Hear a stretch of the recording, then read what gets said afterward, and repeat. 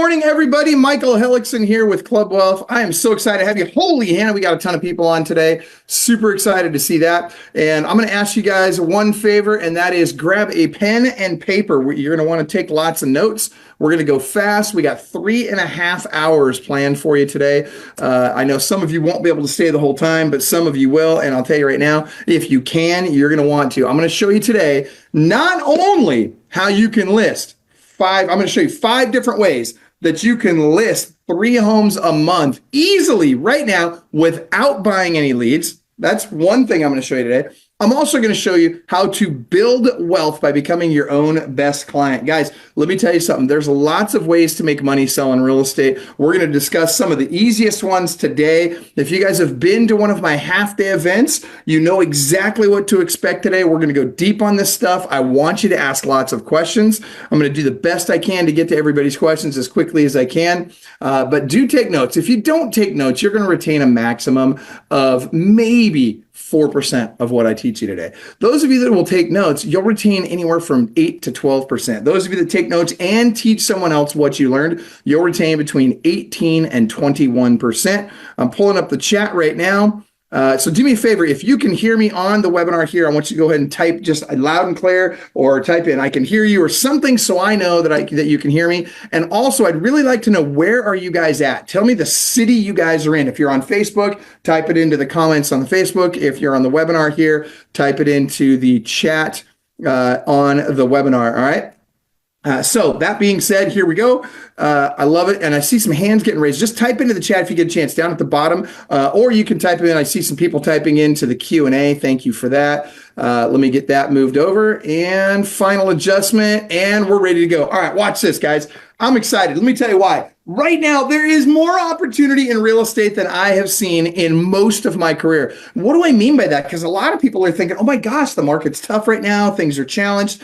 Guys, that's why there's so much opportunity. Write this down. Where there's chaos, there's opportunity. You know, it cracks me up right now. There are a lot of, and I say it cracks me up, it's sad to see how many agents are actually getting out of the business. But the reality is, it's probably very necessary, right? I mean, if you think about it, a lot of agents who are unwilling to put the work in, who are used to just being handed business, who are used to this being a very, very easy market, well, guess what? A lot of those people, and guess what they have been doing? They've been getting out of the business. And even those that have kept their license oftentimes have been literally doing other jobs to supplement their income in real estate so they can just hang in there. Guys, listen, I'm telling you right now, I know agents that are listing homes every single day. I'll give you an example. Agents like Kelly Litke, who I talked to yesterday, already this year, she's got 22 listings in the first 2 months of the year. 22 brand new listings as of the end of February this year already. If she can do it, you can do it. How about Austin Hellickson, 2024 overall, 150 homes listed.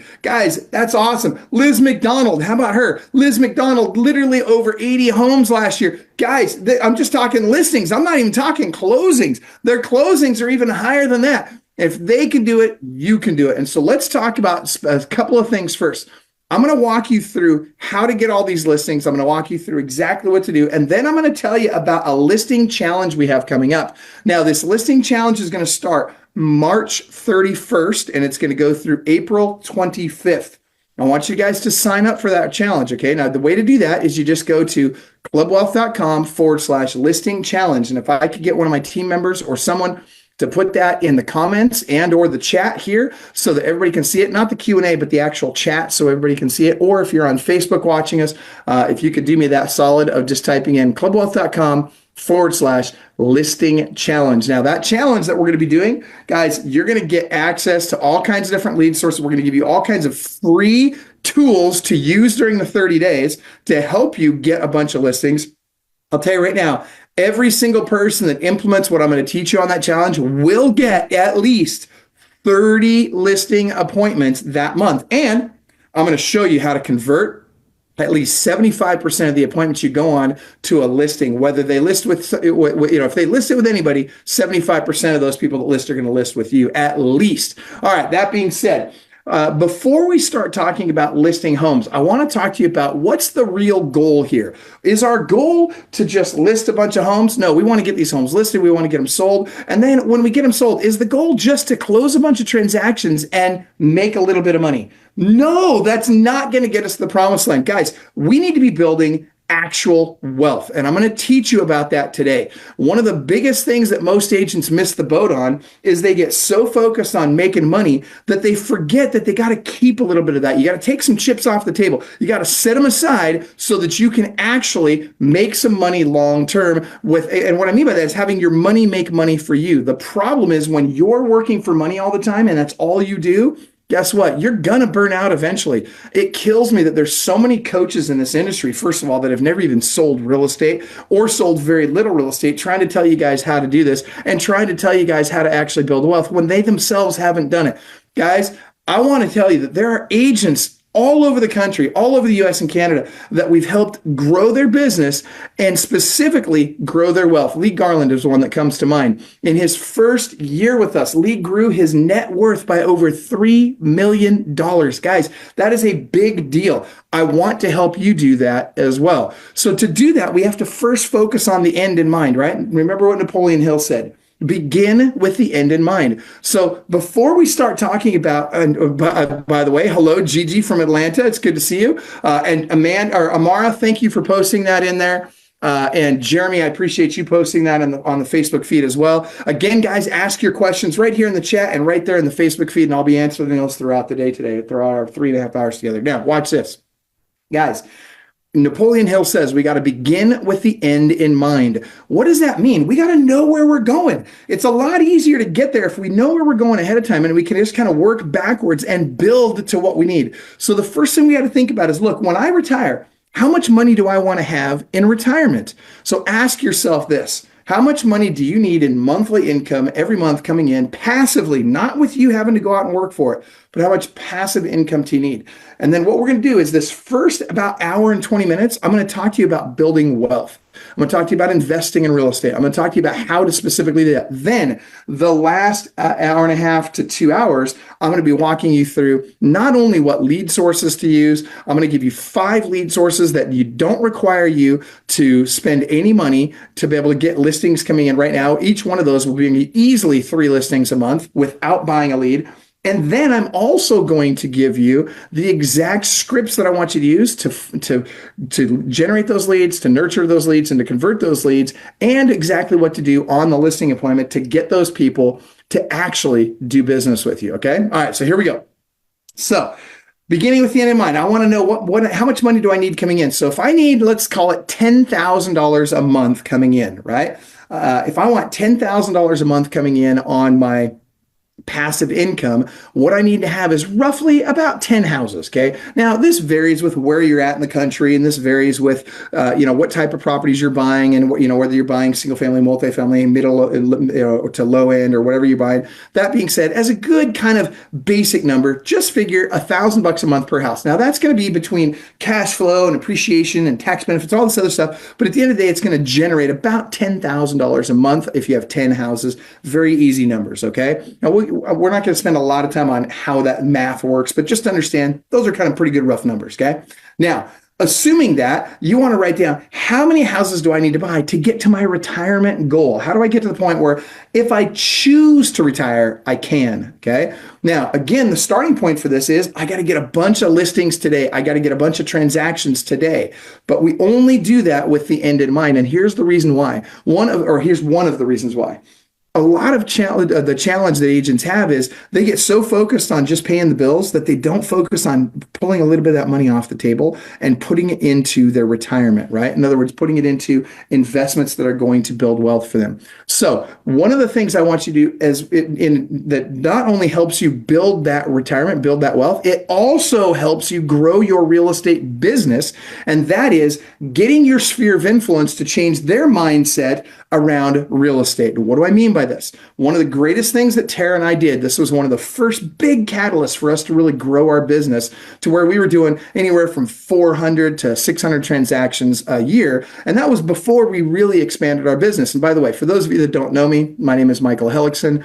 One of the coaches here at Club Wealth. I actually own Club Wealth. We're the #1 coaching and consulting company in the team and brokerage space. We also coach solo agents.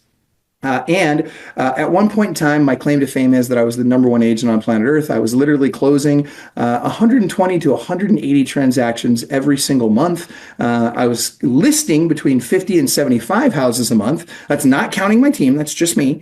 And then counting my team and I, we were carrying about 750 listings in active and pending status at any given time. All right. So that being said, I share those numbers with you. Why? And by the way, the closing numbers were my team and I, right? The 120 to 180 transactions a month. But the listing numbers, the 50 to 75 listings a month, that was just me. Now, I'm not saying that to brag. I'm saying that because I want you to listen very carefully to what I'm going to share with you today. And I'm going to give you the exact steps. I'm going to give you the exact stuff. Okay. I don't want you to feel like this is just some teaser and you got to do something later on in order to get the good stuff. Okay. So today you're going to walk away with exactly what to do. All right. So that said, I want you to get your sphere of influence. Instead of buying one house every 10 to 14 years, how great would it be? How big a difference would it make to your business if you could get them buying 1 to 4 houses per year? What? Yeah, think about that. That's one of the things that Tara and I did. So instead of having a whole bunch of people that were buying one house every 10 to 14 years, we ended up with 150 people that were buying 1 to 4 houses each and every year from us. And that number grew over time. And what that did for our business was nothing short of miraculous. And it really helped us kick off. It helped us grow our sphere of influence. It helped us parlay into other things because we were able to build a team now and we were able to do other things that made it so that when I was at my peak, I didn't have to work 60, 80, 90 hours a week, right? I was literally working 12 days per month, making a deep 7-figure income. And I was doing that 20 years ago. Guys, you can too. And let me show you how. First of all, we need to learn to talk to our sphere of influence about investing in real estate, okay? Now, why real estate? Well, I had a great mentor a long time ago. This was a guy, I was dating his daughter back in high school, and she was all right, but I really liked the guy. He owned a steel mill, right? So this guy was loaded, had a ton of money. And so what I wanted to do is I wanted to learn from this guy. So I hung out in that relationship probably longer than I should have. But here's what he taught me. What he taught me was I asked him one day, I said, hey, do you invest in the stock market? Thinking, he was going to tell me, yeah, and here's how and all this. Instead, what he said was, Michael, why would I invest in somebody else's business when I can invest in my own? And that hit me like a ton of bricks. And guys, I want you to write this down. There's 3 things you should invest in. All right. Write this down in order. This is the order. Okay. And by the way, if some of you could type this into the chat or into the Facebook comments, I would super appreciate it. But here are the 3 things that you need to be investing in. Number 1 is right here. It's in your head. You got to invest in your education first and foremost. That is the most important thing you can invest in. Everybody I know that is at the top levels of this and any other industry that I'm aware of has spent lots and lots of money, time, effort, and energy growing this because you take this with you everywhere you go. Number 2, you want to invest in your business. Okay. That's the business that you're in. That's real estate for you guys, right? And then number 3, you want to invest in real estate. And I'm talking specifically about buy and hold investment properties, which is very different than flipping. And there's nothing wrong with flipping. I'm just suggesting that you want to have a heavy focus on buying and holding properties. Flipping properties is great for building income short term, but buying and holding properties long term is how you build real wealth. And I'll show you that as we go along. All right, so watch this. One of the things that after I asked him about that stock market question, and he says, no, why would I invest in somebody else's business when I can invest in my own? Then I asked him, well, do you invest in real estate? And I want you to write down the answer he gave me because it changed my life. And I'll tell you right now, if it might change yours and if you'll share it with your clients, it may change their life as well. He was very clear with me and he says, Michael, as much as I can, as fast as I can. As much as I can, as fast as I can. Guys, I want you to think about the investors that you know, people that own a lot of buy and hold rental properties. Do they regret buying those properties? I'll bet they don't. And by the way, do they wish they had bought more sooner? I'll bet they do, right? And so I want you guys to stop standing next to this waterfall of money that's just gushing right next to you and you're barely getting wet. what I want is for you guys to get drenched with this wealth also. And the way to do that is you've got to buy some real estate. Now, I want you to learn what I'm going to teach from two different angles. One perspective is you as an individual buying real estate. And two, I want you to consider this for your clients and getting them to buy more real estate as well. Okay. So we need to teach people that real estate is the ideal investment. Why is that? Okay. And by the way, again, we're going to get to the listing part later. That's going to be the second half of our talk today. Okay. And that we're going to go completely into the the 5 different lead sources that will bring you 3 listings a month easily without buying a lead and all the rest of the stuff. But write this down. First and foremost, real estate is the ideal investment. Okay, write that down. Now, what does that stand for? I stands for income. Okay. So what does this mean? So when I buy real estate, let's say I go spend $100,000. Let's just talk vanilla transactions. I'm not going to go into sub 2 and all that right now, but let's talk vanilla transactions. I go buy a house. I put 20% down, right? Let's say it's $100,000 down on a $500,000 house, just for easy numbers. Okay. Now, most of what I buy is less than that. The vast majority of what I buy is right around 325 to 375. But let's just for easy numbers use $100,000 down on a $500,000 house. On that house, day one, I'm getting $750 to $1,250 per month in positive monthly cash flow. Now, if I were to take that same money and put it in the stock market, how much cash flow, how much income do I get every month by putting that money in the stock market? The answer is 0. Well, unless I get maybe a dividend here and there, which is going to be pennies, right? That's not much. So why would I put my money in the stock market when the only way to get income out of it is to sell the asset? I got to kill the goose that lays the golden eggs, right? Whereas with real estate, I can let that asset sit and keep making money for me while it's kicking off cash every month. All right, D stands for depreciation. Okay, now what I'm about to teach you will change your life. I want you to ask yourself this. How many of you, and just type into the chat, yes or no. So did you pay or will you pay any taxes in 2022, 3, 4, or 5? Okay. Did you pay or will you pay any taxes in any one of those years? Type in yes or no. Oh, look at these answers. I got yes. Oh my gosh, I paid way too much in taxes. Oh yes, I love it. I love these answers. Yes, look at all these yeses. Like everybody's like, and Patrick's like, dang. All right, guys, think about this, right? Think about all the money you spent in taxes over the last, let's just call it 3 years even. Now, if you could get all of that money back and dump it into real estate, how many of you would want to do that? If you'd want to do that, type absolutely into the chat. Guys, here's the reason why I'm saying this. You have clients out there that feel the same way you do about this. And I'm telling you, I'm going to show you how to get that money back. Oh, and I love this answer. Look at this. Who was that? That was Chris. Hold on, Chris. Which Chris was this?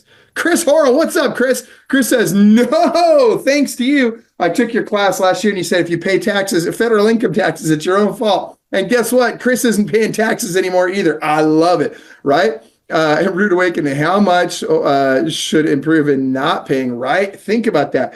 Watch this, guys. You and your clients have all been paying taxes these last 3 years.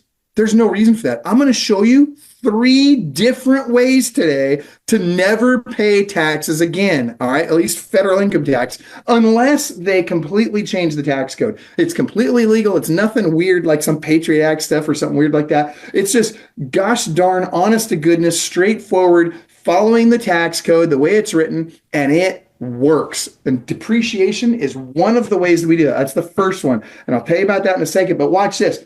When I buy real estate, when I put that $100,000 into real estate, guess how much I get? I get a tax write-off. But guess what? When I take that same $100,000, I put it into the stock market, do I get a tax write-off? Heck no, man. I can defer some taxes, but I don't get a straight up write-off at all, right? That only happens in real estate. All right, so let's move on. Let's talk about the E. E stands for equity.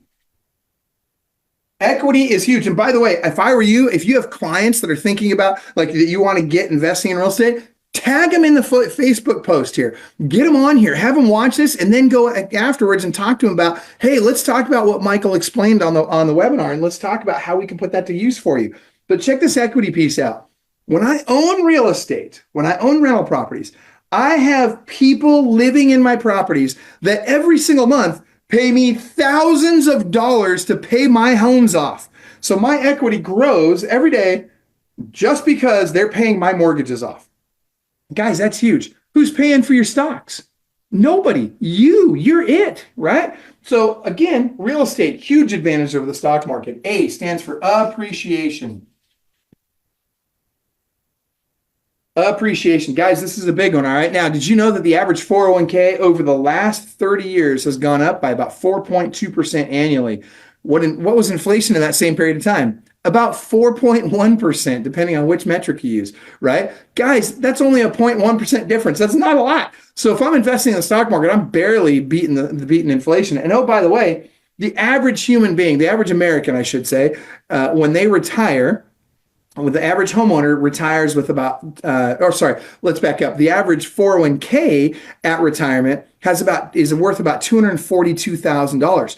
The average person, and they had to work for that. They had to think about that. They had to put money away and really scrimp and save to make that happen. The average homeowner, right? Get this. When they retire, over $300,000 just in equity in that one house. What if they'd have bought just one more and had somebody else pay for it? Like, seriously, guys, we got to think about this. We got to teach our clients this, all right? And it's not hard to do. All right, now, that being said, real estate has gained over the same period of time, roughly 4.8% per year appreciation. Now, that doesn't sound like a big difference, but that's 0.6% more than in the stock market. So what does that mean? That means compounded over 30 years, just in appreciation alone, I made a lot more money in real estate than I could have made in the stock market. And oh, by the way, a lot easier. And oh, by the way, with a lot less risk. I mean, think about that, right? And that brings us to the last one, the L, okay? So L stands for leverage. This one's huge. I want you to think about leverage really quick, all right? Leverage is massive. Now, can I leverage my money in the stock market? Yeah. I can go to Charles Schwab and I can say, hey, I've got $100,000 that I'm going to invest in the stock market, and I'd like you to loan me an extra $100,000, right? And so they'll do a loan application like they do for anything else. And that loan application, they'll check your credit, they'll check your income, they'll check your employment, all that kind of stuff, right? And if they like what they see, guess what they'll do? They'll loan you the other $100,000. Now you've got $200,000 players.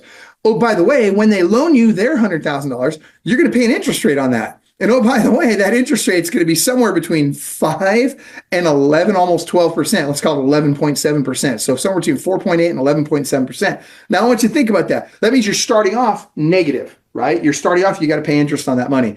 And by the way, the S&P 500 at best, you're going to get what, 12%? And so you're like literally just keeping up with the S&P 500 with those interest rates. Guys, this is really scary numbers, okay? And so that said, I invested in the stock market. Now, does the stock market go up sometimes? Yeah, but what if it goes down? Do stocks ever go down? Yeah. Think Blockbuster, right? So if that stock goes to zero, what now? What happens now? Guess what? Not only do I lose my $100,000, I still owe them their $100,000 plus interest.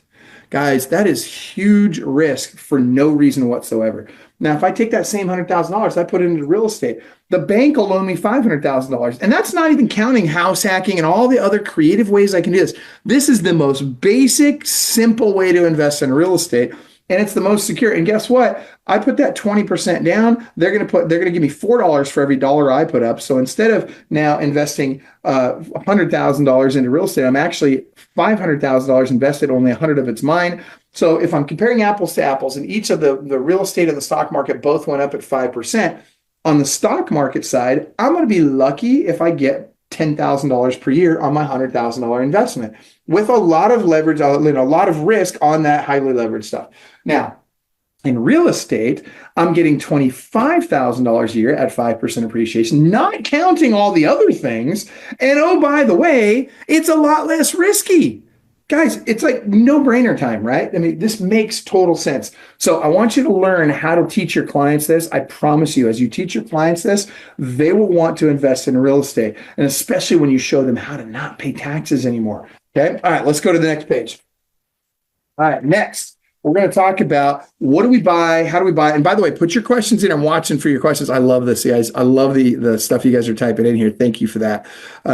Let's see. Should chat be disabled? No, you should be able to chat. I want you to be able to chat. Looks like you're chatting with hosts and panelists, Chris. So, Chris, I'm going to make that chat with everyone. There you go. All right. And Denise says, how many single family homes do you rent out and do you manage yourself or pay a management company? And I don't know the actual number. I know that we buy 2 to 4 a month usually, and we keep them all and we manage them ourselves. Okay. And so the idea here is you don't need to pay expensive property management. Right? I'm going to go into that in a little bit later, but of all the properties we own, my wife and one virtual assistant, who's phenomenal, by the way, shout out to me. Oh, hang on one second. There we go. Thank you. All right. That being said, my wife and one virtual assistant manage all of our portfolio, and it takes my wife. Her name's Tara, by the way. If you guys don't know her, you'll love her. She's fantastic. She spends about 4 hours, anywhere from 2 to 4 hours per week managing all of our properties. That's the total all in. That's including, calls after hours, that kind of thing. Like everything that happens, she's 2 to 4 hours a week. And so it's really not that bad. Now, what do we buy? This is very important. It's part of the reason why we have low headache on management. All right. So I want to talk to you about not buying in the ghetto. This is very, very important. Okay. So we buy move up properties that you or I would live in a pinch. I like nice properties in nice areas. I'm not buying high end stuff, but I'm definitely buying stuff that's a move up type property. Okay.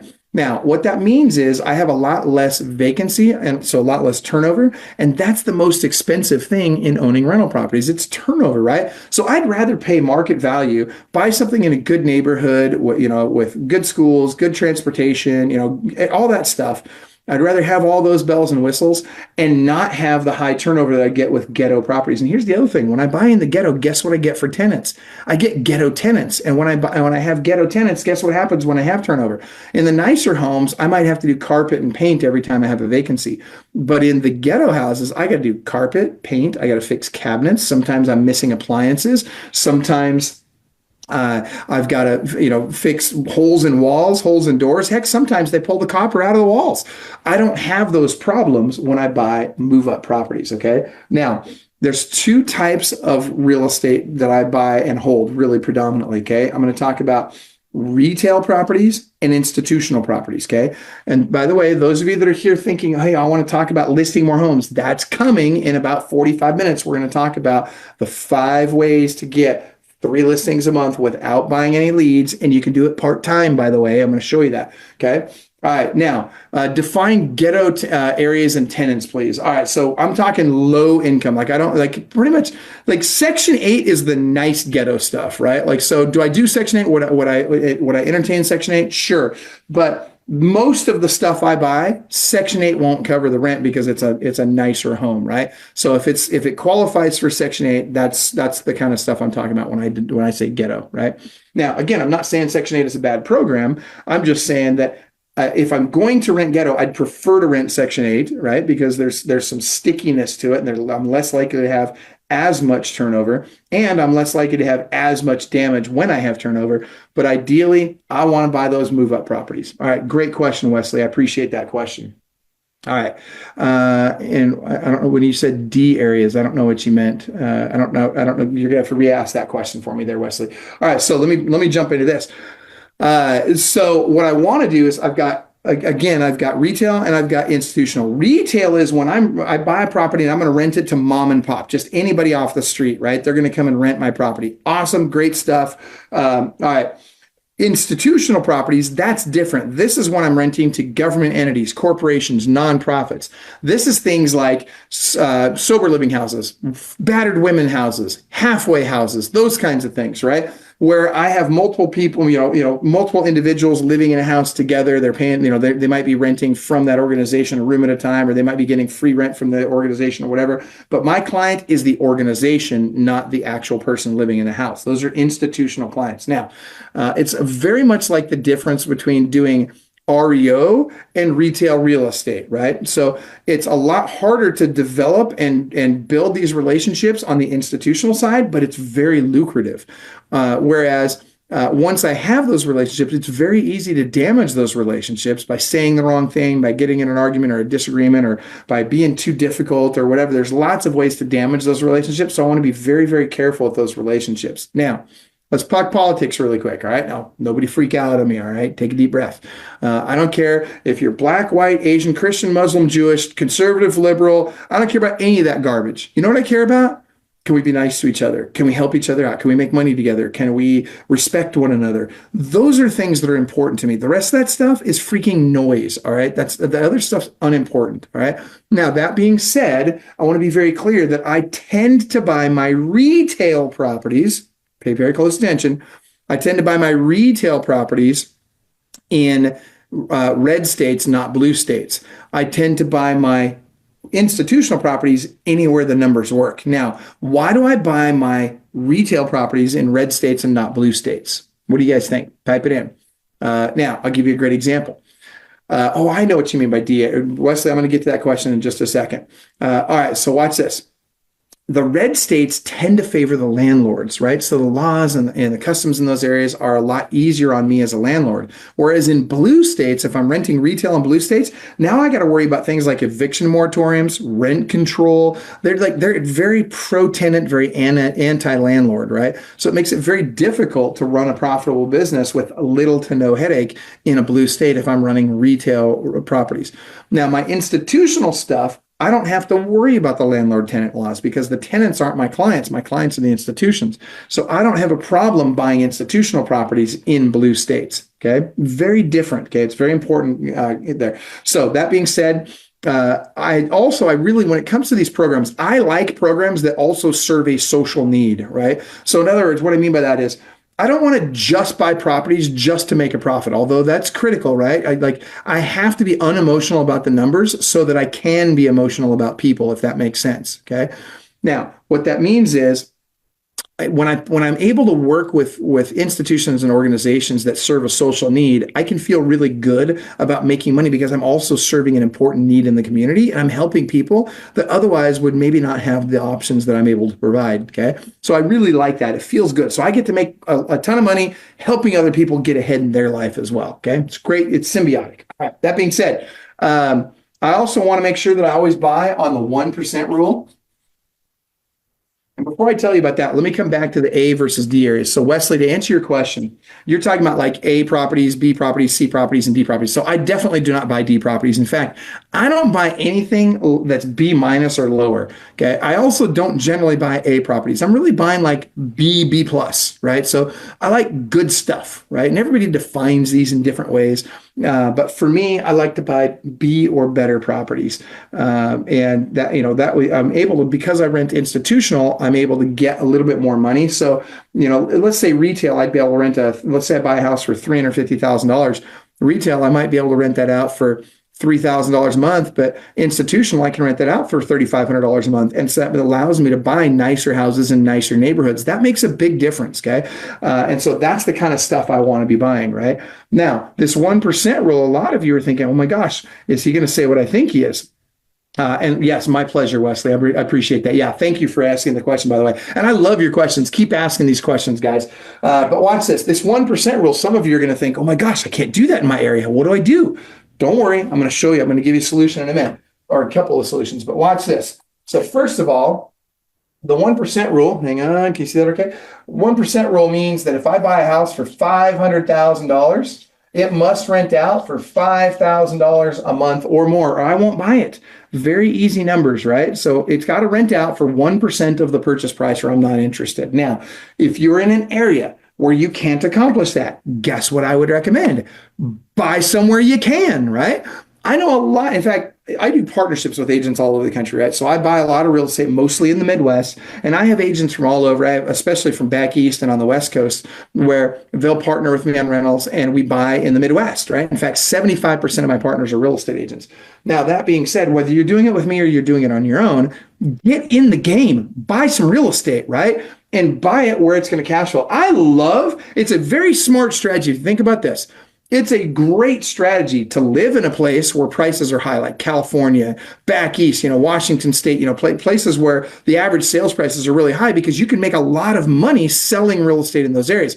Then you take that money and you go invest it in areas where you can make the 1% rule work. And all of a sudden now you're cooking with gas. All of a sudden now you got a bunch of money rolling in every month in passive income on properties that most people are afraid to buy. It's crazy to me how many people are afraid to buy in another state.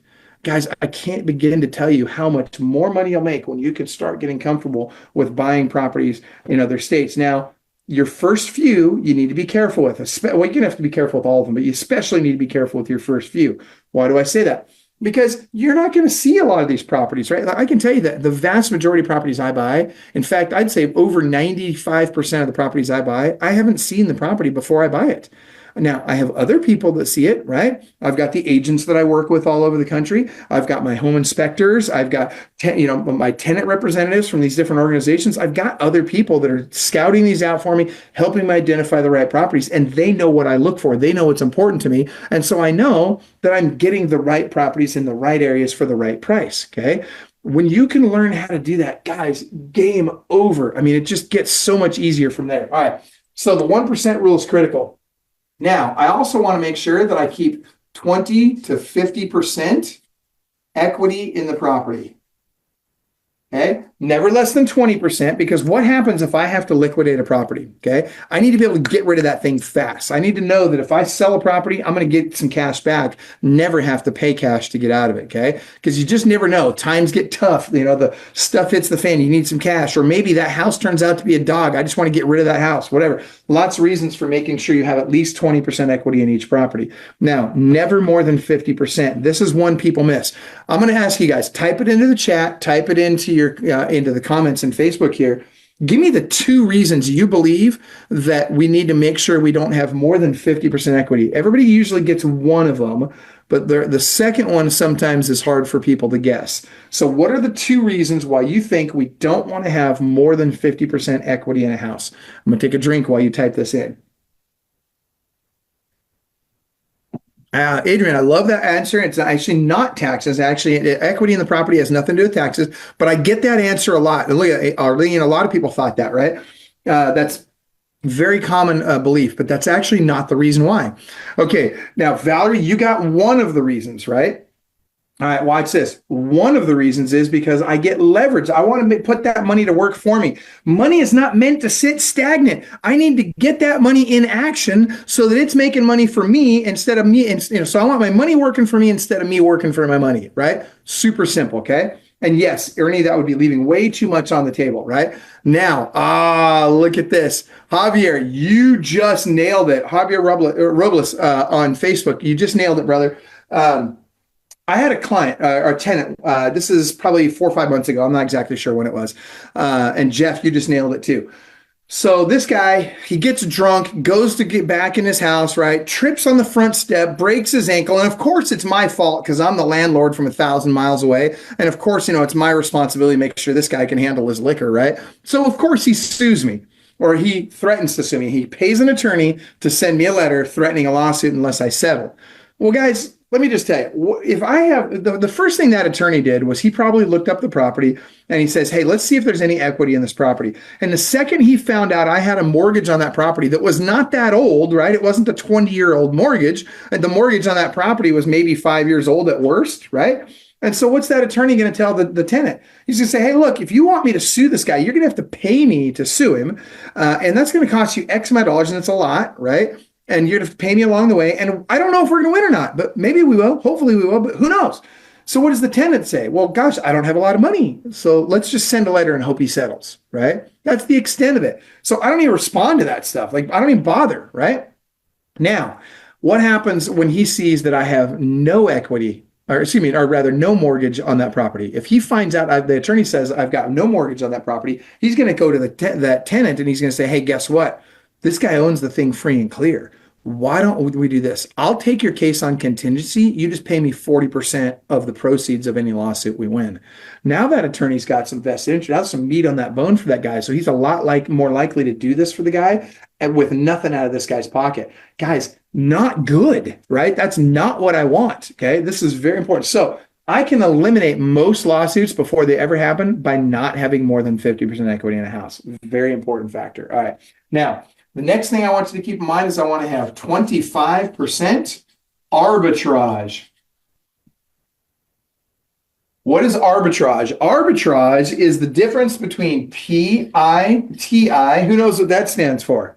You should all know this one, right? That's principal, interest, taxes, and insurance, okay? So if my principal, interest, tax, and insurance is $3,000 a month, what does my rent need to be?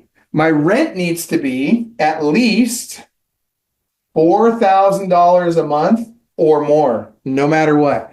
Now, if I can make that happen, guess what? Game over. This is probably a property I'm going to want to do. Now, here's the thing though. Does that mean that I have $1,000 a month in positive monthly cash flow on this property? Not necessarily. Now, why do I say that?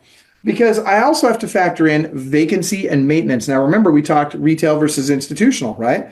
On the retail properties, I've got to factor in 5% for vacancy and roughly 20 to 25% for maintenance. The more low end the property is, the higher the maintenance cost will be as a percentage of the property. So if I'm in the ghetto, right, if I'm buying stuff, like Section 8 kind of stuff, but I'm not renting Section 8, let's say I'm renting a retail in a Section 8 price point, then I might need 25 or 30% for maintenance.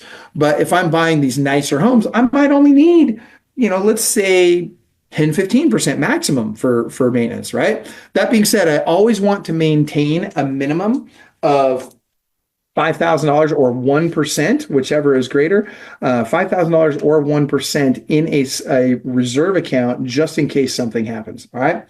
Any questions on that? Type them into the chat. I'm going to keep moving forward. So these are the numbers that I want to make sure that we hit no matter what. Very important. Now, if you're having trouble hitting those numbers in your area, again, buy somewhere else. I love buying in the Midwest. Okay. All right. Now, in just a minute, we're going to talk about listing homes. Okay. So hang tight.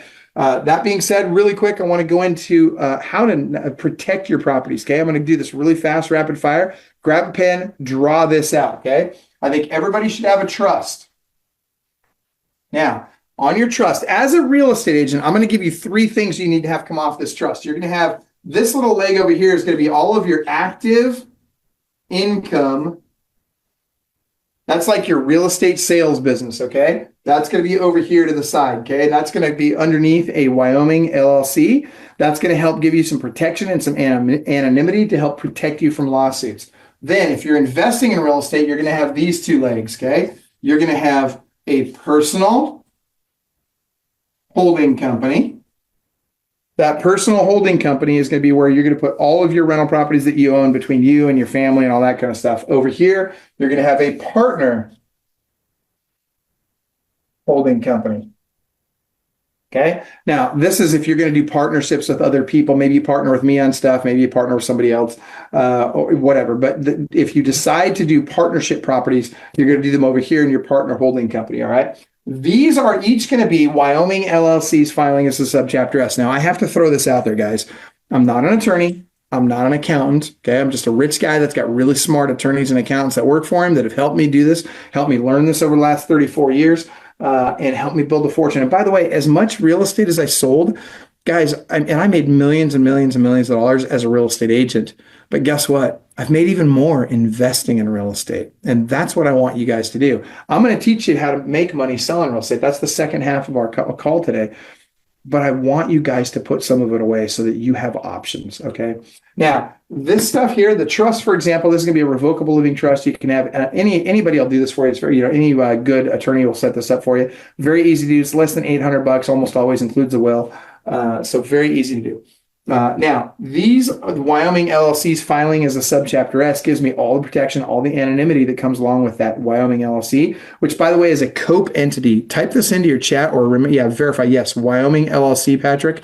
And Patrick, I want you to look up COPE entity. That's Charging Order Protection Entity. Go look that up on Google. That'll give you some insight as to why I've chosen these as my preferred structure currently. Now, that could change as politics change and as laws change in different states. I may go with a different structure, but for right now, I love these Wyoming LLCs. Then I also have underneath these, I have state-specific LLCs for each state that I own real estate in, okay? So that's, if I'm only going to own, let's say 1 to 4 properties in a particular state, then I'll put them in one of these state-specific LLCs, okay? Not a big deal. And then what that does is it gives me the protection. I'm going to get taxed in that state anyway, so I might as well have the protection of an LLC. Now, if I'm going to buy more than 3 or 4 properties in each of those states, then what I'm going to do is I'm going to have what are called let's say this is Washington, this is Illinois, Ohio, Oklahoma, whatever. And so in Illinois, for example, I own a ton of stuff in Illinois. And so I would have sub or series LLCs underneath my Illinois LLC so that I don't have, and write this down. This is kind of the formula that I like to go by. I want to have no more than $350,000 in day of acquisition equity. I'll give it to you one more time. I want to have no more than $350,000 in day of acquisition equity in any one entity. Okay, that's really helpful. All right. So that said, that's that structure. And by the way, it's really easy to do this. It looks more complicated than it is. And if you only are going to buy in one state, then you're just going to have sub LLCs underneath your one state specific LLC, and it's not a big deal. Okay. And each of these, by the way, they only cost you about $600 to $800 per year in tax and legal, or I should say tax prep and legal. And so it's not very expensive, and they each act like a separate LLC and protect your assets, right? Now, nothing's foolproof, right? People can find ways around your LLCs and stuff like that, but it really does help. And if they can't find it, they can't sue you for it. So this anonymity that you create with these Wyoming LLCs and layering this like I have really helps minimize your risk. So make sure you're teaching your clients this. And by the way, I do a call about twice a month. One on a Saturday, one on a Friday. If you ever want to bring your clients on, or if you just want to bring your spouse and you guys want to, jump on a call and learn more about investing with, like how I do it and what it looks like and what it would look like to partner with me, for example, that kind of stuff, then just type in investing. Just type investing into the chat here, and I'll have one of my team members send you a link to that webinar that we do about twice a month. Okay. Super straightforward. All right. And it doesn't cost anything. You just get on there and learn. And we have people that get on that call literally like 10, 15 times with their spouse, with their clients, whatever, because they want to go deeper on this, and it is complicated. Okay. And the more you hear it, the more you'll understand it, the more that you'll be able to teach it to others. Now, really quick, I want to talk to you about two different types of partnership that happen in real estate. Okay.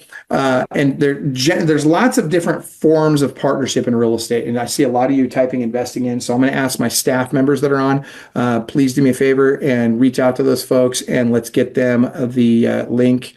But just, I want you to send it directly to them. I don't want you to post it anywhere, because when you post it, it becomes a problem. All right. So yes, we'll get that information to you guys. All right. Now, that being said, I want to talk about these two different ways of investing. There are two different ways to do partnerships in real estate that are very, very common. One is called the syndication. This is what Grant Cardone does, right? So syndication, and a lot of bigger players do this. And what it means is they go out, they raise a bunch of capital, and they take these people's money, they pool it together, and they go buy assets with it, right? Generally speaking, most of the time they're going to be buying multifamily. Why? Because they get all this money together. It's hard to go find a bunch of single family properties to utilize that money on. So they go buy multifamily because it's easier to spend the money faster, okay? And so the downside here is you're giving up control of your money. You give your money to this person, and you have no say in it. You have no voting rights or anything like that. They just do what they want with it. The good news is it's regulated by the SEC. So if they run off with your money, there's a pretty good chance they might go to jail, but your money's still gone, right? So I don't love those models. The other downside is that they don't. That with these syndications, they don't return as much ROI as the other types of partnerships that I prefer. And so let me walk you through it. So like, for example, by the way, when they're buying multifamily, like Grant Cardone, he's happy with a 3 to 5 cap. I won't touch anything under a 10 cap. Okay. That's really, really important. And so I'm getting, literally probably anywhere from 3 to almost 4 times the ROI that Grant's getting on the same amount of money, because I'm buying single family rental properties. All right. Now, that said, here's the other type of partnership. And there's guys like myself. There's some of you might know Chris Crone. There's other guys like us out there that do this stuff at scale. And what we do is we full on partner with people. So we'll put myself and one other person into a transaction together. So, right. So I'll give you an example. Patrick is on here, right? Patrick's one of our good lender friends down there in Houston, Texas. Shout out to you, Patrick Morales. It's good to see you, brother. I know we've got Texas events coming up here soon. Can't wait to see you down there. And by the way, I don't know when those are. Maybe you could throw out some dates there, Patrick, if you know when the dates of those events are. I'm in Arizona tomorrow, by the way. For any of you that are in Arizona, I'll be in Chandler. Got a half-day event in Chandler tomorrow morning. All right, that being said, so let's say Patrick wants to do a partnership with me, right? And before I draw this out, there's 2 partners in these types of partnerships that I'm about to talk about. There's a managing partner and a capital partner. The managing partner's job is to go out, find the properties, negotiate the deals, rehab the properties, find the tenants, negotiate with the tenants, manage the tenants, do everything soup to nuts, right? They do all of the work. They put up zero capital. The capital partner is just what it sounds like. They put up all the money and they do none of the work, right? And then the two people split the investment. So let's say Patrick wants to partner with me on a house, right? So what'll happen is we'd have Patrick has his trust, right? And then Patrick's trust owns Patrick Holding Company. And then Patrick's holding company and my holding company get together and they have a little baby holding company. Okay. And that's where we put the property. Now, each of us owns 50% of this holding company. So his holding company owns half it. My holding company owns half it. I do all the work. He puts up the capital. Game over. We both split all the profit, the cash flow, the equity, the appreciation, the tax write-offs. We split it all, right? And it's an awesome route to go, especially if you're in a place. Oh, there you go. Thank you for that, Patrick. There's those event dates, you guys. If you want to go to clubwealth.com/events, EVENTS. clubwealth.com/events, they'll get you on that page, you'll see all of the different events that we have coming up, and there's a link so you can register for those. Okay, now let's take this a step further. So on these partnerships, if you're interested in learning how to partner with stuff with me, type in partner on there. Here's how I do it too, by the way. Those of you real estate agents that have clients, maybe you're in an area where you're not able to find them great deals like this. How would you like it if I paid you for everybody you sent my way? In fact, I'll even go you one better. How cool would it be if every time you sent me somebody that wanted to partner on a property, every property I ever do with them, I will give you 5% of the ownership of that property and you don't have to put up any money. Literally, you get 5%. So watch this. Patrick says, hey, Michael, I got somebody in my town that, they want to buy rental properties and, they want to partner with you on this stuff. So they come in, they're the capital partner, I'm the managing partner, I go put the deals together. And by the way, I'm getting 30 to 60% ROI on everything I do. What that means for my partners is my partners are getting 15 to 30% ROI, and all they can't touch that anywhere else. They're not touching that in the stock market, right? But watch this. So let's say Patrick refers Susie to me. Susie does 20 deals with me. Patrick's going to get paid on every deal I do with her forever. So now that's like Patrick getting a free house because he got 5% of 20 houses. That means he gets 5% ownership, 5% cash flow, 5% of the tax benefits, 5%, everything, like all of it, the appreciation, all of it. So if you're interested in learning more about that, type partner in and I'll have my team reach out to you. And we'll make sure you get the info. And by the way, if you haven't just in case I don't have your phone number, probably helpful. Like if you're on Facebook, send me a DM with your phone number. If you're in the chat here, just send me a private chat with your phone number in it. And I don't know which one of my team members is on right now. I think it's Niza, but I'm not sure. I can't see. There's too many people on right now. All right. I say there's too many. I'm grateful you're all on. Okay. All right. So any questions on this? All right, we're going to move on.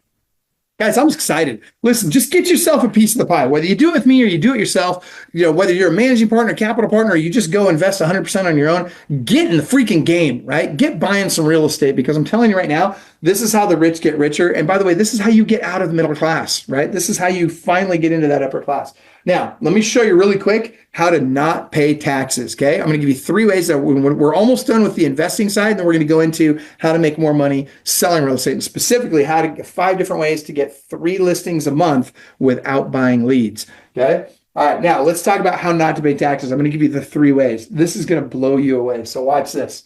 All right, so depreciation is number 1, okay? So check this out. So when I buy a house, I spend $500,000 on this house, right? So I put $100,000 down on a $500,000 house. $100,000 of that in the areas I buy is going to be the land value, and about $400,000 of that is going to be the value of the improvement. Okay, let me explain that. So the improvement is the house, it's the apartment, it's the office building, the oil well, whatever's built on the land is the improvement on the land. Now, the government says, hey, look, we know the land goes up in value. It doesn't go down in value. So we're not getting any, tax break on that. But the improvement on the land, the house, the oil well, the whatever, it's going to wear out over time, right? The carpet's going to wear out. The roof's going to wear out. And so tell you what we're going to do we're going to give you a deduction on your taxes for that. So what you get to do is you get to divide 400,000 by 27.5. So literally, if I take $400,000 divided by 27.5, I get to reduce my taxable income by that amount of money every year for the next 27 and a half years. What? Yeah, that's a big deduction. And by the way, you don't have to be a real estate agent or a real estate professional to take advantage of that. Now, watch this. This is where it gets really interesting, guys. I'm going to teach you how to blow up your referrals here, okay? You guys want to increase your sphere of influence. You want to get more referrals. You want to make darn sure that your people are using you and only you, and they're sending all of their friends and family to you. This is what you need to be able to learn, right? So a lot of these people, they're looking for tax deductions just like you are. The thing is, you've got some advantages that make it easier for you to deduct things that it does for them. But everybody can take advantage of what we call straight line depreciation. And that's this 27 and a half year depreciation benefit. Now, that said, if I want to have, let's say I've got $67,000 in taxes that I need to offset. How do I offset that $67,000? I would need 10 rental properties to do that, right? And all of a sudden, I would not have to pay any taxes, because for each one of these, I'm going to get about $6,700 to $6,900 a year in money I don't pay in taxes. So if I have 10 of them, now I don't have to pay $67,000 in taxes every year, right? That's easy. Anybody can do that.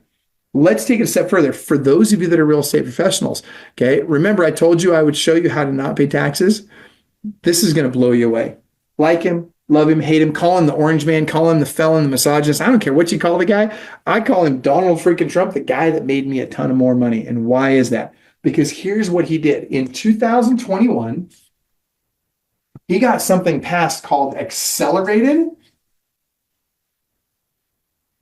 or bonus depreciation. Okay, now this gets crazy. I want you guys to pay close attention here. Okay, you don't have to like the guy to make money, to make money based on something he's done for us. Okay, so what's interesting is with this accelerator bonus depreciation, instead of having to write that stuff off over 27 and a half years, I can literally take that deduction, this $400,000 deduction, in years 1 to 15. So 81.9% of that I could take in years 1 to 15. Most of that, or a huge portion of it, I can take in year 1. So literally back in 2021, and by the way, this took effect in 2022. I got 100% of this deduction. Okay. And then they had a sunsetting period, right? So in 23, that goes to 80%. In 24, it goes to 60%. In 25, it drops to 40, 26, it drops to 20, and then 27, it goes to 0. Now, fear not, if I took, let's say, like for example, in this year, it's, I only get 40% of this benefit in 2025. The rest of it, I still get it. I just have to take it over the remaining 27 and a half years. Okay. So it's not like it's going away. It just means I get more of it. I get to accelerate a bigger portion of it in 22 than I did in 23 and so forth. Okay. Now, here's what's interesting. In 2022, I could buy this $500,000 house with $100,000 down and take a $145,000 tax deduction. What? Are you kidding me? So literally, who was buying all my properties back then? It was all you guys. It was all these people paying taxes out there, right? And by the way, this is me giving everybody a round of applause for paying their taxes. Thank you for that. I appreciate you buying houses for me. And some of you are like, dude, that's not funny. Okay, well, good. Well, watch this. I'm glad you don't think it's funny, because here's the thing. I want you to start taking advantage of this instead of being taken advantage of by it. By the way, one of the smartest things I've ever heard, one of the truest things I've ever heard any politician ever say, was in the 2016 debate between Donald Trump and Hillary Clinton, when Hillary said, "You're a crook because you don't pay taxes." You know what Donald said? He says, "That doesn't make me a crook. That makes me smart. And by the way, it's because I understand the tax code that you and your people put in place. And so guess what? I'm just taking advantage of it. So if you don't like that, don't hate the player, hate the game. And if you don't like it, change it, right? But I know you won't, because guess what? All of your big donors do. They do the same thing I do. They're taking advantage of this same thing. And the system is designed to make rich people richer. And guys, guess what? It really is. So if you understand it, you can take advantage of it. And guys, there's no reason for you to ever pay taxes. Now, in order to get this accelerated or bonus depreciation, you have to qualify as a full-time real estate professional, right? And what does that mean? Maybe I'm a real estate agent, lender, a mortgage, investor, a property manager. There's lots of categories that will qualify for this. That being said, what you need to do is you need to be working at least 700 hours per year. 750 hours per year, or 3.5 hours a day, 5 days a week, all year, which essentially is the government's definition of full-time, which, by the way, is probably a lot of real estate agents' definition of full-time too, but it's not. Okay. So that being said, if you work at least that much in it, then guess what? You can take advantage of this. Now it gets better. I want you guys to go, because watch this. How many of you think of this? Do you have any clients that own short-term rental properties? I'll bet you do. Now watch this. If you were to call all of your clients that own short-term rental properties, guess what you could do? You could tell them, hey, there's a loophole. And if you are the predominant manager, so if you do the majority of the management on your short-term rental property, you don't even have to qualify as a real estate professional to take advantage of this tax benefit. So watch this, guys. You can literally go to your sphere of influence and say, hey, guys, if I could get you 100, all the tax money you've paid back in the last 3 years, and you could then take that and go invest it in real estate, would you do that with me? Who's going to say no? Of course they're going to say yes. Guys, I'm telling you, it really is that simple. They can literally go back and amend their taxes for 2022 or 23 or 24, and they can take these deductions that they've missed. And I promise you this, 95% of all short-term rental property owners have not taken advantage of this deduction, and they can, and it's really easy to take advantage of it. And when you teach them this, you're no longer just a real estate agent. Now you're a trusted advisor. And when you become a trusted advisor, guess what happens? They refer all their people to you, and they will only work with you. These people are never going anywhere now because you brought them value beyond just, let me open a house up and see if you buy it, right? Okay. That being said, this is awesome. Now, I'll tell you another thing that I would do is I would look at, I would go into your county records and I would do a public records request, and I'd request the list of every single person that's applied for a short-term rental permit in the area that you service. And then I would have that conversation with them. Guys, there's tons of money to be made out there doing this. I mean, what a great way to go get more opportunity. Now, let me tell you what your weak, cruddy, H&R Block accountant is going to tell you. Your crappy H&R, and by the way, if you're using H&R Block to do your taxes, you deserve to be broke, right? I'm sorry, I hate to say that. That's really not very nice, but I'm just saying you need a great accountant, and the great ones are not working at H&R Block. The great ones are working at firms that are really good at what they do, right? And by the way, their customer service usually sucks. Just throwing that out there. They're great accountants normally do not deliver great customer service, but I don't care. If I got to wait a week to save millions of dollars, where do I sign? Like, I'm happy to wait a week to get a call back from you. Okay. I don't care about that. All right. Now, what those H&R Block guys will tell you is, oh, you don't want to do accelerated depreciation because what if you sell that house 5 years from now? Okay. Well, let's see here. You guys are funny. I'm watching some of your comments. This is so freaking funny. And by the way, on Facebook too, guys, feel free to comment. And I am watching the comments. I'm not able to get to all of them due to time, but I will get to as many of them as I can. And that being said, hang on really quick here. Okay, there we go. So that being said, the reason they'll tell you not to do this is because if you sell that property in 5 years, you've got to do something called depreciation recapture. Now, depreciation recapture means that you have to, if you sell it in the next 5 years or whenever it is, you sell it at any point in time, you've got to pay back the benefit that you got. In other words, the taxes you saved, you have to pay back when you sell the property. Well, that's kind of true. It's not entirely true. Now, what do I mean by that? Look at that. Jeff, you're on the right track, brother.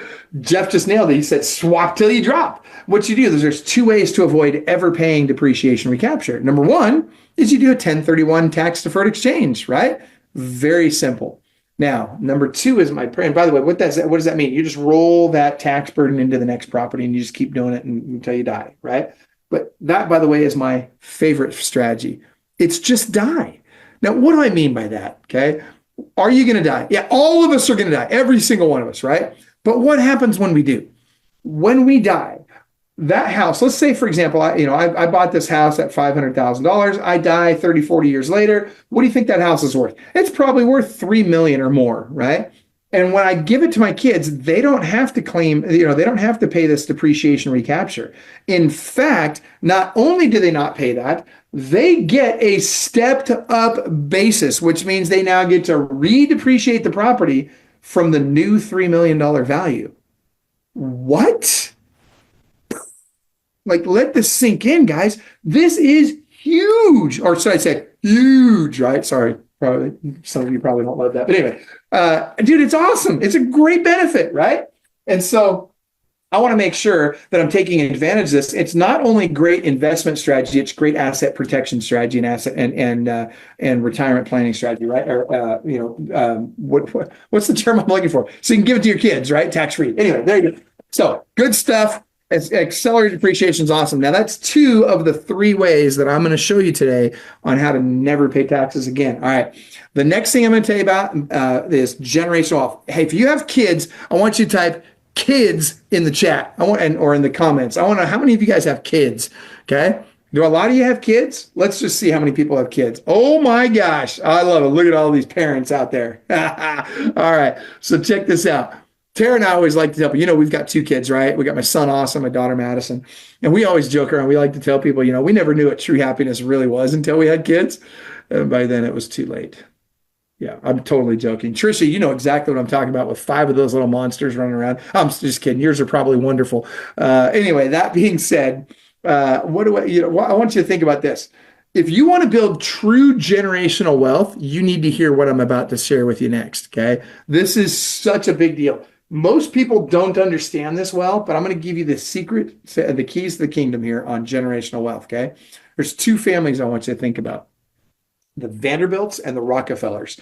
The Vanderbilts, right? They said, okay, and by the way, both families were the wealthiest of their generation, right?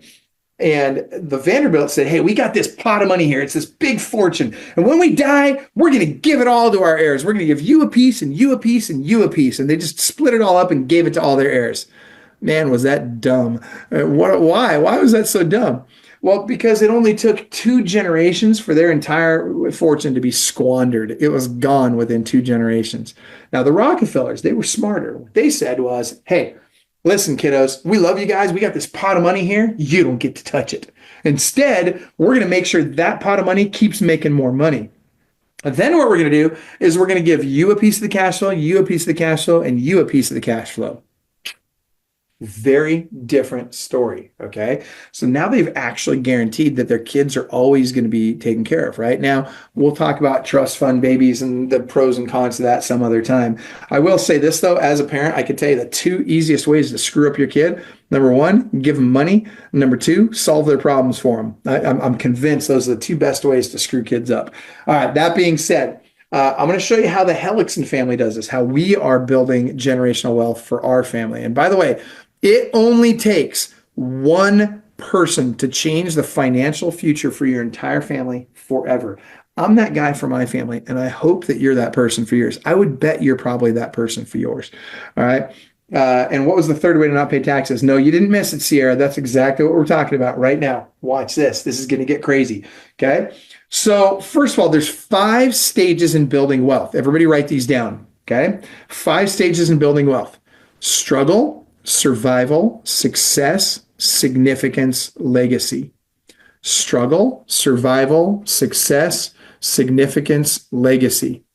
Struggle, survival, success, significance, legacy. Okay? Now, this gets crazy.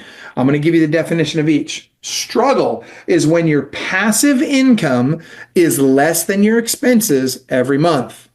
It's when your passive income is less than your expenses every month. That's where most Americans live today. Survival, like just getting by. Survival is when your passive income is equal to or greater than your expenses each month. When your passive income is equal to or greater than your expenses each month, that's survival. That's what Robert Kiyosaki calls getting out of the rat race. Okay, great, good stuff. All right. That's just survival, though, in my book. Now, I'm going to show you how to get to success. First, let's see how I build generational wealth with my family, the Hellickson family, okay? So we have 2 kids, Austin and Madison. Austin happens to be the #1 listing agent on the planet that I'm aware of, for sure in America. So as a 22 years old, last year, he listed, so his first year in the business, 19 years old, so he's been in the business 3 full years now. First year in the business, 97 listings. And I'm going to show you exactly what he did today on this call. I'm going to show you exactly what he did to get 97 listings in his first year selling real estate. Second year, over 120. Third year was this last year, 2024, and he listed over 150 homes, right? So clearly the kid's doing pretty well, right? Okay, so Madison's our daughter, and Madison owns a mortgage company. She owns a branch of a mortgage company and does very, very well. Does a lot of investor loans, by the way, time permitting. If you guys want toward the end, I'd be happy to go over the financing of these properties. And by the way, you need to have two lenders. Everybody on this call needs two lenders. You need a local lender. Okay, this is the person, and they don't have to be amazing. They need to be good, but they don't have to be amazing. They could just be playing checkers, right? And what I mean by that is, this is a person that, they're going to help your clients get into that owner occupied house. They're going to be putting a bunch of money down, and they're going to have great credit, and, their debt to income ratios are all really nice and all that stuff. And they're just buying an owner occupied house. So that's easy stuff, right? This is the person that brings hot dogs to your client events. Okay. But then you also need a baller. You need somebody that's really good on the hard stuff, right? And that's usually going to be a national lender like my daughter. By the way, she handles every state except for New York and Massachusetts, all right? And so I would, and by the way, if you've ever heard of United Wholesale Mortgage, United Wholesale Mortgage, number one wholesale lender in the country. Every year they give an award away for the lender that has the consistently shortest closing times. Madison 2 years ago won that award. 14 days average from application to close. Not bad, right? And oh, by the way, I just heard she won it again this last year. Shout out to Maddie. And she's got it down to 12 days from application to close now. So pretty exciting stuff. Anyway, my point is simply this. Both the kids do really well with their businesses, right? But they don't take a bunch of money out. Why? Here's what they do. Our kids take a $67,000 salary each, right? Plus they get 10% of the profits from their business, okay? Then, and we made them do this deal. We didn't make them. We gave them the option. We said, hey, look, if you want part of our inheritance, this is what you have to do with your money. And what they have to do with their money is they take 80%. This is huge, okay? They take 80% of every dollar in profit that they make beyond that salary and the 10% of profits they get to keep. They take, and then of course, 10% goes to tithing. The other 80% now goes to a family business, okay? Now that family business, don't overthink this. This is just an LLC, and that LLC then takes that money and it goes out and it buys a bunch of these, okay? It buys houses. Now, those houses, you're going to want to draw this, by the way. You're going to love this. I'm going to show you something. This is a very important principle. And if you can draw this, you'll remember it. So those houses kick off cash flow. We take 70% of that cash flow and we put it back into that family business. This is a very big deal. This is called the flywheel effect. All right. This is very, very important. This is the flywheel effect. Okay. Now, what that means is that we are growing the portfolio, right? Because we put the 70% back in and it just buys more houses. Put 77% back in, buys more houses. That means this portfolio is growing faster than we're spending money because the family only gets 30%. Okay, that goes to the family. Okay, the rest of it's going back in to buy more properties. Now, I want you to think about this for a second. Okay, we talked about struggle, survival. Success is when you can live on less than 30% of the cash flow, of the passive cash flow. Now, there's a book I want you to read. Okay, it's kind of like you guys have seen the Bible, like the kids' Bible. It's got the little pictures in it, right? It's kind of like that for money, right? It doesn't have pictures in it, but it's like the simplest version and the kind of the starting point for money. It's called The Richest Man in Babylon. If you've read the book, I'd like you to type in, what your thoughts on The Richest Man in Babylon were. Just say Richest Man in Babylon or RMB awesome or RMB sucked or whatever you think about the book. Type it into the Q&A, into the chat, or type it into the Facebook comments there. I love the book, and my kids read it when they were 8 years old. They did their first book report on it at 8 years old. I'm going to recommend if you've got kids that are 8 years old or older, you have them read it as well. Anyway, that said, it's going to tell you to live on less than 70% of what you make, which is a great starting point. But I want to get you to the point where you can live on less than 30% of the passive income. If you can get to this point, this is again our definition of success. If you can get to this point, I promise you, you have changed your family's financial future forever. I promise you. This is game changing for any family. Okay. It's a very big deal. All right. And let's see. Oh, look at that. I've got a lot of people typing in that they've read it and loved it. Changed their whole mindset. Didn't it, Sierra? It's a great book, isn't it? All right, now watch this. I'm going to show you what success, or excuse me, what significance and legacy look like. And significance, by the way, is how Robert Kiyosaki, Donald Trump, and a whole bunch of other rich people don't pay taxes. Okay, watch this. Here's their secret. This is what the rich know that most people don't. So they don't take this 30% in income. Instead, they take that 30% and they put that back into the family business as well. Well, hold on. How do they get money then? Let's say that Donald wants a haircut, right? It's got to be literally, I mean, think about it. It probably takes 20 people to comb that sucker over. It probably costs him 100 grand for a freaking haircut, right? So where does he get that money? He needs that 100 grand. Where's he going to get it? Oh, Jeff nailed it, right?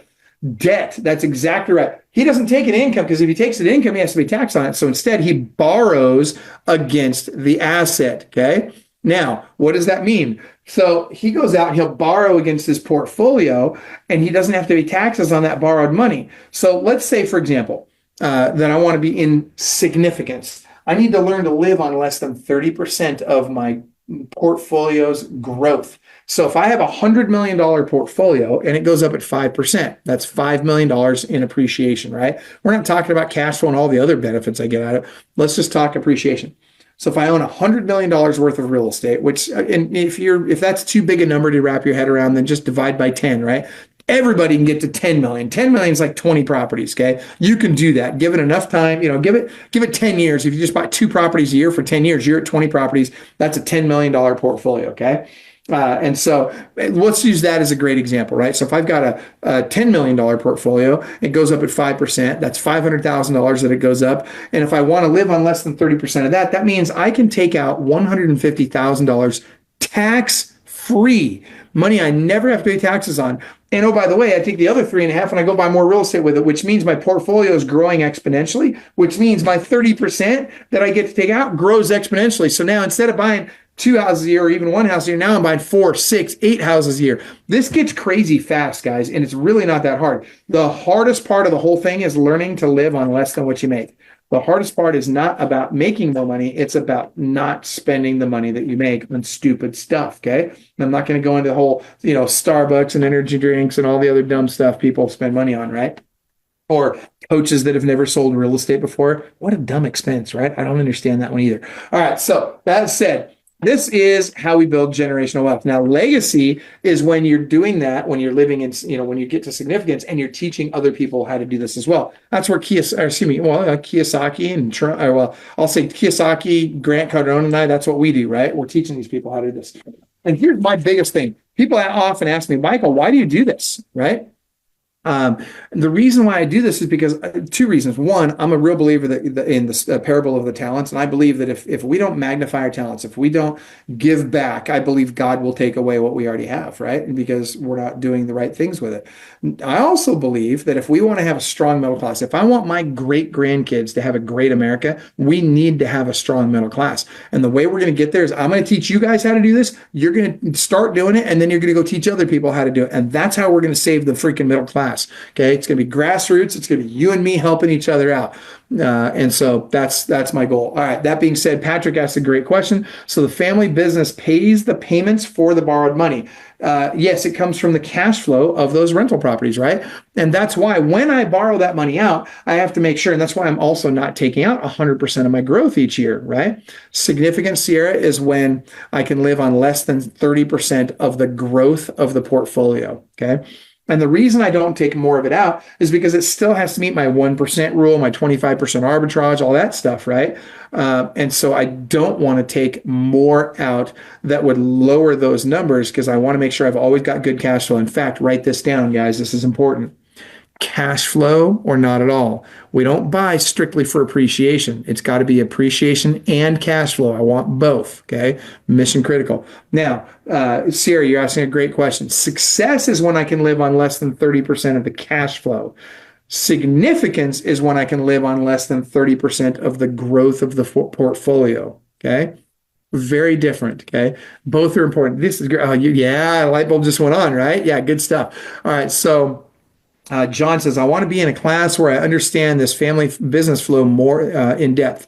Okay, so here's John. What I want you to do is I want you to type in invest into your chat and type in partner in your chat, and I'll have the team get you the information on the next webinar that I do that is, for going deeper on this. Now, if you're in coaching with us already, every month we have 2 mastermind calls on investing in real estate. We have all kinds of mastermind calls when you're coaching with us, whether it's REO or buyer, seller, investor, listing agent, buyer agent, team leaders. Like we got, you name it, ISAs if you want to learn how to get better on the phone, all that kind of stuff.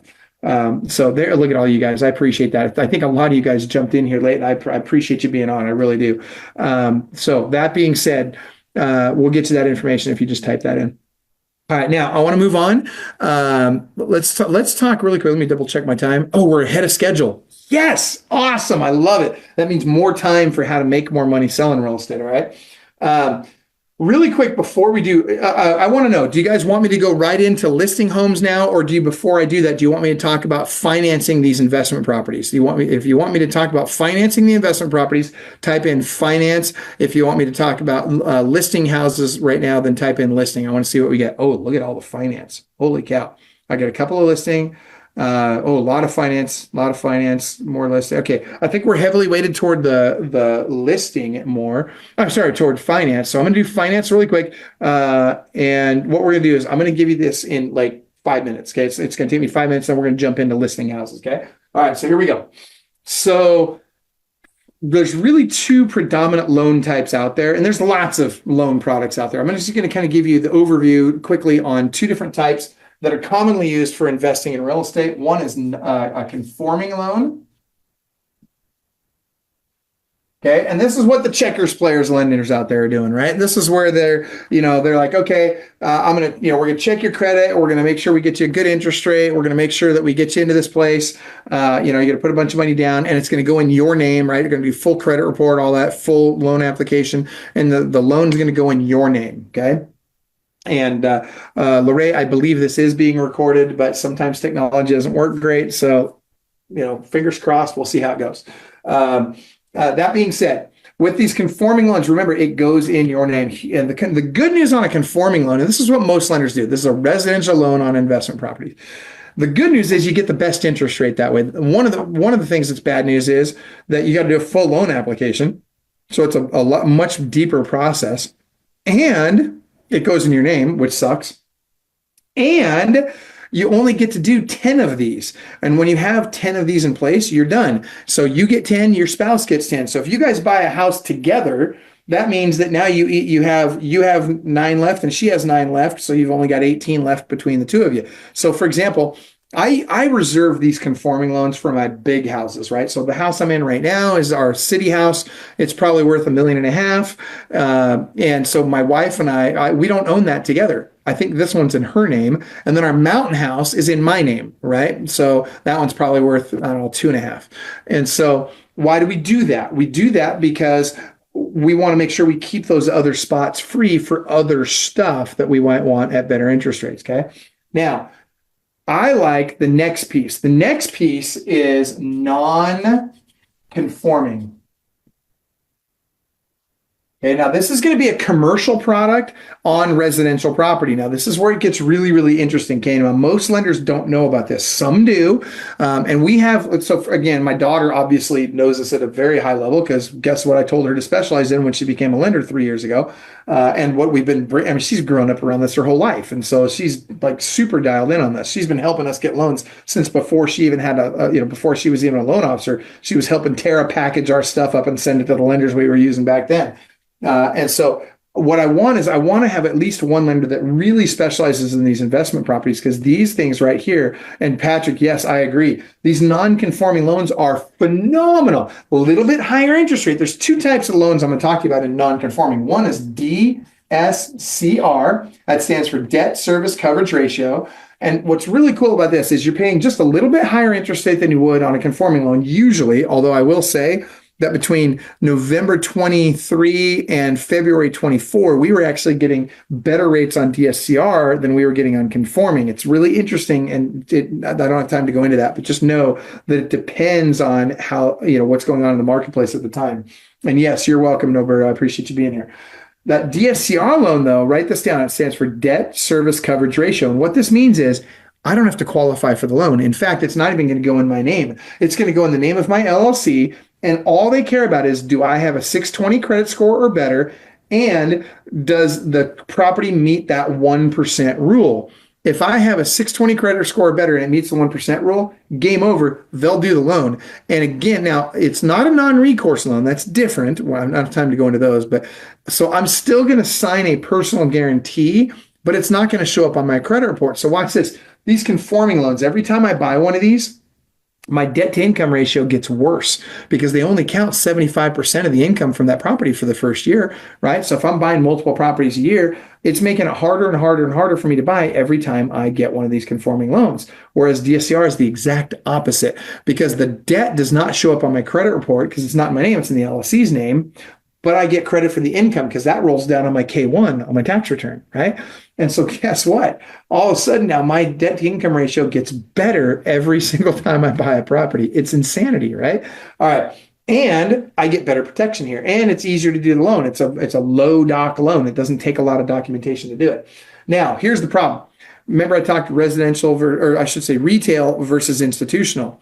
Because most of what I do is institutional and not retail, I get above market rents, but the appraisers, when they go out to do what's called a rent comp analysis to see if it meets the 1% rule, they're going to see that, well, I paid $350 for it, but it's only going to rent out according to the comps in the area. It's only going to rent out for $3,000 a month. So I have to do something called a no ratio DSCR. And why is that? Because guess what? I know that I'm going to get $3,500 a month on it, but they don't because the rent comps don't support it, right? But I already have a lease in place for $3,500 a month. So I can do a no ratio DSCR, which means I can go lower than the 1% rule. I can go to 0.8 or even 0.7. But what they're going to do is they're going to say, instead of putting 20% down and charging you, let's call it 7%. I don't know what rates are today, but just whatever. We'll just use this as an imaginary number. But let's say if I was going to get 7% with 20% down here, I might have to go 9.5% and 25 or 30% down here. Now that sounds bad to most people, but here's another big difference between these loans and a regular conforming loan. With a no ratio DSCR, I can refinance that thing. I don't have to wait a year. I can do a rate and term refinance when I've got 2 months of statements showing that I've been getting $3,500 a month from my tenant. So now that I can show that it meets the DSCR 1% rule, I can flip that thing into a DSCR loan and drop my interest rate. Boom. Now, does it mean I still have a little bit extra money in it because I had to put a little bit more down? Yeah, okay, that's not the end of the world, though. That just means I get more cash flow now, and I'm still going to get my money back in 4 to 6 years. And by the way, on my partner deals, when I do my partner deals, 4 to 6 years down the road, we always make sure our partner takes their money out of it, so they have zero cash invested in it. They still own 50%, but now their return is infinite return, right? And so because we've given them all the money that they put up on the property. Guys, this is such a big deal. And then, by the way, what did most of them do? Most of them will just reinvest that money with us to go buy more. Some of them take it and go buy a boat or whatever. I don't care what they do with it. But anyway, awesome stuff. You need to know these loan products. All right, let's talk about listing more homes. I'm excited. All right, this gets good. So first and foremost, if you want to list more homes, stop listening to people that haven't listed a ton of homes. Okay, I'm not going to say there's a listing challenge that somebody's doing right now. And I looked at the speaker list on this listing challenge thing that they got going on.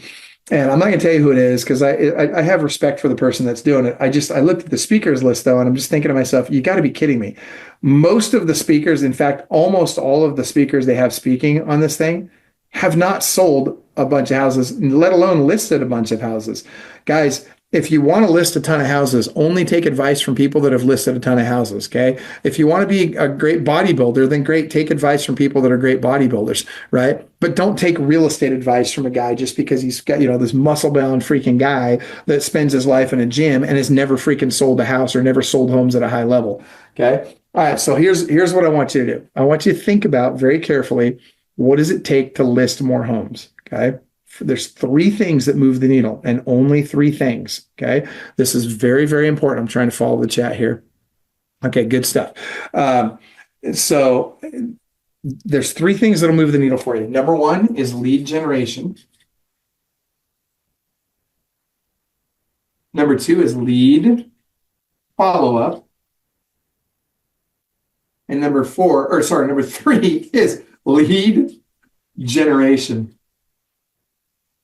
All right, now watch this. This is where it gets really cool. Okay.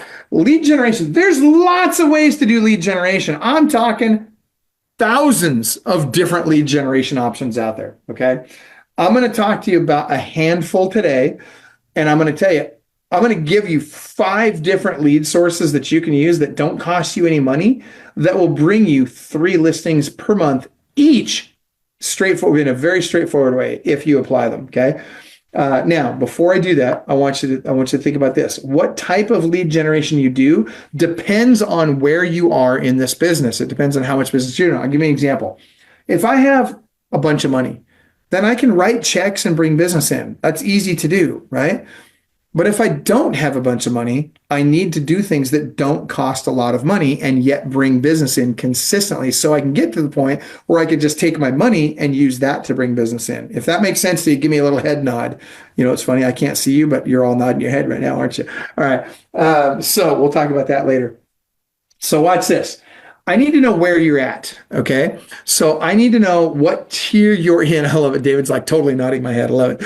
So I want you guys to write this down. There's 7 tiers in real estate, okay? Tier 1 is 0 to 25 transactions a year. Write this down. Tier 1, Tier 2, Tier 3, Tier 4, all the way down to Tier 7. Yes, Alan, you can stop nodding now. All right. Tier 1 is 0 to 25 closings per year. Tier 2 is 25 to 75 closings per year. Tier 3 is 75 to 150 closings per year. 150 to 250 is Tier 4. 250 to 500 is Tier 5. 500 to 1,000 is Tier 6. And 1,000 units per year is and more is Tier 7. Now, I need to know what tier you guys look at. You guys are already ahead of me. Some of you are already typing what tier you're in. Could you guys do me a favor? Everybody type into the chat, what tier are you in? Because I want to teach to who's on the call today. Okay, so I'm seeing a lot of tier 1s. I got one tier 2, another tier 2, another tier 2. Ooh, wow. Okay, we're getting some tier 2s in here. Tier 1, another tier 2, tier 1, 2-ish. Okay, got a tier 2. Hey, Trisha, how are you, by the way? And there's another tier 1, a bunch more tier 1s. Good, good. Another tier 2, another tier 2. I love this. Okay, good. All right. And Parm is on. Look at that. I got Parm. By the way, Parm, I'm glad you showed up today. What happened to you yesterday, bro? I'm talking to you. You know I see you, bro. All right, I'm going to be talking about you in just a minute, so don't go away. I love you, brother. It's good to see you. All right, and I got another one, tier 2. Okay, so pretty much everybody on the call is tier 1 and tier 2. So that's awesome because I get to speak directly to that. So you guys are going to love this. I'm going to make this super easy for you, all right?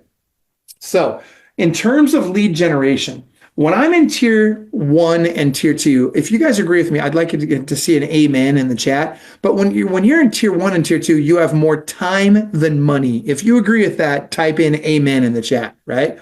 Okay. And so again, what are we going to do in tiers 1 and tier 2, right? And I got one tier 3 on the call. Michael, we got a lot to talk about, brother. I'm so glad you're on. Okay. And I'm going to give some special stuff for you here in just a few minutes.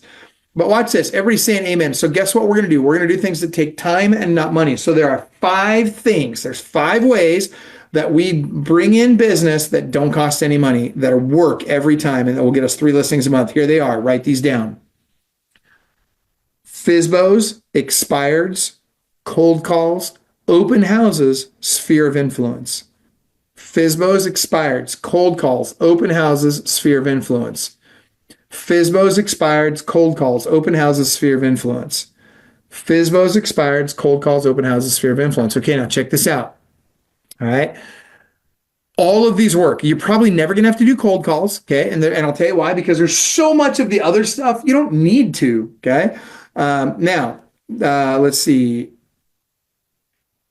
You've reached your recording limit for your plan to record. No, that's interesting. I'm not sure what that's all about. Oh, you're trying to record this on a different platform. I got to what you're doing. Okay. So that being said, guys, I want you to hear me really quick on this. So, sorry, I'm just trying to follow in the chat.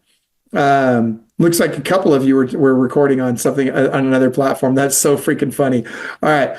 Now, Sierra, I love what you just said about open houses, because guess what? Of those 5, guess what the most successful one is nationwide right now?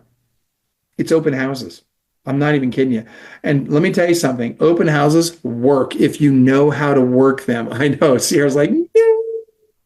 Okay, so watch this. I promise you, they are fantastic. All right. But you got to do them right, Sierra. The problem is you're probably not doing them right. Okay. So watch this.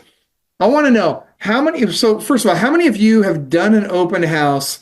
Or just type in the chat. How many open houses have you done in the last 30 days? Give me a number from 0 to however many it is.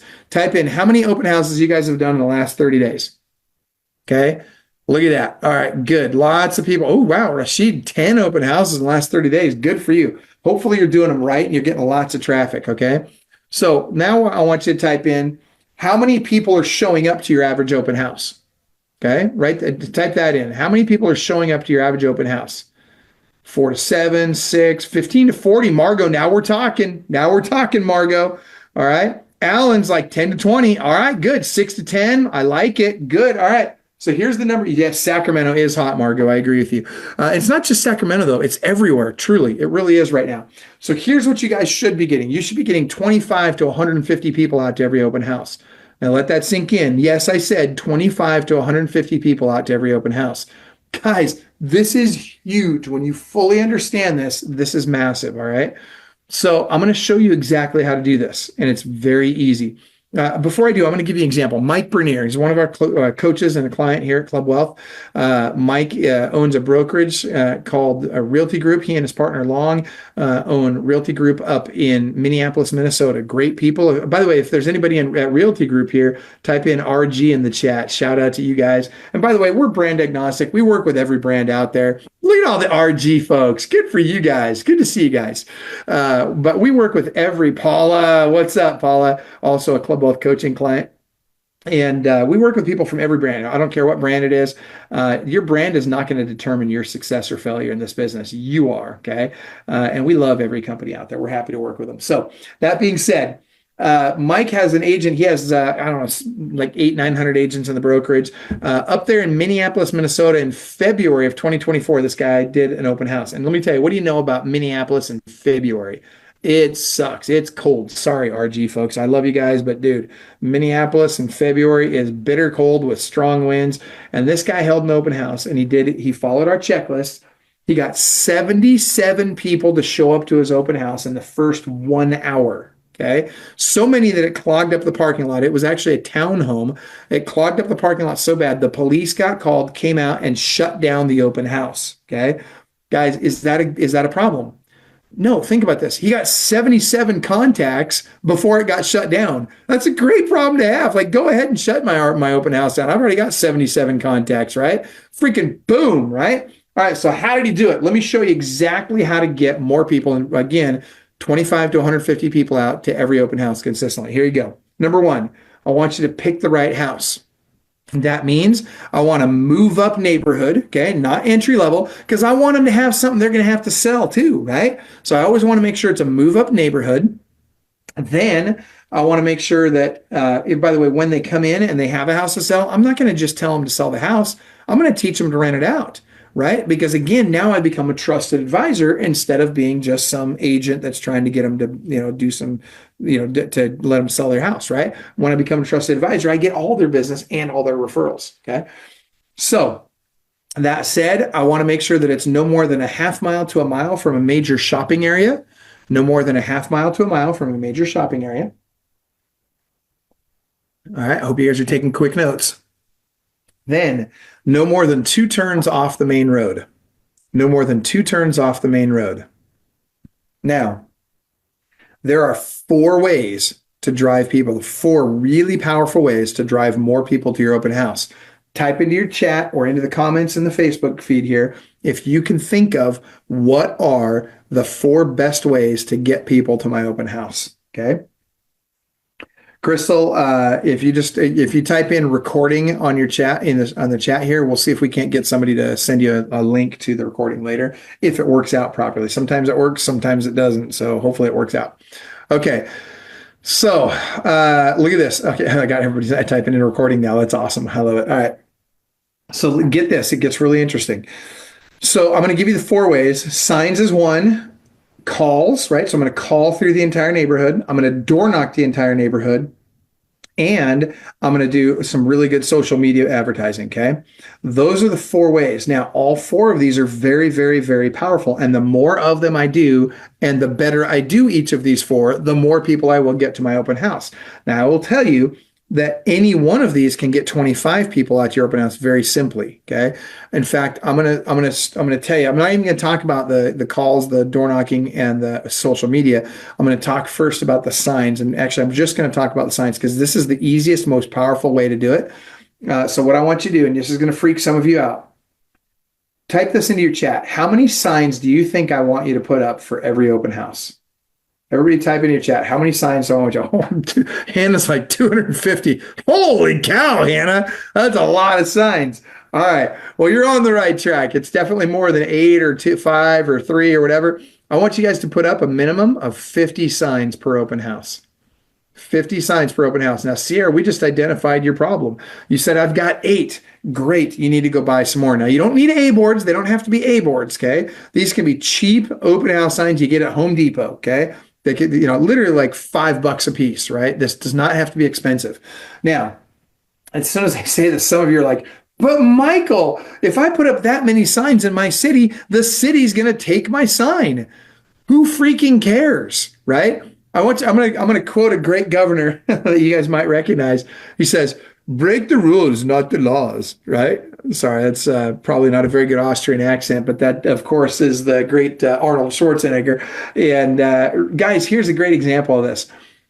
If a problem that you can write a check for isn't a problem, it's an expense, right? So write this down. Is the juice worth the squeeze? Write that down. Is the juice worth the squeeze? Now think about this. Guys, if I put up 50 signs and it costs me $5 per sign, which is way more than it's going to cost for just a cheap plastic sign with a stake, right? A corrugated sign with a stake, it's cheap, right? But if I put 50 of these up and the city takes all 50 of my signs, what does that cost me? $250? Guys, I've seen you spend more than that on dinner or on Starbucks for the month or whatever. Like, instead of spending it on stupid stuff like that, spend it on something that could actually help your business, like signs. Now, in some jurisdictions, they might fine you for putting too many signs up. That's fine, right? Okay, as long as the fine is reasonable to you and you can afford it and it makes sense to take that risk. But here's the thing, guys. When you do this, you're going to get 25 to 150 people out to your open house. If it costs me $250 in lost signs to get 50 people out to my open house, am I going to make way more than $250 back? Yes, way more. All right, so that's a phenomenal strategy, an easy way to get a ton more business rolling in. And by the way, one of the reasons we do the move up neighborhoods is because, again, I get nosy neighborhoods coming in, or nosy neighbors coming to my open house. I love the nosy neighbors. Why? Because they have houses to sell. Okay, guys, this is very important. Those are my future sellers. Okay. I love those guys. Margot's like, I love them too. Margot, you sound like you're doing a bunch of open houses too, and that you're having great success with it. So I appreciate you being on. I appreciate you sharing your experience. That's awesome. All right. That being said, now open houses, as great as they are, I know most of you are probably getting most of your business from your sphere of influence. So let's talk about our sphere of influence for a minute, and let's talk about how to get more out of it. All right. So first and foremost, I want you to write down, how many people are in your sphere? Okay. How many people do you have in there right now? Now, I want you to be very clear about this. Okay. What is the definition of sphere of influence? If I taught them how and reminded them, they're likely to do business with me or send me a referral at some point. Okay. That's the definition of sphere of influence. Now, the national average is going to be roughly 250. Okay. That's the national average on how many people agents have in their sphere. So if my number is 250, I want you to multiply that by 10%. And I bet you're doing less than that number in sphere of influence transactions every year. Now, why do I say this? Because I'm going to show you how to get to 20%. So if I have 250 people in my sphere, I should be doing 50 or more transactions per year from my sphere of influence. And I can get you there in just 12 days per year. Okay, just 12 days per year. You ready for this? Okay, this is really straightforward, okay? First and foremost, I want you to write this down. You're going to do 4 client events per year, no matter what. 4 client events per year, no matter what. Now, these client events, they're going to be I mean, it can be a barbecue in your backyard. It doesn't have to be fancy, right? Don't spend a bunch of money on this. It can be very affordable. Heck, you could do a barbecue in your backyard and have your lender bring the freaking hot dogs. Right this. Watch this. Patrick, would you bring the hot dogs? Would you be willing, if you know, for our Texas folks on the call here today, would you be willing to bring hot dogs to their client event? Look at that. He's like all day long. Absolutely, he would. Right. And we got lots of lenders all over the country that we can refer you to that would be happy to do that. Okay. But it doesn't have to be expensive. Okay. So 4 days per year, you're going to hold your client events. Another great client event is Photos with Santa, very popular one, right? We get a lot of people coming out to that. It's also very affordable to do. If you're going to do Photos with Santa, I always recommend first Saturday of December, 10 a.m. Okay. First Saturday of December, 10 a.m. I don't know why, it just works. Okay. All right, hold on. So I'm going to go ahead and I love it. I've already got somebody posting spam in my Facebook feed here. So guess what we're going to do? We're going to delete that and we're going to ban it from the stream. You're done. Goodbye. All right. So let's go ahead and delete that comment. And yes, we want to delete that comment. There we go. Guys, please don't be spamming our feed. Seriously, so embarrassing for you and for everybody around you. All right. That being said, what a knucklehead. All right. So that being said, I want you to do that. Those client events are going to be 4 days per year. By the way, another client event that's really, really, really popular that you're going to really like. It's the one we get the most people out to every year, and we get anywhere from 2,000 to 4,500 people out to this particular event on a regular basis. It's Easter egg hunts, believe it or not. Very, very popular. You make it a community event, so it's not just an event for you and for your people. It's also an event. Hang on one second. Do I have a team member on the call? I can't remember which team member's on the call. If you could do me a favor, if you can go into the live stream and ban that person from our profile, make sure that they're not even allowed to post on our profile anymore. I appreciate that. Okay, so that said, hang on, block them right there. Confirm. Okay, there we go. That person's blocked. Okay, sorry about that, guys. I just wanted to clean that up so that those of you that are watching on Facebook aren't inundated with that kind of garbage. Okay, so with these client events, here's how we're going to monetize these client events, okay? So 3 weeks before your client event, I want you to call every single person in your sphere of influence. Now, very, very important. What I don't want you to do is I don't want you to start talking about your client event, okay? I just want you to call them up and I want you to write this down. BROT. What does BROT stand for? That stands for Building Relationships on Trust. Okay, write that down. Build relationships on trust. Now, here's what that looks like. Okay. I'm not saying you need to do these exact events. I think it's NYMA. I'm just saying these are examples of some events you can do. There's lots and lots of different types of events. In fact, if you go to clubwealth.com/blog, clubwealth.com/blog. There's a list of all kinds of different client events that you can do in that blog. If you look for the client appreciation event marketing blog post, go in there and there's a whole list of just a ton of different things you can do. Okay. That being said, when you make these calls, I want you to call them up and build a relationship on trust. And you're going to do that using the Ford technique. Now, what does Ford stand for? I'm not talking about found on road debt or fix or repair daily. Okay, I'm not talking about that Ford. I'm talking about, write this down, family, occupation, recreation, dreams. Family, occupation, recreation, dreams. Now, this is what this means. I'm going to call them up and I'm going to ask them open-ended questions about their family, their occupation, recreation, dreams. I'm not even going to tell them about my event. Guys, if you're doing the marketing right, you've already sent them an email, you've sent them a text message or two, you've posted it all over social media, you've probably sent them snail mail, you've told them about your event in a million different ways, everything except for calling them, right? So when you call, they're probably going to ask you about the event anyway, right? But I don't ever want you to bring up real estate on that call. The call needs to be all about them, okay? Again, we're trying to build that relationship on trust. Some of you have heard, that people say, that people need to know, like, and trust you to do business with you. You know what? That's kind of true. They actually don't need to like you. What? Yeah, people don't actually have to like you to do business with you. I can tell you this. I have clients, most of my clients like me, but I have clients that don't like me, but they still pay me thousands of dollars a month to teach them how to make money selling real estate and to teach them how to build wealth investing in real estate, right? And by the way, put simply, like think about this: when you're on a listing appointment, and guys, I've been on over 10,000 listing appointments, literally probably more than anybody in the world. And I can tell you this: it's something I learned on those 10,000 listing appointments with mom and pop sitting across from me. There's only three things they care about. And you and I, we're not one of those three things. What are the three things they care about? Write these down. This is important. Okay. Who's going to get me the most amount of money in the least amount of time with the least amount of headache to me? I'll give it to you again. Who's going to give me the most amount of money in the least amount of time with the least amount of headache to me? That's all they care about.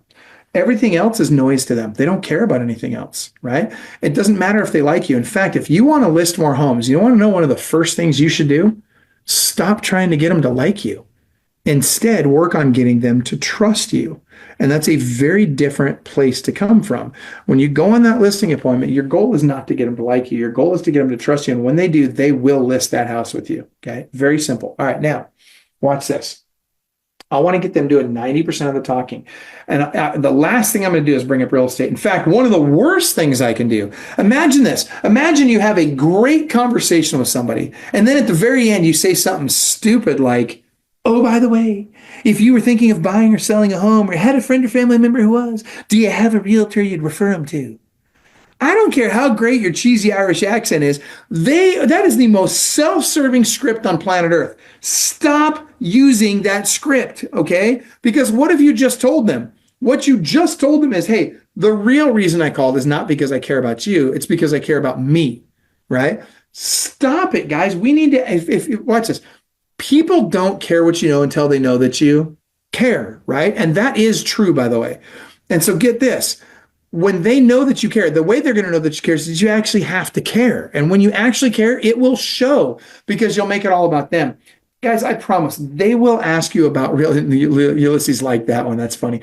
They will ask you about real estate eventually. Okay. And when they do, you can verbally vomit real estate all over them. But please, for the love of all that's good in this world, do not ask them about real estate or do not talk to them about real estate until and unless they bring it up. Okay. I cannot stress this enough, guys. It is so, so, so important. All right. Any questions on that? Anybody? All right, this is good stuff, guys. This is such a big deal. Now, that said, those calls are going to be 4 days per year, right? So I've got 4 days for the event. I've got 4 days for the calls. And then what's the other 4 days? Because I told you I could make, I could take this to 20% for you in 12 days a year. The week after the event, you're going to call back through your sphere of influence, the entire list. And this time, the people that showed up, all you say is, it was really great to see the event. I'm sorry we didn't get to spend more time together. Well, let's make sure we get more time to spend together at the next one. Won't that be great? Right? So that's what you tell people that showed up. The people that did not show up, do not try and create FOMO. Do not try and make them feel guilty for not coming. Don't even bring the event up. All you need to say is, write this down. I just wanted you to know I was thinking about you. I just wanted you to know I was thinking about you. I just wanted you to know I was thinking about you. Write that down. That's all you've got to say. And guess what will happen? They will appreciate it. Guys, I promise you, if you've ever had somebody call you up before just to say they were thinking about you, it meant something to you. And you probably remember who it was, and you probably remember how it made you feel.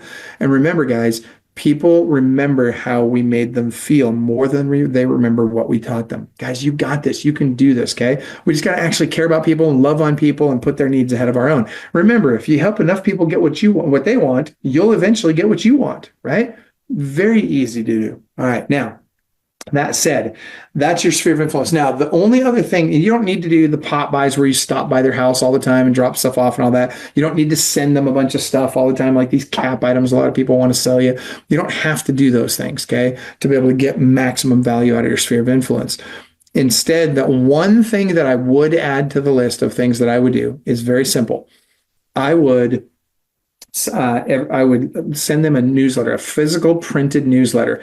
Now, the one that I recommend, if you go to clubwealth.com/newsletter, clubwealth.com/newsletter, that takes you to the company that we use for ours and that a lot of our clients use, and my son uses them, for example. And I'm going to recommend not a super professional newsletter. You want to do a very folksy newsletter, and you want your clients' names in the newsletter as often as possible, okay? It really makes a difference. All right, now, let's move forward. Let's talk about other lead sources. So FSBOs and expireds, super easy, super easy. Okay. And FSBOs and expireds, what I want you to do here is I just want you to call them up, man. It's not as hard as it sounds. And I don't care if you screwed up at first, get comfortable picking up the phone. Okay.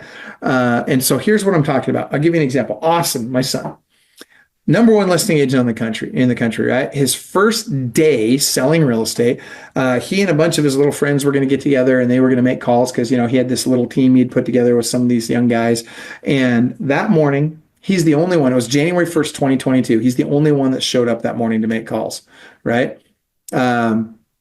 And so that being said, thank you for putting that in the chat there, Amar. I appreciate that. And thank you for that, whoever my team member is from Club Wealth that put that in the chat as well. I appreciate that. Okay, so check this out. So he shows up. It's his first day, and he's going to call expired listings.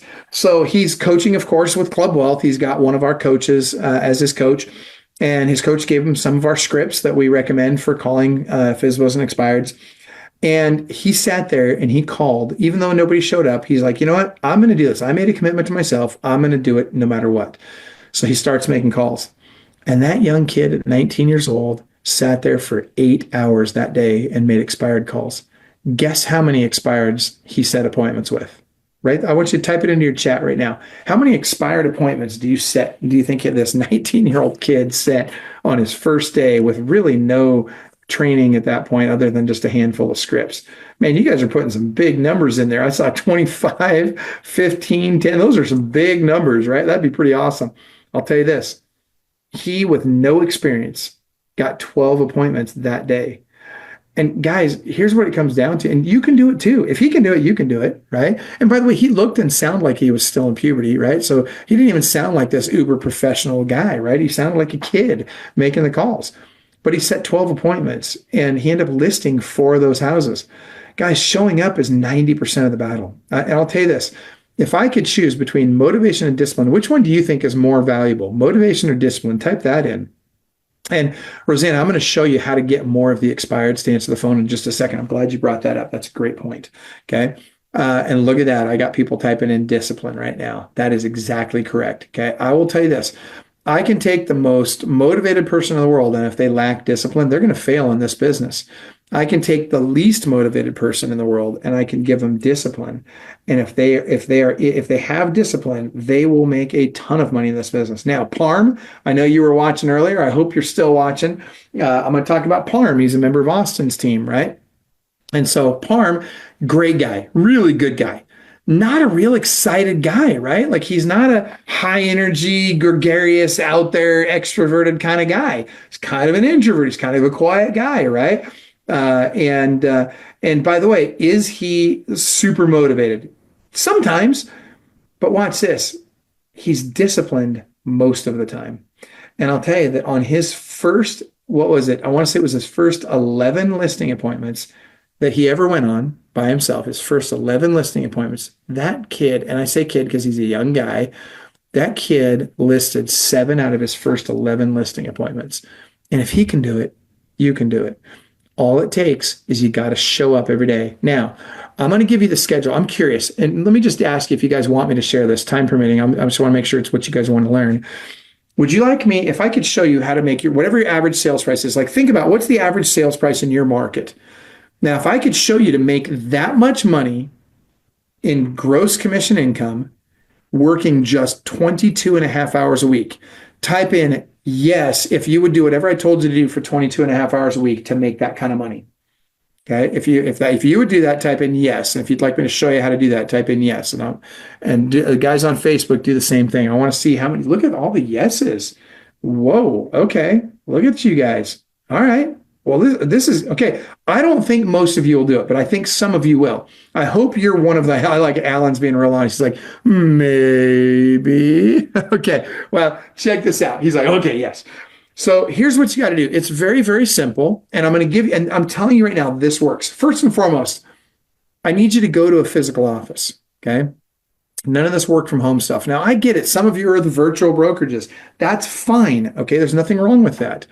That being said, You need to go to a physical office where there are other agents also making calls every day. Okay. I want other people that are focused on success that aren't, and I'm not talking about the ones that stand around the water cooler saying, oh, buyers are liars and sellers are worse, right? Like, I don't want to hear that garbage. Okay. What I'm talking about are the people that are actually serious about making money in this business and are going to show up every day and be committed to this process. Okay. Now, I want you to show up in that office. Now, some of you are going to hate this. And watch, I'm going to lose a few attendees as soon as I say this. You watch. I want you in that office at 7:30 every morning, no later. Okay. Now, and David, I love it. David's like, I'm at the office every day. First one, 6:30 a.m. That's a winner right there, David. That's exactly what I'm talking about.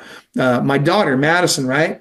She's a lender, handles every state in America except for New York and Massachusetts, and she lives in Washington State. So guess what time she's there? She's in the office from 6 o'clock in the morning, and she makes follow-up calls from 6 o'clock in the morning till noon every day. Okay, because she starts on the East Coast and works her way west as the time zones change. Okay, guys, that is a very big deal. Now, I know what some of you are thinking. I lost two people. I love it. That's funny. I'm surprised I only lost two. Well, watch this, guys. Some of you are moms or dads or have kids you have to drop off at school, whatever. Okay, I get that. That's fair. That's life. I will tell you this. If at all possible, have somebody else drop the kids off so you can be at the office by 7:30. If it's just not possible, that's fine. It doesn't mean you can't be successful. It just means that you have to make different decisions in your life, and that's okay. Nobody gets to judge that, okay? I'm just telling you what works best, okay? You got to work it into your situation, right? All right, that being said, if you have to drop the kids off at school, then go to school, go to drop them off, dressed and ready for the day, and you go straight from school to the office, okay? But you get there. I had a woman in Texas. And I don't know, she may be even watching right now. I don't know if she's watching or not. Her name is Sarah, a wonderful woman, single mom, 2 kids. And she says, Michael, am I going to be able to make 6 figures selling real estate if I can only work 6 hours a day while my kids are in school? Because I'm not willing to do anything else. I only want to work while my kids are in school. And I said, well, yeah, you can, but you got to do exactly what I tell you, right? And she was pretty motivated. And by the way, you want to get something done, get a single mom to do it, man. Holy cow. They are not messing around. I was raised by a single mom. And let me tell you something. They got babies to feed. They're going to figure it out. Okay. And this woman figured it out. Sarah figured it out. What she did exactly what we told her to do. And in her first 12 months with coaching with us, she did $250,000 in commission income, working just 6 hours a day. Okay. And so, guys, if she can do it, you can do it. I promise you this. Okay. Now, let me be very clear about what this looks like.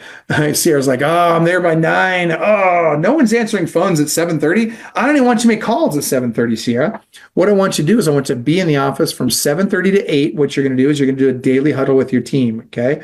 And yeah, Jeff, 250 out the gate is very strong. It's a great first year. Okay. Now, that being said, that daily huddle with your team, if you don't have a team, you need to make sure that you're on a daily huddle with somebody. If you're a coaching client with us, we have our 7 a.m. Pacific daily huddle every single day, Monday through Friday. I recommend you be on that. Those of you that are going to do our listing challenge, which, by the way, if you go to clubwealth.com/listing challenge, and if our team could put that in the comments here, it's clubwealth.com/listing challenge. If you're going to do our listing challenge, we're actually going to give you access to that daily huddle during the listing challenge. Why? And normally that's reserved only for our one-on-one coaching clients.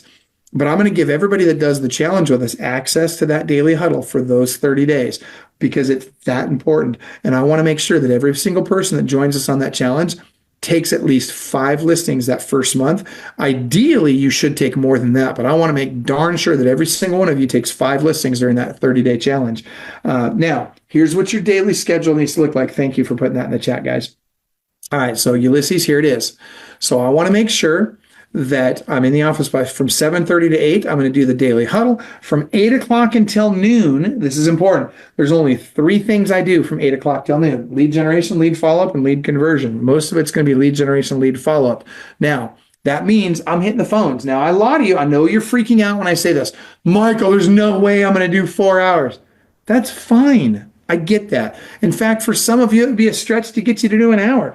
I mean, geez, a lot of the people watching this have probably never done this, right? So if I can get you to start with a half hour, then go to an hour, then do 2 hours, that's great. And by the way, if your average sales price is $500 and you're not going to do the 4 hours, so instead of $500,000 a year, I can get you to $250 doing it just 2 hours a day, right? It's really not right. The numbers work pretty easily, right? So I'm going to be able to get you to in 4 hours a day of making calls, you can make easily your average sales price in your market. Okay. And by the way, the higher your average sales price, the more likely you are to outperform your average sales price, because guess what happens in markets with a high average sales price? I'm talking Southern California, I'm talking Washington, parts of Washington State, I'm talking parts of the East Coast. When you have a really high average sales price, the higher the price, the lazier the agents in that market and the less competition you have. Okay. So guess what you do? In those higher price markets, you follow this system, and guess what's going to happen? You're going to make money. And remember, none of this costs you a bunch of money. The only thing you're going to need an expired program. And by the way, we're going to have for our listing challenge coming up in again, it's March 31st to April 25th, and it doesn't cost anything. It's free to enter. Okay. But we're going to have some freebies from some of the companies that we work with. We're going to have some giveaways from companies like Prospect Boss, the Espresso Agent, the Red X, companies like that will provide you and give you some deals on their technology so that you can utilize their technology to help you get those listings. But you don't need to pay for leads. Okay. It's not necessary. All right. Now, that said, you're going to be in the office making those calls. And here's the key. What is your goal when you're making these calls? Okay. Whether you do an hour a day or 5 hours a day. And by the way, if you do 5 hours a day, or sorry, 4 hours a day, not five, but if you do 4 hours a day of making those calls and you do the daily huddle for a half hour, that's 22 and a half hours per week. And I can promise you that you'll hit those numbers I'm talking about if you're very, very consistently doing that. And Ulysses just nailed it. The goal is to book appointments. So write that down. Set the appointment. Set the appointment. Set the appointment. So I'm going to walk you through exactly how to do this, okay? So regardless of what kind of calls I'm making, once I get somebody on the phone, my goal is to set the appointment. Okay, so I'm going to give you a couple of scripts, okay? First and foremost, I'm going to give you the lead follow-up script. Okay, whenever I get somebody on the phone, all I want to do is I want to say, instead of saying, are you ready to buy yet? Are you ready to sell yet? All I want you to say is, write this down. I just want to make sure I'm not dropping the ball on my end. I just want to make sure I'm not dropping the ball on my end. I just want to make sure I'm not dropping the ball on my end. Guys, when you do that, you position yourself, instead of being just some salesperson trying to get a deal with them, now all of a sudden you're a servant who cares. And that's how we want to be positioned, right? That's very important. Now I can show them, hey, look, I actually care about you. I'm gonna work for you. I'm just trying to make sure I don't drop the ball on helping you. Okay. And people's normal response is going to be, oh, no, it's not you, it's us, right? It's like that girl in high school, right, guys? You know what I'm talking about. Okay, maybe not you guys. Maybe I'm the only one that experienced that as a kid. By the way, I learned that when she says it's not you, it's me, she actually means it's you. So anyway, just throwing that out there. All right, that being said, when I call them up and do that, all of a sudden I position myself well, and they feel guilty for not having called me back, right? This lead follow-up piece is more important than the lead generation. Now, before I go deep on lead follow-up, I want to share something with you on lead generation. I'm going to give you a list. In fact, if you want my list, type in leads, just type in leads in your chat, LEADS. Type it into the chat if you want me to give you a list of 17 of my best lead sources. Oh, I got a lot of people that want it. Okay, all right, cool. Then I'll do this. All right, yeah, look at that. Whoa, everybody wants the leads. Holy cow. It's good that you guys are awake. That's good to know. You see all these 140 people and you kind of wonder, are they awake? Are they listening? Oh. All right, so here we go. I'll give you this. Grab your cell phone and I want you to send me a text message. I'm going to give you the number, okay? So I want you to send, here, I'll just grab a separate sheet of paper here. Okay, so I want you to send the words Club Wealth. That's 2 words, capital C, capital W. Send that to 727-287-5993. Okay. Send the words Club Wealth to that number. If you'll do it right now while we're on, then what I'll do is I'll send you 31 of my favorite lead sources. Now we update this list every year. Some of the lead sources are paid. Some of them are free. Some of them are like referral based lead sources where, they send you a referral. You pay them only if you close the transaction. Lots of different lead sources in there. Okay. And so we took 31. There's about 109 that we recommend to our clients. And this will give you 31 of those 109s if you do it right now. If you wait till we're done today, you'll still get 17. But if you want, the 31, you got to do it right now. Okay, so that being said, oh, I love it. David's like lots of coffee, and Naeem is like so listening. I love it. I'm glad. I appreciate that. I hope you guys are getting tons of value. Toro, what's happening, Toro? I just noticed Toro's on here. I haven't seen you in a while. Toro's from my market here in Washington, so it's good to see you on here, Toro. I'm glad you're joining us today. And so. Yeah, and so Selena, I'm sorry you have to hop off. In Birmingham, I was just in Birmingham. Were you at that event? I hope so.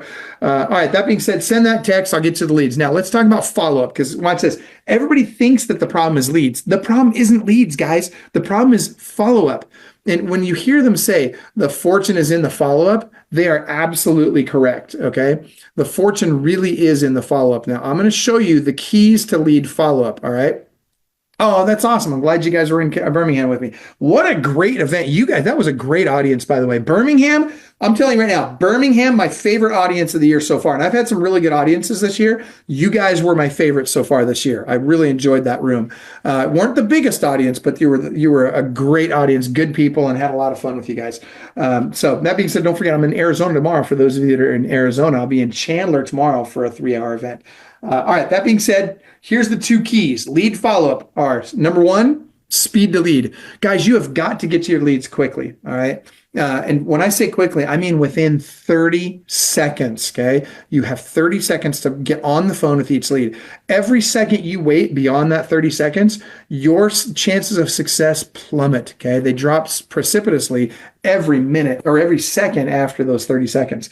In fact, the number 1 agent in the country in 2021 did 6,600 transactions that year, and their speed to lead was 16 seconds back in 2021. How fast do you think you got to be today? Okay, no matter what, under 30 seconds.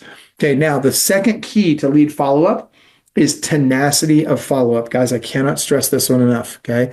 Tenacity of follow-up. So how tenaciously do I need to follow up with my leads? I'm going to give you 7 different methods for following up, and then I'm going to give you the frequency with which to implement each of these 7 things, okay? Now, is anybody Keller Williams on with us right now? Just type in KW in the chat if you're with Keller Williams. I'm curious if I got any KW agents in the audience here today. I got 1, 2, just a couple, okay, all right. I got a couple of K-dubs. I got a Kaduna. I don't know who Kaduna is. Was that K-dub spell check? All right. K-dub. There we go. All right. Gotcha. K-dub. K-dub. I got a few of you K-dubs. All right. Do you guys know Ben Kinney? If you guys know Ben Kinney, I want you to give him a shout out for me. So Ben has his 10 days of pain, and you can tell him I said this. Totally stole that from me. All right. And so it's loosely based on what I'm about to describe to you, which is how we've been doing this for decades, and it works so well. Now, some of the 7 methods are new, right? There's some methods that we use today that we didn't use 10 years ago. Dude, Darcy, I love it. Darcy. Hey, Darcy, do me a favor. Next time you talk to Ben, say, hey, Ben, I heard that the best thing that ever happened to you was when Michael got out of real estate so you could finally be number 1 in Washington. Just reach out to him and say that to him and see what he says. He freaking hates it when I do that. Anyway, it's totally true. All right, that being said, here we go.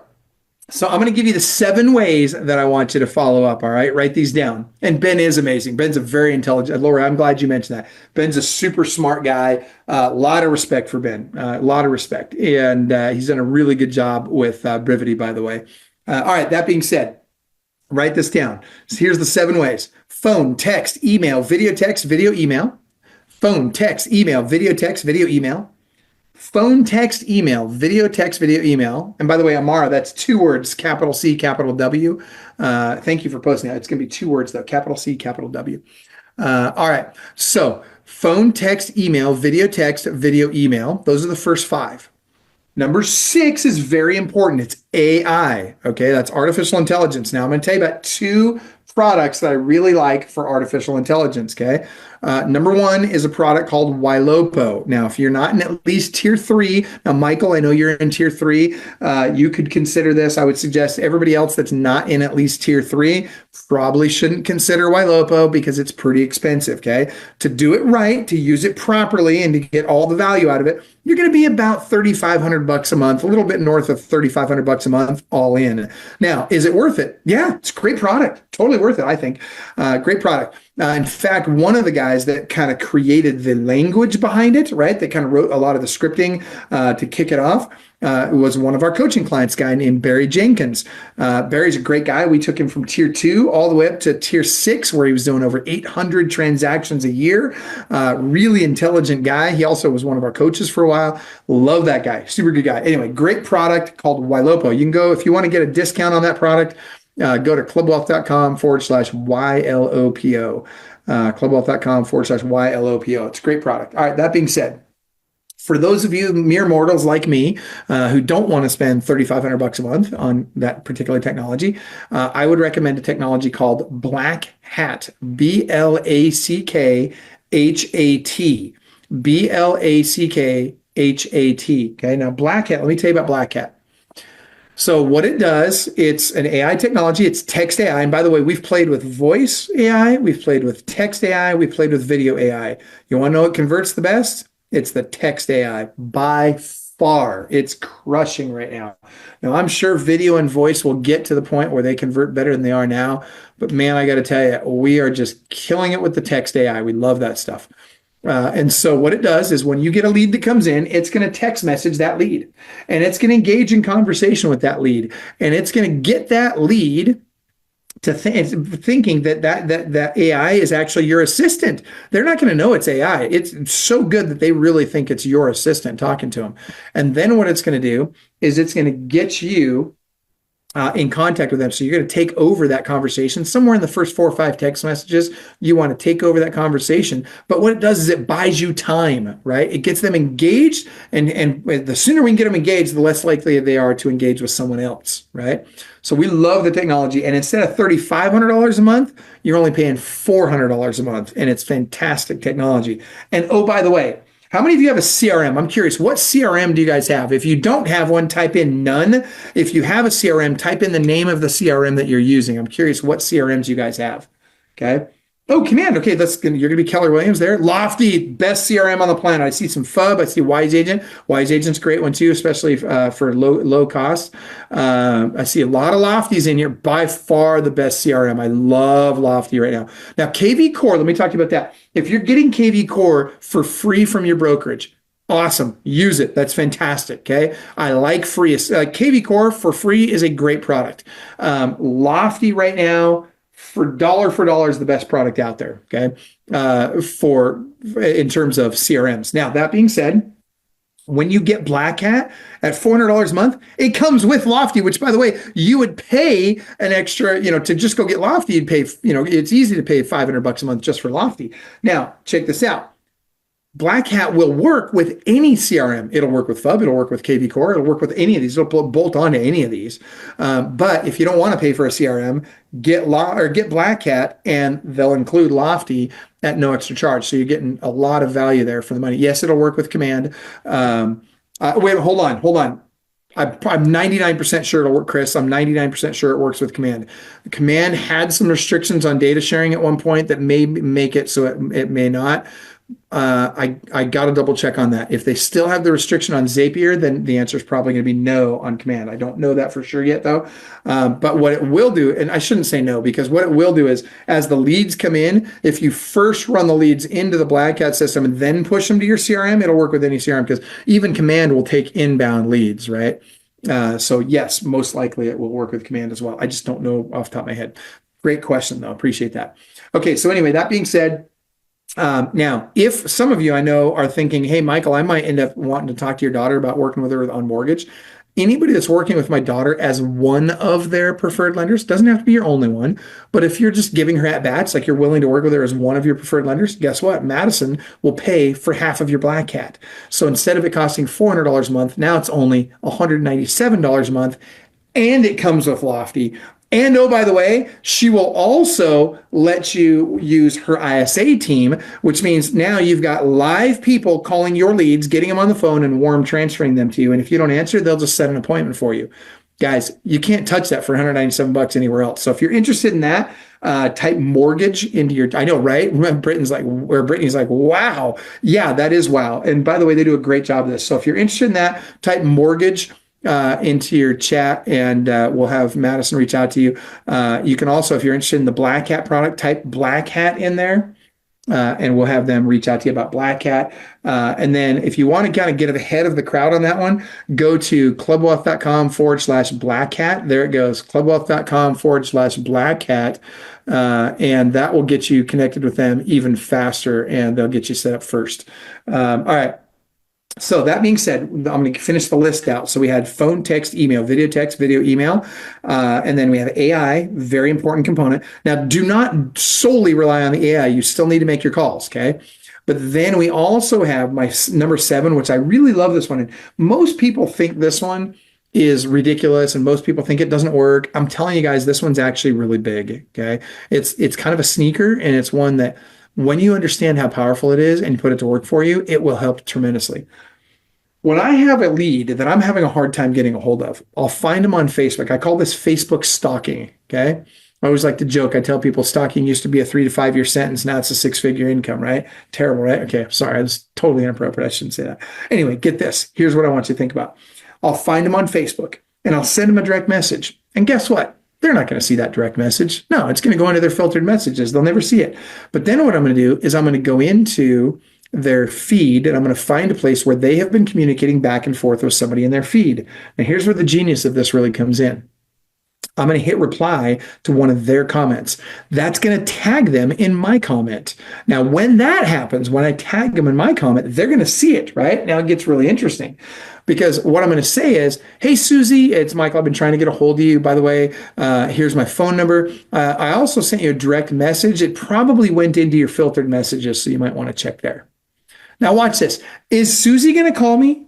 Heck no, she's not going to call me. But guess what she will do? She'll go into her filtered messages, and she'll find my message that got filtered. Now, here's why this is important, and this is the piece that most people don't understand. This is the genius of the system. The reason this works so well is because you need people to see your name 7 to 10 times before they'll even remember your name, before they'll even recognize who you are, right?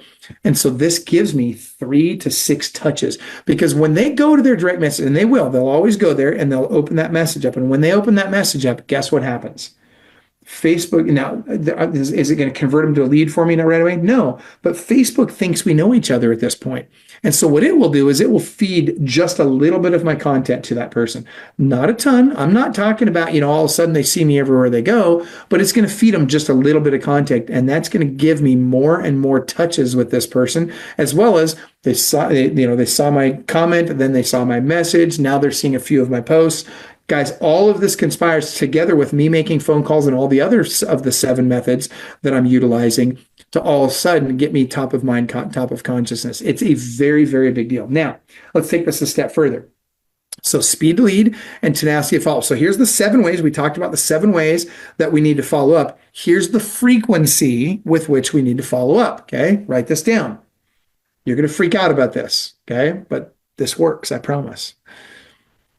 So it's called the Club Wealth Rule of 3. The Club Wealth Rule of 3. Club Wealth Rule of 3. Write this down. I'm going to contact them 3 times a day for the first 3 days, 3 times a week for the next 3 weeks, 3 times a month for the next 3 months, 3 times a year for the next 3 years. I'll give it to you again. 3 times a day for the first 3 days, 3 times a week for the next 3 weeks, 3 times a month for the next 3 months, 3 times a year for the next 3 years. One more time. 3 times a day for the first 3 days, 3 times a week for the next 3 weeks, 3 times a month for the next 3 months, 3 times a year for the next 3 years. Now, here's what happens. Okay, this is crazy. You're going to love this. So when I do that, what's going to happen is they're going to, first of all, am I going to upset some people? Potentially. Yeah, there's definitely going to be some people that are going to be upset by this. Okay, so what, right? That's okay. What I'm also going to do, though, is the people that are upset, what do? Do I put them on my DNC list? No, I'm going to wait 2 weeks and I'm going to call them back, right? Because here's the thing. First and foremost, you don't know what kind of day they were having the first time you called them. Maybe they were just having a bad day. Maybe their wife left them. Maybe they lost their job. Maybe the wife took the dog in the truck with her. You never know. You could be writing a country song about it. You don't know what was going on that day, right? But get this. If I wait 2 weeks, they're going to be in a better mood 2 weeks from now, most likely. And oh, by the way, they're going to forget who I am. So I get a whole nother bite at that apple. So I wait 2 weeks and I'm going to give them a call back. Now, that said, if I'm following up this tenaciously with somebody, guess what? I'm going to be the only one following up with them before too long. And this race is a marathon, not a sprint. I can promise you that, right? We'll get the sprint ones by making those quick calls. But then by doing this tenacious follow-up over a long period of time, we're going to pick up a ton of clients out of this, okay? And I'll tell you right now, this is the part that's missed by most agents, all right? Now, that said, let's talk about what it really looks like when I make these calls. Okay. So very clearly, here's what's going to happen. So I'm going to call them up, get them on, and when I call them, if they don't answer the phone, what do? I don't leave a message. I hang up and I call them right back. It's called a double dial. Okay. So I call them, they don't answer, I hang up, I call right back. If they don't answer the second time, then I'm going to send them a text message. Okay. And this is very important. By the way, on that double dial, 35% of the time, they'll pick up the phone on the second call. Isn't that interesting? 35% of the people that did not pick up on call number one will pick up on call number two. Patrick's like, I love the double dial. Me too, Patrick. It's great stuff. So check this out. So if they don't pick up the second time, I send them a text message that simply says, is this whatever name they registered on the website with? Okay. Is this Susie? Okay. Very interesting, right? Then she's going to reply back almost every time. She's going to come back with, yes, who is this? Or simply, who's this? Right? And when she says that, I want you to, first of all, I want you to think about this. If you have kids, you get a phone call, you don't answer the phone, they don't leave a message. Okay. You call them again. Or sorry, they call you back. You don't answer. They don't leave a message. Then they send you a text message that says, is this your first name? If you have kids, you're probably thinking, one of my kids is either hurt or in the hospital or in hospital or in jail, depending on which kid it is, right? So what are you going to do? You're going to be curious what's going on. Then they send you a text message saying, is this Susie? You say, yes. Who's this? They say, write this down. Calling you now. Calling you now. And at that point, 82% of the people will pick up the phone. And 82% of the people that respond to your text message will pick up the phone. Oh, I love it, Lori. I'm glad you said that. Lori, that's perfect. All right, so Lori says, I pick up, I curse you out, and I block you on the second dial. I love it. All right. So watch this, Lori. Watch me turn you from irritated to advocate within about 30 seconds, right? So a lot of times what we get is we get that mom who's, they're upset, thinking, oh, so I thought something was wrong with my kid or whatever. And so all you got to do is you just say, Lori, man, I am so sorry. I did not mean to upset you or cause you any anxiety. I just wanted to make sure I wasn't dropping the ball on my end. You had reached out on 123 Main Street. And I just wanted to know, did you want to know the price of that, or would you like to set up time to go take a look at it? You'd be amazed at how that lowers people's guard. They take a deep breath. They're like, oh, well, we just wanted to know the price of that. Fantastic. It's this price, right? And you give them the price. Don't play games. Give them the price, right? And that's another thing that we need to do better as agents, as a profession. We got to remember, we're in a service industry. We got to start serving people, right? So give them what they want. Don't make them jump through a bunch of hoops. All right. That brings me to my next point. Okay. My goal is to get an appointment, right? When I'm making these calls, it's all about getting that appointment. Now, who knows more about lead conversion? Because I got to convert you from a just a lead, just a call that I'm making, to an actual appointment, right? And so, yes, Regina, I'll say that one more time really quick. I'd say, Lori, I'm so sorry. I didn't mean to upset you or cause you any anxiety. I just want to make sure I wasn't dropping the ball on my end. You had reached out on 123 Main Street, and I just wanted to know, did you want to know the price of that, or would you like to set up time to go take a look at it? Okay, that's all you got to do. Very simple. Now, which industries, I want you guys to type this into the comments of the chat. Which industries are better at lead conversion than real estate? Okay. Who's better at this than real estate agents? Lead conversion. Oh, look at that. Used car salesman. There's a good one. Okay. I got another car sales. All right. Good. What else? What other industries? And I will tell you this. Every single one of you knows at least one of these. Hairstylist, insurance. Good. I like it. Every single one of you knows at least one of these. And I'll tell you that there's probably at least one of these, or maybe two or three watching the call right now. Lead sales companies, insurance. Okay. Good. All right. Watch this. It's your drug dealer. Wait, what? What do you mean my drug dealer? Okay, first of all, you guys know me well enough by now to know that I'm a freaking LDS Mormon guy, right? So I don't even drink coffee, let alone do drugs. So, take a deep breath. It's just an analogy. But you're going to love it because you'll remember it, okay? What do drug dealers know about lead conversion that real estate agents don't know? Watch this. First one's free, then you got to pay, right? So what do I mean by this? Guys, you got to give them a little tasty taste of the product. What's your product? The product is you, right? It's not the house, it's you. And so think about this. If I'm going to give them a taste of the product, it's funny, I was doing a seminar here last summer, and a girl, in the audience, she's like, well, Michael, well, how am I going to do this? I'm like, well, you're not going to let them lick your face when you go out there, right? And she's like, I don't know. It's been a slow year. I'm like, no, that's not what we do. Okay. What do I mean by give them a taste of the product?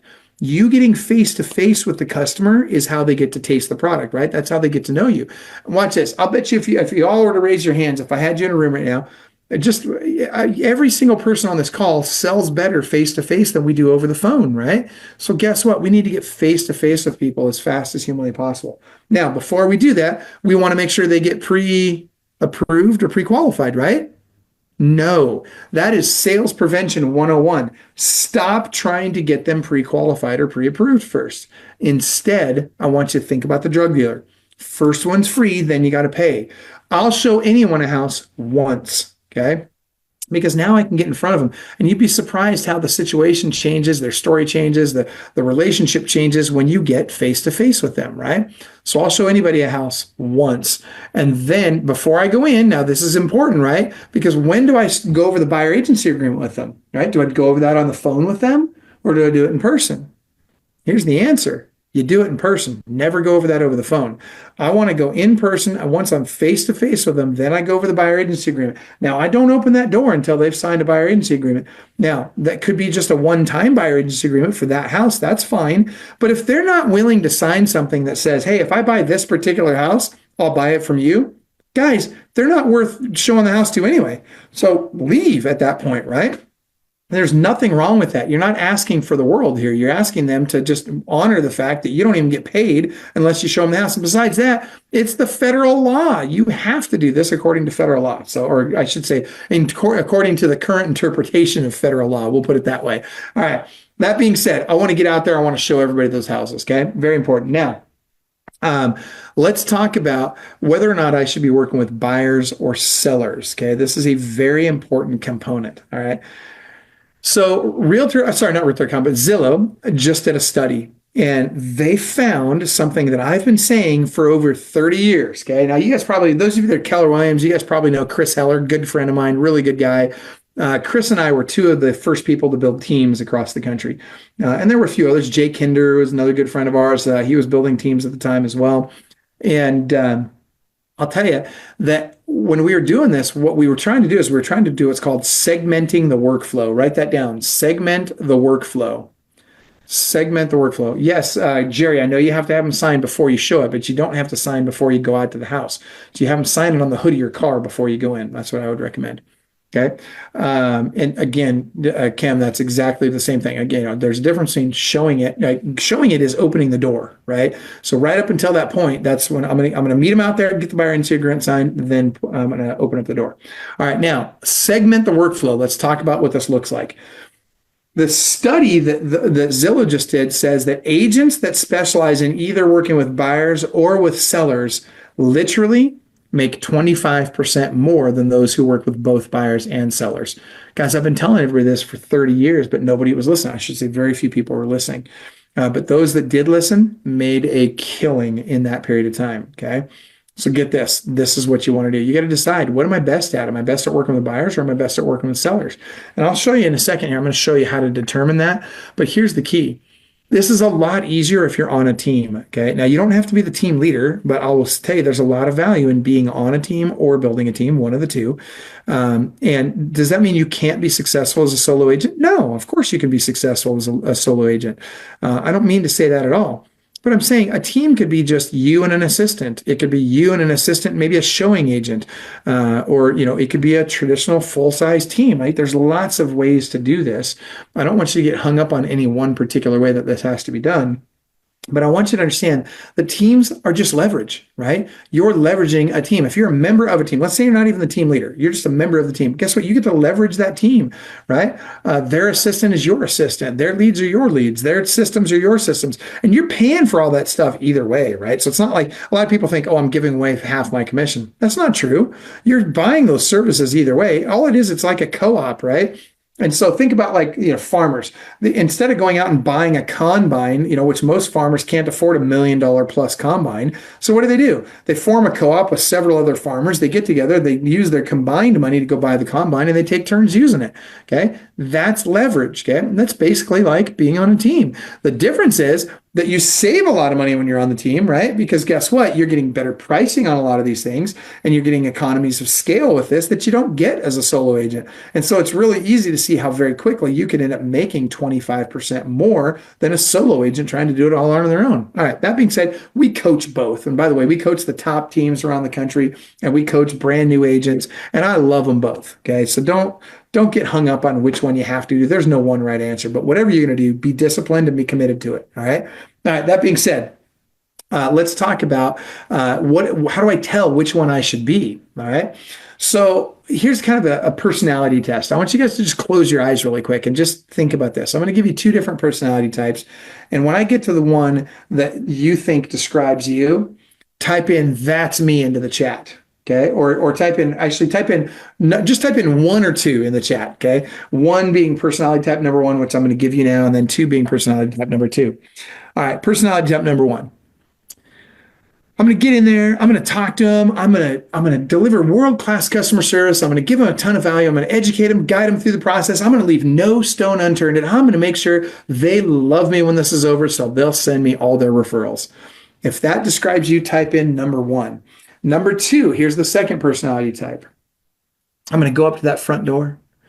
I'm going to kick it down. I'm going to punch in the face. I'm going to make them sign. Then I'm going to hand it off to somebody else so I can go list the next one and while they're dealing with the carnage.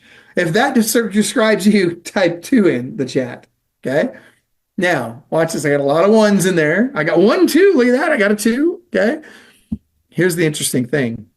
My 2s, you're my listing agents. The 1s, you're probably a buyer agent. Now, not one is better than the other. They're just different, right? Buyer's agents tend to want to be liked, and buyer's agents tend to have a relationship being very high on their list. Listing agents tend to be more transactional. Now, watch this. If you doubt what I'm saying here, watch this. Have you ever felt like, you were in a transaction and you thought, man, that listing agent was such a jerk, right? Have you ever felt like that? Well, think about this. Why is that? Because they were probably a high D on the DISC personality profile, which, by the way, only 3% of the world is high D. A lot of those are in real estate and a lot of those are listing agents. But more people in real estate are high I, which is, you want people like you, right? Than they are high D. Most real estate agents are high I, which means most real estate agents are probably more comfortable and better at working with buyers. Great. Go be the best at that. I know a lot of people that make $250,000 to $500,000 a year as a buyer agent, and they kill it, and they love it because it's doing business the way they want to do it. Guys, there's no one right way to do this. That's another thing that cracks me up about some of these coaches out there. They all want to say, they've got their way, right? And it's their way or the highway. Like it's all prospecting all the time, or it's all referrals all the time, or it's all whatever all the time. Guys, there's so many things that can be done and so many ways you can do this that can bring you value, that can bring you a lot of money, that can be, help you be very successful and help you do it without ruining your family. There is no just one right answer. And that's one of the things I think is very magical about Club Wealth is that, we're helping expose you to all of these different things, right? We're exposing you in all these different ways so that we can help figure out, what's going to be best for you? What are you likely to do? What's going to work best for you and bring you the best results? Before I forget, I want you to write this down, okay? Before I go deeper on the listing side. So I want you to write down, no success in the world can compensate for failure in the home. No success in the world can compensate for failure in the home.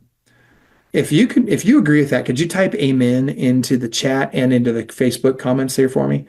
If you agree that no success in the world can compensate for failure in the home, type in amen. Guys, here's the thing. That's our core value here at Club Wealth. So yeah, we're going to make you a bunch of money. I'm all about helping you make a bunch of money. There's not a person on this call that if you did everything I told you to do for 40 hours a week, I couldn't get you making $1 million a year. I 100%, I could get you to $1 million a year. But here's the key. You got to put the effort in. You got to be disciplined, right? Now, some of you don't want to make $1 million a year, and that's fine. But here's what I will promise you. I'm not going to take you there at the cost of your family, okay? I won't do that. I promise. And neither will our coaches, okay? This is important to us, and I know it's important to you as well, okay?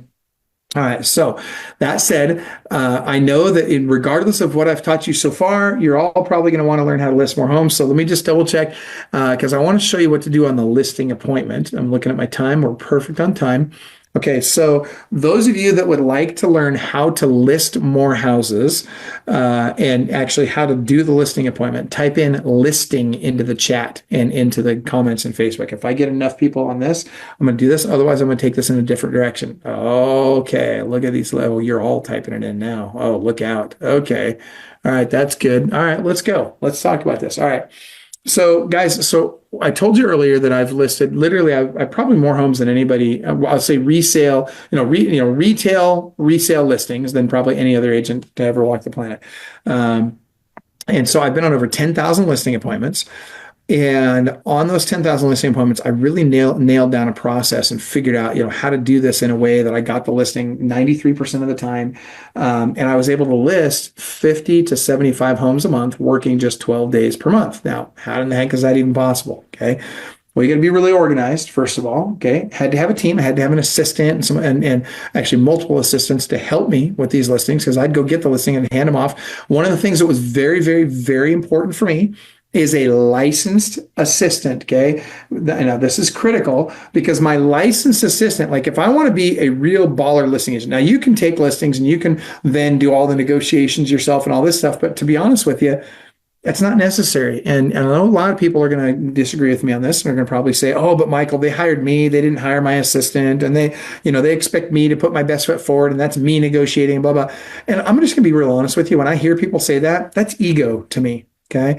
To think that you're the very best of the best and you're the only one that can do it, that's just ego. Guys, I'm very proud. I'll give you a great example. I'm proud of the people that are beating me on the listing side today. Like my son is one of them, right?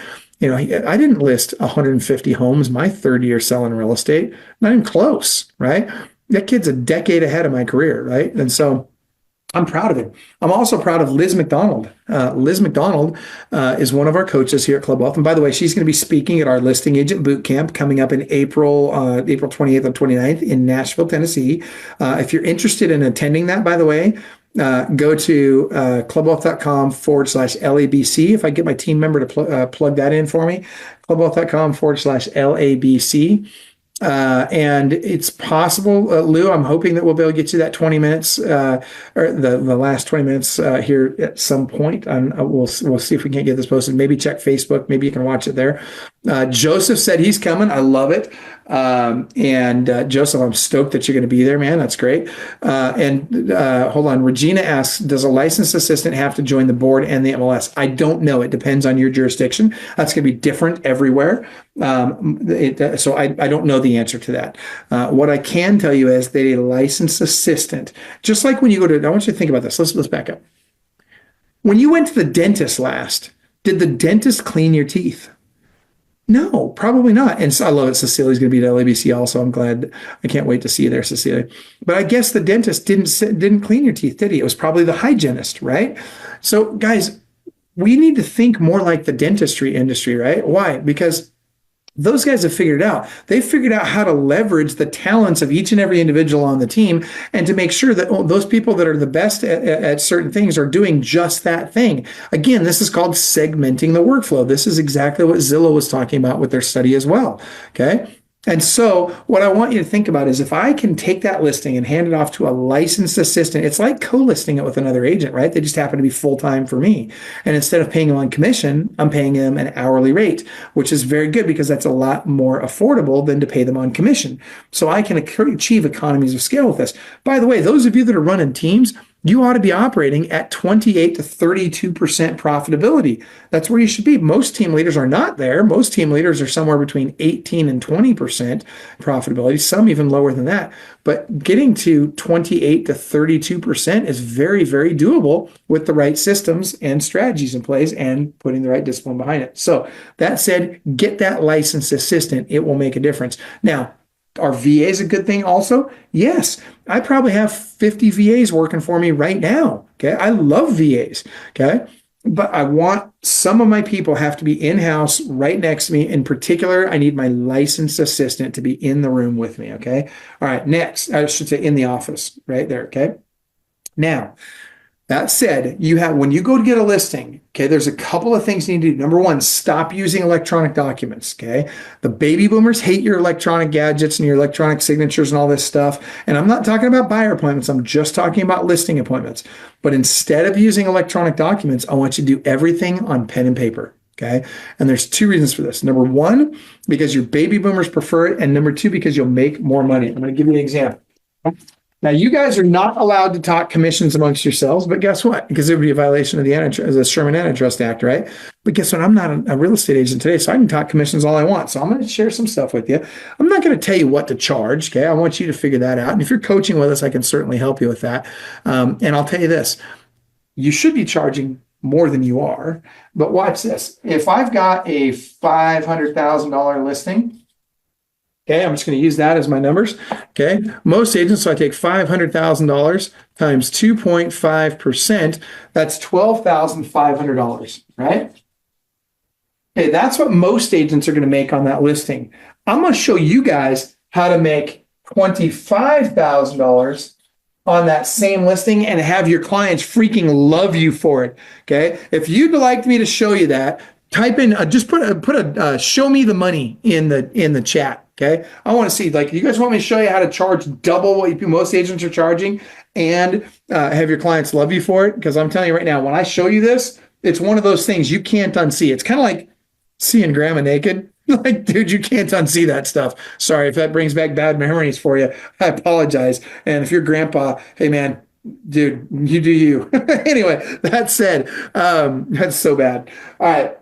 But I'm going to show you this, but here's the key, guys. Here's what you got to do. You got to think, show me the money, not grandma. That's funny, Aaron. I love that. That's hilarious.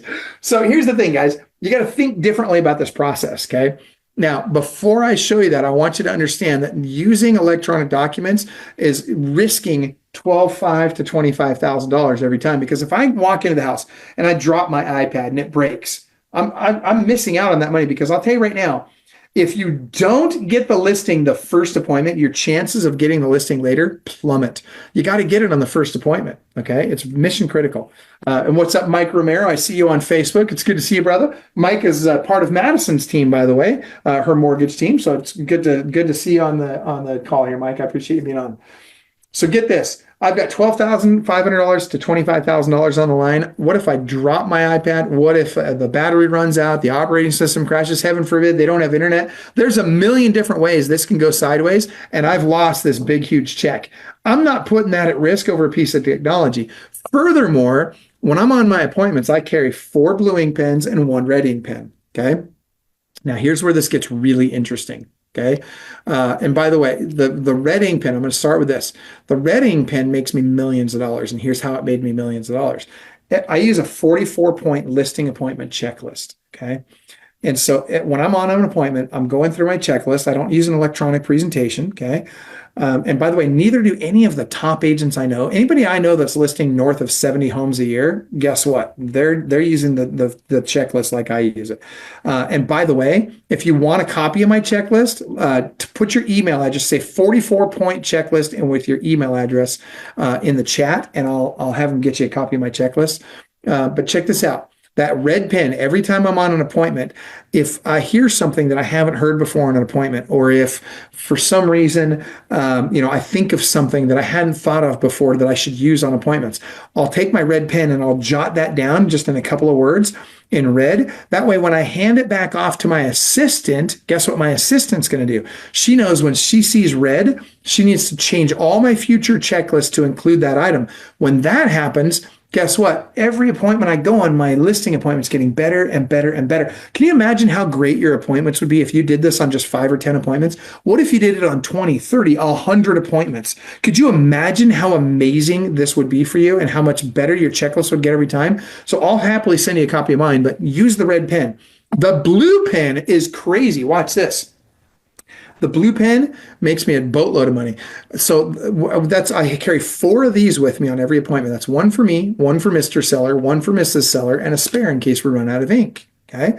Very simply, here's how it works. Okay. And Michael, if you're worried about spammers, that's fine. Just send me, if you guys are on Facebook, just send me a DM with your email address and put your email and your phone number in there so my guys can reach out to you if for some reason you don't get it from email, because sometimes they'll go to spam or whatever. But I'll have them reach out to you and I'll have them get to you. But Michael, just send a DM. That's fine. I'll find it in I'll go check my filtered messages to see if your DM's in there. Anyway, so by using those 4 ink pens, that saves me 8 minutes on every appointment. Now, I want you to think about this, guys. This gets crazy, okay? Now, watch this. If I save 8 minutes on 10 appointments a week, and by the way, your goal every week should be 2 appointments. So, okay, write this down, guys. This is critical. You want to make whatever your average sales price is in your market. Here's what you got to do. 2 appointments a day, 5 days a week with people I have not yet met who are interested in buying or selling a home now or in the future. Okay, I'll give it to you again. 2 appointments a day, 5 days a week with people I have not yet met who are interested in buying or selling a home now or in the future. Okay. Now, and by the way, let me throw something else out there for you. All of you that sent that text message in, I'm also going to give you a product, because what I don't want you to do is I don't want you to make phone calls from your cell phone, because when you're making calls from your cell phone, you're going to get spammed out. Okay. So you need to use some technology that will help you avoid being spammed out. And so there's 2 things that can happen. You can get marked as spam. So every time you call somebody, it says spam likely on their caller ID. That's bad. What's worse is when you get ghosted, and ghosting is when you call somebody and you hear it ring on your end, but they don't hear it ring on their end, right? That's a real problem. And so that being said, I use a product called Prospect Boss to help me with that. And so all of my guys that call, I've got 35 people calling on that thing every day, right? And what that does is it helps, first, it keeps my cell phone from getting spammed out. But second of all, it increases my connectivity rate, because they have ways, and I don't have time to go into all the reasons why, but they have ways to make it so you don't show up as spam and so that you don't get ghosted. Now, what will happen is all of those of you that texted that number, you're going to receive a message that's going to give you a 14-day free trial to that Prospect Boss product. And if you didn't get a chance to text that number, just text, if you guys, somebody could type this into the chat, it's 727-287-5993. 727-287-5993. Send the words Club Wealth. That's 2 words, capital C, capital W, Club Wealth, to that number. Thank you, Patrick. I appreciate you doing that, brother. Send the words Club Wealth to that number, and we'll give you that free trial, and we'll give you the free lead sources list. All right, now watch this. So if I do 2 appointments a day, 5 days a week with people I have not yet met that are interested in buying or selling a home, that's 10 appointments a week, okay? If I use my 4 blue ink pens on all 10 of those appointments, that's going to save me 8 minutes per appointment. That's an hour and 20 minutes a week that I've now saved. If I then take that hour and 20 minutes a week and I use it to make calls, maybe I'm making lead follow-up calls or lead generation calls, whatever, right? But if I use it to make those types of calls, guess what's going to happen? In that hour and 20 minutes, I can set 1 extra appointment. If I set 1 extra appointment a week, 4 weeks a month, then guess what? That's 4 extra appointments per month. If I suck at this, I'm going to list 2 of them. And if I suck at selling them, I'm going to sell 1 of them. That's an extra $12,500 to $25,000 per month if my average sales price is $500,000. Dude, you start thinking about this. How many more ways can I find you to be more effective with your time so I can bring you another $12,000 to $25,000? Guys, there's tons of them in your business. I promise you, it's crazy. And the red pen, again, is just for jotting down notes on my checklist so that I remember to cover things on my next appointment, okay? All right, now, I need to keep moving forward, so watch this. Let's keep going. So on the appointment, I want to use paper and pen only, never electronic documents. Next, I want to make sure I'm dressed properly for the appointment, okay? Guys, I'm telling you right now, I see people lose listings all the time because they're not dressed properly. You need to dress up. You need to look professional. As an example, if you're a buyer agent and I look across the street and you're showing a house, if I can't tell who the agent is, you have a problem, okay? Write this down. My attire should strengthen my message. My attire should strengthen my message. Okay, that's so important, guys. The day of selling houses in super juicy sweatpants are over, okay? And ladies, can we remember what we are and are not selling? You know what I'm saying, right? Okay, I don't mean to offend anybody, but I'm just saying, like, if you're dressed provocatively, a lot of wives aren't going to want their husbands working with you, right? And so you're losing way more business than you're gaining by dressing that way, okay? So please keep it conservative, okay, in your attire. John Fetterman hoodies are not strengthening your message, Harold or Alan. That's freaking funny, though. That is actually hilarious. All right. So that being said, we're going to move on. All right, so on the appointment, I got the first 30 seconds to get the listing and the rest of the appointment to completely screw it up. You ready for this? Watch this. So the first 30 seconds, what I'm going to do is I got to take control. So I literally, and it's as easier when I have somebody else in the room. It's great when I do present this live because you can see the actual demonstration. But essentially what I'm going to do is I'm going to knock on the door, then ring the doorbell. And then when I greet them, I'm going to firm handshake, look them in the eye, make very good eye contact, call them by name. And then I'm going to say, as I'm walking in the door, I'm literally walking in the door as I say this. I say, do you mind if I get a few pictures before we get started on the paperwork? Okay. And I walk right in and I start taking pictures. Now, the wives always say, oh, but my house is such a mess, right? I don't care how immaculate the house is. They always say that. Now, here's the thing. Who's in charge, by the way, him or her? It's always her, okay? So when in doubt, just know she's in charge. Unless I'm in an abusive household, which is about 1% of the time, and you can tell because there'll be holes in doors, or he just won't let her get her order in edgewise because he's got his thumb on her, or she'll defer all questions to him. If any one or more of those conditions apply, then you'll probably want to be addressing him and only him. That's only about 1% of the time, though. The rest of the time, understand she's in charge, okay? Now, that said, when she says, oh, but my house is such a mess, I'll say, oh, don't worry. These aren't for the marketing. These are just for my information and for my team's information. And so what does she know now? I just did two things that make a big difference. Okay. Number one, I let her know that I'm not here to just have a conversation. I'm going to be listening to your house. Right. And number two, I have a team. And let me tell you, that eliminates 90% of my competition right there. And I just did that in the first 30 seconds. Okay. Then I start to walk upstairs, and you know what she says every time? Oh, but don't you want to start in the kitchen? Because that's her safe space, right? And so, by the way, what's the guy's safe space? It doesn't freaking matter. We don't care about the guy. Forget about the guy. Remember, he doesn't matter. She's in charge, okay? He's going to be eager puppy. He's going to follow along and do whatever she wants, okay? He just wants you out of his house. He just wants to get back to the game. She wants the job done right. She wants to get the most amount of money in the least amount of time with the least amount of headache to her. That's what matters to her, okay? All right, that said, now I'll say, nope, I've got a system. I always start upstairs. Guess what she does? She's going to follow me upstairs every single time, right? And then what is the guy going to do when his wife or girl or whatever is walking upstairs with some strange guy? Of course, he's going to follow too, right? So now I'm like the Pied Piper of real estate, right? I got everybody following me upstairs. And while they're doing that, I'm going to go back to, remember we talked about build relationships on trust, right? So I'm going to ask them open-ended questions. I'm going to ask her open-ended questions about her family, her occupation, her recreation, and her dreams. I got to get her doing all the talking. In fact, I got to get her all talked out. I want to make sure she feels completely heard and understood during my walkthrough. Okay. If she's got any talk left in her when we get downstairs, I lose. Okay. Because there's going to be friction, price, terms, commission, whatever. She's going to argue with me about whatever. But I have to make sure that she gets to talk about everything she wants to talk about while we're doing the walkthrough. The worst thing that can happen is I get downstairs and she says something crazy like, oh, but Michael, our house is worth, $400,000 more than the neighbor's house, even though they have, twice the square footage we do, and they're waterfront and we're not. But we have ceramic tile in the primary bathroom, right? You ever had one of those? Yeah. Well, I got to be able to say, yeah. By the way, Susie, I did see that ceramic tile, and it is beautiful. And by the way, I noticed that there's a crack in the backsplash, but don't worry, it's not going to affect your price by that much. Now, what did I just say? I just said, Susie, I'm not an expert in the room. I'm the expert in the room.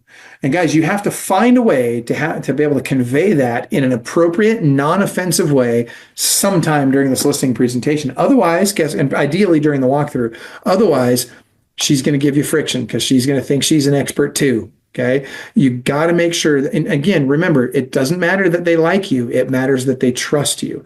And you can be a little bit crass and still be trusted. But if you're eager puppy and you're just begging for their love and their attention, you're not going to get the listing. Okay. It's very important. All right. Now, that said, I want to make sure on my way down to the kitchen, I want to make sure, and that's always the place I end up, I want to make sure I get rid of the TVs and the radios. Those are killers, right? I want to get those turned off.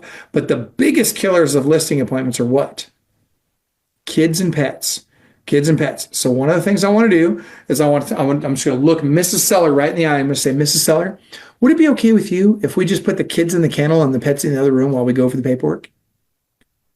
Right? And what am I doing? nod my head, and guess what she'll do? She'll nod her head as well, and she'll say, ah, and I'll be like, no, really, right? I want them gone. I got to get rid of them, okay? I don't have time to tell you the whole story, but I will say this. I did an entire listing appointment with my hand in their dog's mouth one time. It was a full-size poodle. It was Maple Valley, Washington. I remember it was like it was yesterday. The dog bit my hand under the table, and it didn't break the skin, but it freaking hurt, right? And so my 20-minute presentation now is a 10-minute presentation because I got to hustle through it. And after I got the signatures, then I looked at Mrs. Seller and I said, Mrs. Seller, would it be okay with you if we just got Cujo to let go of my hand? And she looks down there and she sees the dog, right, all growling and biting on my hand, drool just dripping off my hand. My pant leg was soaking wet with all this. It was so gross, dude. It was so gross. Anyway, that being said, she was just mortified. She felt terrible. But watch this again. Where there's chaos, there's opportunity, right? So what's the opportunity in this moment? So I looked at her square in the eye and I said, you know what, Miss Seller, it's not that big a deal. Don't worry. I know you're going to more than make up for it with all the referrals you're going to send me, aren't you? You know what she says? Yes. And I literally got the names of 6 people names and phone numbers of 6 people that she thought might be thinking of buying or selling a home in the next 6 months. Not even joking, guys. And by the way, my average is 0.7 referrals per listing appointment. Okay. And so doesn't sound like a lot, but if you go on 10 appointments a week, that's 7.5 referrals per week. That's really good. Okay. That's good stuff. All right. And by the way, I don't have time to go into every detail of the listing presentation today, but for those of you that are coaching with us on our one-on-one coaching program, I want you to make sure you go to Club Wealth University and go over our 37-minute guaranteed listing presentation kit, where you'll see a video of me teaching the listing appointment from start to finish, and you will also see a video of me on an actual live listing appointment, start to finish, unedited, and I want you to watch that. And then, by the way, because some people were saying, oh, but Michael, that was, a decade ago. That doesn't work like that today. I'm like, all right, smart Alec. So I had my son, Austin, we recorded him on a live listing presentation, start to finish, unedited, and you'll have that on there as well. So go watch those videos. Michael, because I believe you're a one-on-one coaching client, if I remember correctly. And so that said, all our one-on-one coaching clients have access to this in Club Wealth University. And just go in the search bar inside Club Wealth University and type in 37. It'll pop right up. Okay. Or you can type in listing and a whole bunch of great listing videos will pop up. But if you want the 37-minute guaranteed listing presentation kit, it's available to you. And so it's available to our one-on-one coaching clients only. All right. That being said, guys, on the listing appointment now. So I get downstairs, I'm sitting down, I'm going through my presentation. Now, before I tell you the closing script for my listing presentation, there's a couple other scripts I want you to memorize. Okay. I'll give you an example. When I am on the phone with people and I want to, like I've set the appointment to go show them the house. Remember, first one's free, then you got to pay. I still want them to pre-qualify with my lender, right? But I can't force them to do it, or it feels very entitled to them, right? And they resent that. They don't like that. And so instead, what I'll do is I'm going to get them to want to pre-qualify with my lender. So how do I do that? Okay. The way that I do that is I'm going to ask the following question, but I only ask the question after I have set the appointment. So write these words down, okay? I want you to write this script down word for word, okay? If they could save you $10,000 to $20,000 on your mortgage, if they could save you $10,000 to $20,000 on your mortgage, if they could save you $10,000 to $20,000 on your mortgage, would you be interested in chatting with one of our lenders? Would you be interested in chatting with one of our lenders? Okay. Now watch this. Everybody says yes to that. Everybody says yes to that. And when they do, guess what I'm going to do?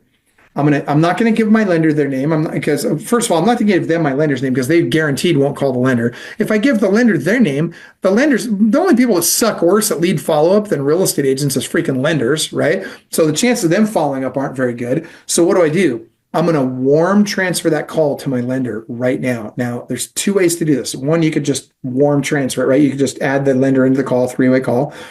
Or you could use a technology like we use. Black Hat has this. Your Callingly has got this. Chime or Lofty rather has this. Follow Boss, I believe, has it also. But my favorite is Callingly has this. Basically, what happens is when I go to connect with them with my lender, I'm going to dial one number to connect that call. It's going to broadcast that call out to every lender I work with and everybody on their team that's capable of taking a loan application. This is very important, okay? Because what that means is I don't care what time of day or night it is. It could be 7 o'clock on a Saturday night. I'm going to have the most hungry lender that I work with, and that's who I want on the phone, right? The hungriest lender I work with is going to be picking up that phone, whether it's 7 o'clock on a Saturday night or not. And guess what? Now they're live with my client. I look like a rock star. It's world-class service for my client. And now I let them just kind of get to know each other. And then I bow out of the conversation. They jump on the phone together. The loan application gets taken right then and there that night. And let me tell you something. That is world-class customer service. All right.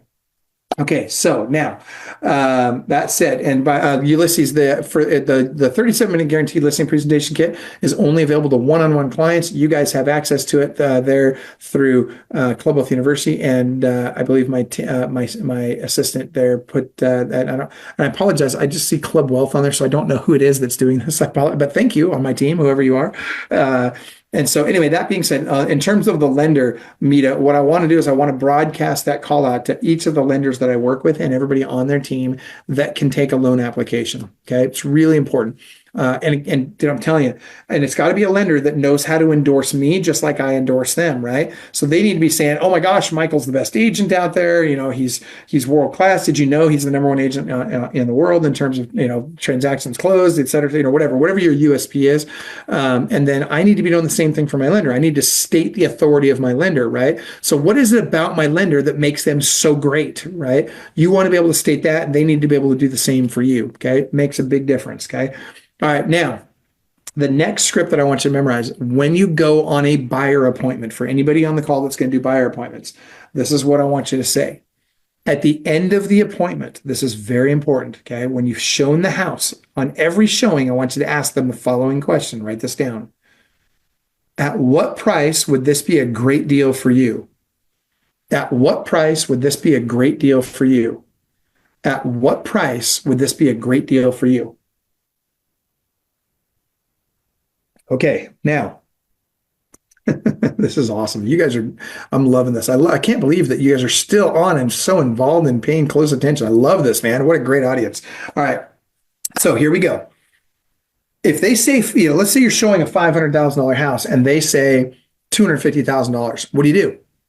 You freaking write it up for $250,000, right? You got to show them you're on their side. I don't care how ridiculous they are about price at this point. It's not about that. What it's about is showing them that I'm on their side, and it's about helping them in their learning process. You got to meet them where they're at. They're not as experienced at this as you are, right? So you've got to help them move through this process and learn, sometimes the hard way, what it takes to get a house. Now, you can educate them along the way, but be very careful how you do this, because if you say something like, "Oh, they're never going to take that," well, guess what's going to happen? They're going to say, "Well, fine, screw you. I'm going to go find an agent that wants to actually work for me," right?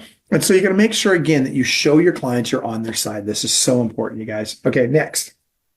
When I'm on that listing appointment, this script is so important, you guys. Okay, on that listing appointment, when I get down to the end, I've gone through my 44-point checklist, right? I'm sitting down at the kitchen table. I'm ready to have her sign, okay? Everybody look at my eyes for this, okay? I want you guys looking right in my eyes, okay? When I sit down and I'm asking my closing question, this is exactly how I do it. Watch my body language and hear my words. Susie, are there any other questions before we get started on the paperwork? Are there any other questions before we get started on the paperwork? Now watch this. What's Susie going to say? No. And then I say, fantastic. This is the property disclosure form. Done. That's an easy close. Okay. It's a super easy. It's kind of a trial close, but essentially it's really, really easy, because as soon as they say no, it's time to go to signatures. Okay. Now, if you get an objection, most commonly, the biggest objection most agents get, and by the way, the last thing I'm going to teach you, so we got, by the way, just so you guys know, we have 20 minutes left. We have actually 23 minutes left today. So I'm going to show you, this is going to be the last thing I teach you, all right? And when I show you this, it's going to all come together for you. And when I show you this, I'm telling you right now, this will change how much you make. I will literally double your income without you having to do an extra transaction with this one thing I'm going to teach you, all right? So watch this. When I say, are there any other questions before we get started on the paperwork, she will very frequently say something like, well, yeah, will you cut your commission? My answer to that is always the same on the first time. I'll say, no. Are there any other questions before we get started on the paperwork? Now, guys, the first time they ask, it's usually a question, not an objection. You have to learn to decipher between the two. Okay. Most objections aren't objections. They're just questions. And so you just say, no. Are there any other questions before we get started on the paperwork? Fantastic. Here's the property disclosure form. Okay. Now, if she asks me a second time, usually it will come in the form of, well, but Michael, this other agent said they would cut their commission, blah, blah, blah, blah. Then I'll look at Susie and I'll say something like this. I'll say, Susie, let me ask you this. If an agent's not strong enough to negotiate for their own commission, what makes you think they're going to be strong enough to negotiate for the price of your home? Exactly. Are there any other questions before we get started on the paperwork? Fantastic. Here's the property disclosure form. Okay, real easy.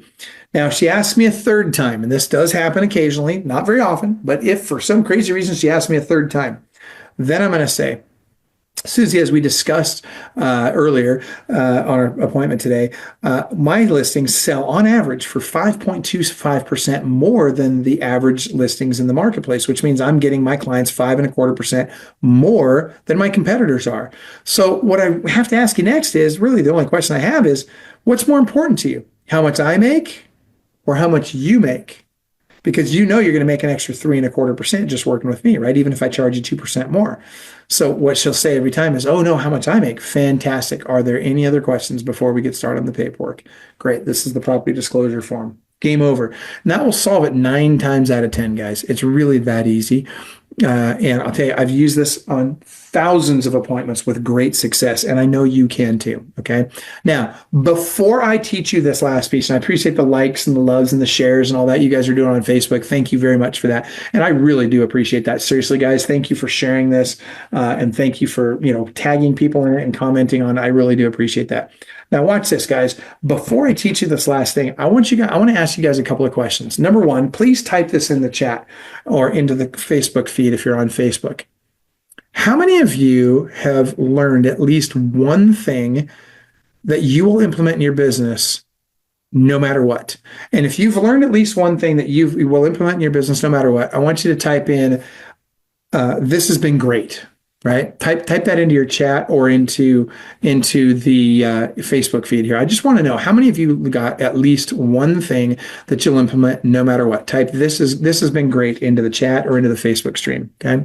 And by the way, I thank you for that. I'm seeing a lot of people typing this in. So thank you very much for that. And by the way, why am I doing this for free, right? I'm doing this thank you, Ruth. That's nice of you to say that.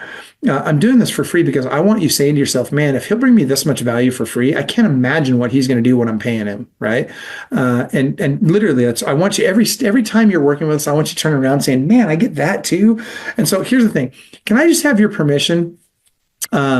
And I want you to type in the screen, permission granted. If I could just have your permission really quick before I teach you this last thing to tell you about an event that we have coming up, because I want you to think about this. Like if you learned this much with me in just a couple hours, imagine how much you could learn when I put you in a room with 200 of the top agents around the country whose average are closing over 200 transactions a year, right? Now think about this. I'm going to put you in a room with 200 to 250 people that are averaging 200 transactions a year each. Obviously, you could learn a lot in that room, right?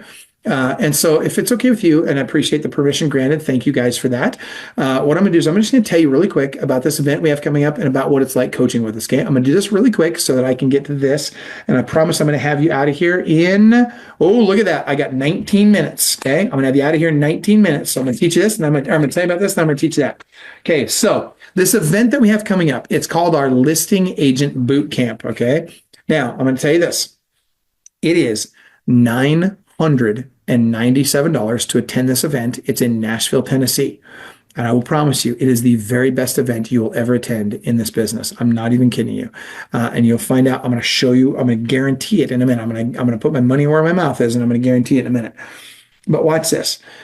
There are people that wait last minute, and if they wait last minute, if they wait until 30 days before the event, guess what? They end up paying actually more than that. They pay $1,500 for their tickets when they wait till that last minute. And we have people every year, about 30% of the people that sign up last minute, and they end up paying $1,500 instead of $997. But here's what I'm going to do for you guys today, because this has honestly been it's really been a great online audience. This is for an online audience. You guys have been really engaged, and I appreciate that. And it makes it really fun for me. And you've been asking great questions. So thank you for that.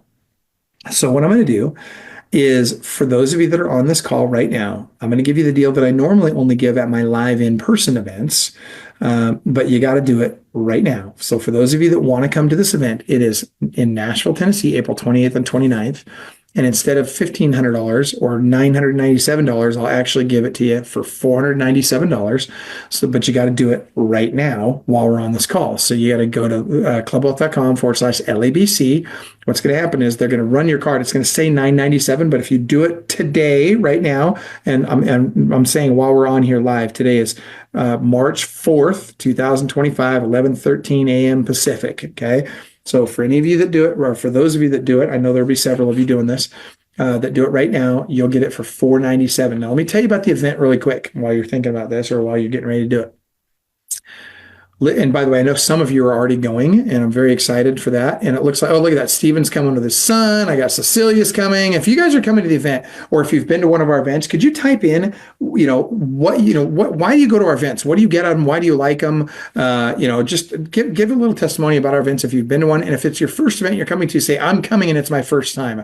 I'd love to see that. And you know what? I love it. I love you saying card event is that same week. Let me ask you this. Would you rather learn, what Car wants you to learn, or would you rather learn how to make millions selling real estate?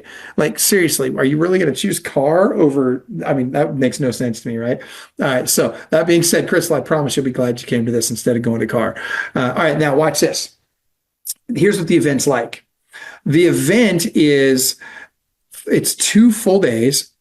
And it's classes, there's multiple classes in each time slot. And these classes are taught by the top agents around the country that are having success in the things that they're teaching. In other words, like I've got Josh Morris teaching us on the open houses, because he gets 45 people on average to each one of the open houses he does. 45 people at every open house he holds. Guys, how much more money could you make if you could now, instead of spending, 5 minutes putting up signs and 2 or 3 hours waiting for people to show up. Instead, you spend an hour and a half putting up signs, 2 hours in the house, you get 45 people to show up, and he teaches you exactly what to do when they're there to convert those people to consumers. How great is that? I mean, come on, guys. So he's teaching that class. We've got people like Austin Hellickson, #1 listing agent in the country, teaching how to list homes. We've got Liz McDonald, who's, by the way, got the best close ratio of anybody in the country on a listing appointment. This is crazy. This woman, when you meet Liz, she's unbelievable. If you know Liz, give her a shout out, tag her in the Facebook post. Let me tell you something, guys. Liz McDonald she's the only person I've ever met that converts listings better than I do. So I was at 93%. If they list it with anybody, 93% of the time they list it with me. She's at 94.25, guys. I'm not kidding you. She's unbelievable. And she's going to be teaching a bunch of classes at Listing Agent Bootcamp as well. And we've got a whole bunch of others just like Austin and Liz and Virginia Corbett and all these other people. We've got all these big producing agents that are attending and even teaching classes at this event. And it's not a big pitch for coaching. What it is it's designed for our coaching clients that are already coaching with us, but we let agents, it doesn't matter if they're coaching with us or not, every agent can go. And by the way, don't let the title Listing Agent Bootcamp mislead you. It's for listing agents, it's for buyer agents, it's for team leaders, it's for solo agents, it's for broker owners, it's even for administrative assistants. Regardless of what you do in this business, come to this event. I promise you, you are going to get a ton of value out of this. I absolutely promise you. I love it. And Steven's like, dude, I came twice to LABC before I started my coaching, right? And so there's never, like, we don't high pressure people at the event, right, Steven? Like, it's just, here it is. Like, we just want to bring you a ton of value so that you want to coach with us, right? Like, if we just bring you value, eventually you're going to come in here and be like, hey, tell me about coaching. What's that look like, right? And we don't have to chase or pressure or anything like that. All right. So that being said, go to clubwealth.com. And by the way, if I get my team member to put this in the chat, clubwealth.com/LABC, clubwealth.com/LABC. Go there right now and sign up for the event. And here's what we're going to do. Now, stay on the webinar, though. Don't leave, because I still am going to teach you this, okay? So don't leave yet. You can do this on another tab, okay? But make sure you stay in this tab for here, because I got to teach you this last part. It's going to change your business.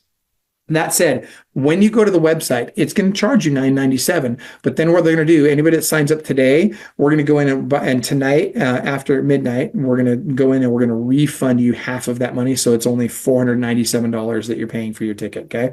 Now, this is 2 full days.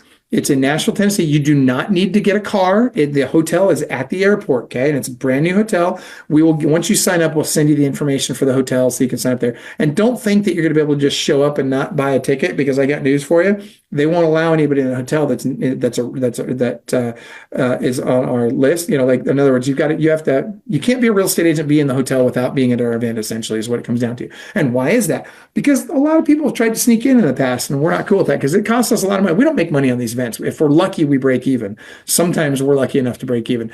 Well, why do we do this? Because it's like my client events, right? It's like me bringing value to my existing clients. It's just like with you doing client events, right? Okay, so check this out. I'm going to recommend you get there on Sunday before 6 p.m. because we have a networking event that night. Guys, I'm telling you right now, the classes will change your business. The people you meet there will change your life. They will become your best friends. They will become the people that you go to for everything in this industry. I'm telling you right now, you got to meet these people. And they're the nicest, most humble people you've met. I'll give you a great example. Amber Flynn Jarrett. If you know Amber, by the way, tag her in the comments in Facebook or mention her in the chat. But I'll tell you, Amber Flynn Jarrett, she comes to all our events. Amber owns a company down in Cookeville, Tennessee. She population 36,000 people. She came to us as a tier 2. Her third year with us, she closed 497 transactions. That was the year before last. Last year, she did over 700. I think it was 762. I think was the exact number she closed last year. And she'll be at the event. And by the way, most humble woman you're ever going to meet. And she doesn't care if you're a tier 1 or a tier 7. You sit down with her, she's going to be like, "How can I help you, sugar? Here's my playbook. Here's my checklist. Here's everything I got. What do you want me to send it to you in an email? Like, how do you want it?" Right? She'll give you everything she's got just because she wants to bring value to you. And I'm telling you, that's the attitude of everybody at our events. Now, if you want to do VIP, if you want to upgrade to VIP for an extra $497, you can upgrade to VIP.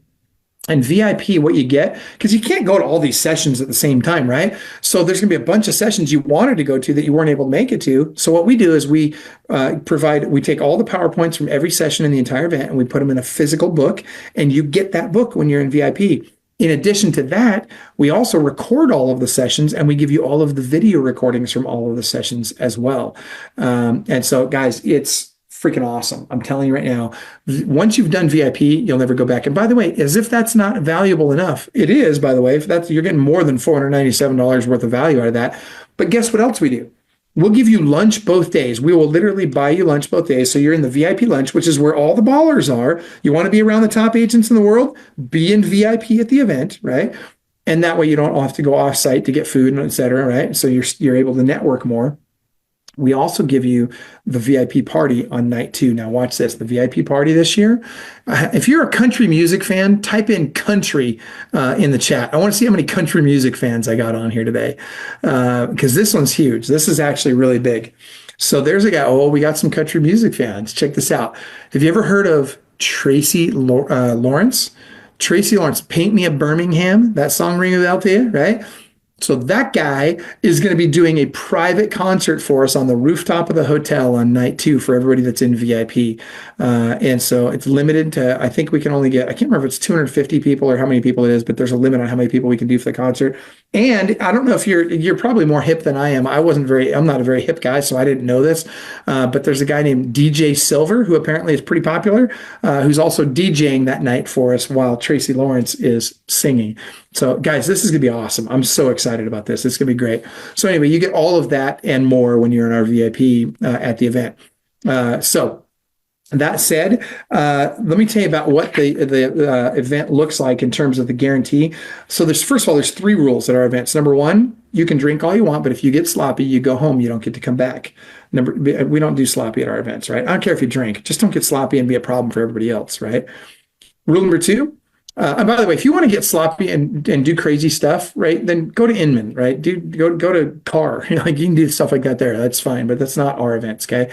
Rule number 2, we are brand agnostic. So we work with every brand out there. If we catch you recruiting people to your brand, your team, your downline, whatever at our events, you got to go home. You don't get to come back. Like, nobody wants that at these events, okay?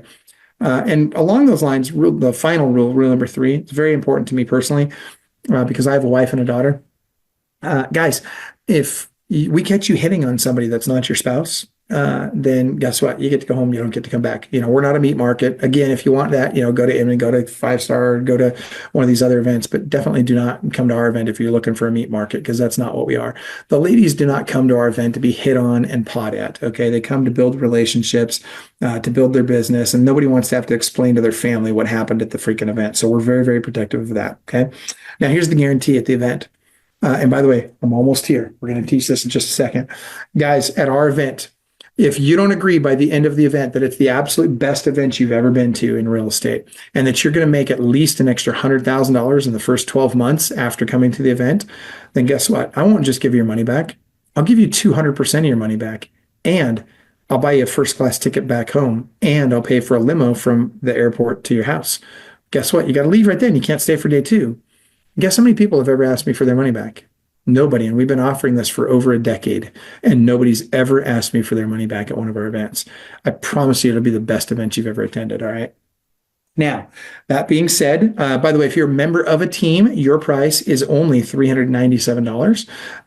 And so that on the event, again, go to clubwealth.com/LABC, clubwealth.com/LABC.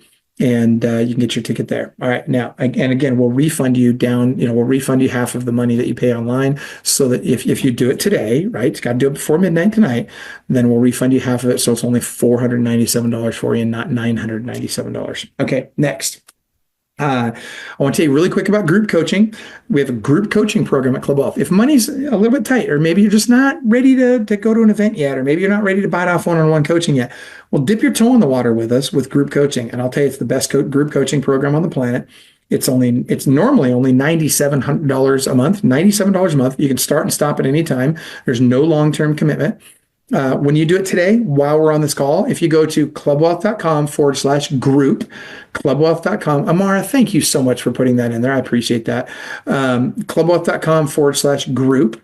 Then you can sign up for our group coaching program. And again, if you do it by midnight, they'll credit you back the $20 difference.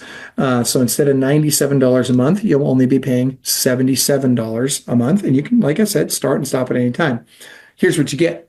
Every single week, every single Tuesday, you get a live call with Ron Anderson. And I'm telling you right now, Ron is by far the best coach in the industry. Better than me, better than any other coach in the industry. I love the guy. He is amazing. He teaches all the foundational stuff that you need to have and to be profitable in this business and to get off the ground and really hit the ground running. I'm telling you right now, it's a great call. It's live every single Tuesday.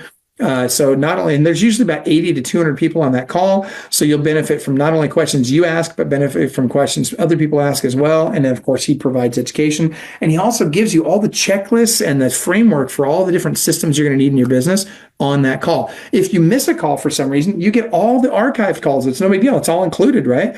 And so you also get access, and it's not too late to take advantage of the $77 a month, Lachelle. You can do it right now. And so $497. So you're in a different product at $497. Are you with us at $497? I would need to know what you do. That seems odd to me. So I may need to get you on the phone with our help desk, because you're not paying $497 for group coaching with us. I can promise you that. Oh, okay, good. Yeah, you're probably paying $497 with somebody else for group coaching. Yeah, that's why I said, like, you can't beat the price, and the content is the very best content you're going to get in this industry for group coaching. You're going to love it. And so here's the deal with the with the $97. Oh, I see what you're saying. Yeah. So if you're in you're in our group coaching now. So watch this. No, if you're in our group coaching now, you're on this call. Guess what? You reach out to the help desk right now and let them know that I promised that you could have $20 off each month. And so I just reduced your coaching by $20 a month. Yes, I'm not even kidding you. I will happily do that, right? Why? Because you came to this call. So thank you for being here, right? Yeah, my pleasure. Yeah. And so look, guys, every time you turn around, I want it to be better and better and better for you. I want you to be excited and feel like, man, I'm getting more than I was promised every time you turn around with us. Okay. Now, that said, with our group coaching, and by the way, if you could do me a favor, Lachelle, if you could do me a favor and maybe just share your testimony about our group coaching, that'd be great. Guys, I'm getting to this. This is coming. Don't leave yet. I'm going to teach you about this. Now watch this. And my pleasure, Darcy. Absolutely. I appreciate you. Thank you. The group coaching you're going to learn more in our group coaching than most people's one-on-one program. And I'm not going to name any names. Like, guys, you know who all the coaches are out there. I'm telling you, I promise you, you will learn more from our one-on-one program than you will learn from anybody else. Or sorry, from our group program than you will anybody else's one-on-one program. Okay. All right. Now, that being said, let's back it up a step. One-on-one, with the group coaching, you also get Club Wealth University, which has over 4,000 training videos in it, taught by people like me and our coaches that are the top agents in the country doing these different things, right? So you're going to get all of that as well. It gets even better. Let me take this another step further. Okay. You also get our stat tracker. Now, guys, you need to be using stat tracker. It is a very, very big deal. Okay. The stat tracker will help you double the number of appointments you set every day within the first 60 days. I'm telling you, it works really well. You got to use it. Okay. I don't have time to talk about more on that. Just get signed up for the group coaching. Now, those of you that are interested in our one-on-one coaching program, here's what I'm going to do for you. Again, this is a deal I normally only do in my live in-person events. Here's what I'm going to do for you guys right now. The one-on-one coaching is normally for tier one, it's $847 a month. You can start and you can cancel at any time with 60 days notice. If you cancel in the first 30 days, we'll just give you your money back, right? And by the way, I just had somebody and by the way, we had a ton of people signing up for our one-on-one coaching recently. And for the first time, and as long as I can remember, I had somebody that signed up. And this was just a couple of days ago. She signed up and she had a conversation with her husband, and her husband's like, yeah, I don't feel like we should be buying that. And so she canceled. So guess what? We just gave her all her money back. Not a big deal, right? And so we're not trying to lock you into anything. So you can absolutely test drive it for 30 days, no obligation. But here's the thing. Here's what it costs. $847 a month. There's a one-time enrollment fee of $800 and or $847. If you're in tier two, it's $13.97 a month, one-time enrollment fee of $13.97. Here's the thing though. Anybody that commits to a year, you save $100 a month. So if you're in tier one, it's only $747 a month. If you're in tier two, it's only $1,297 a month. Now, here's what you get with it.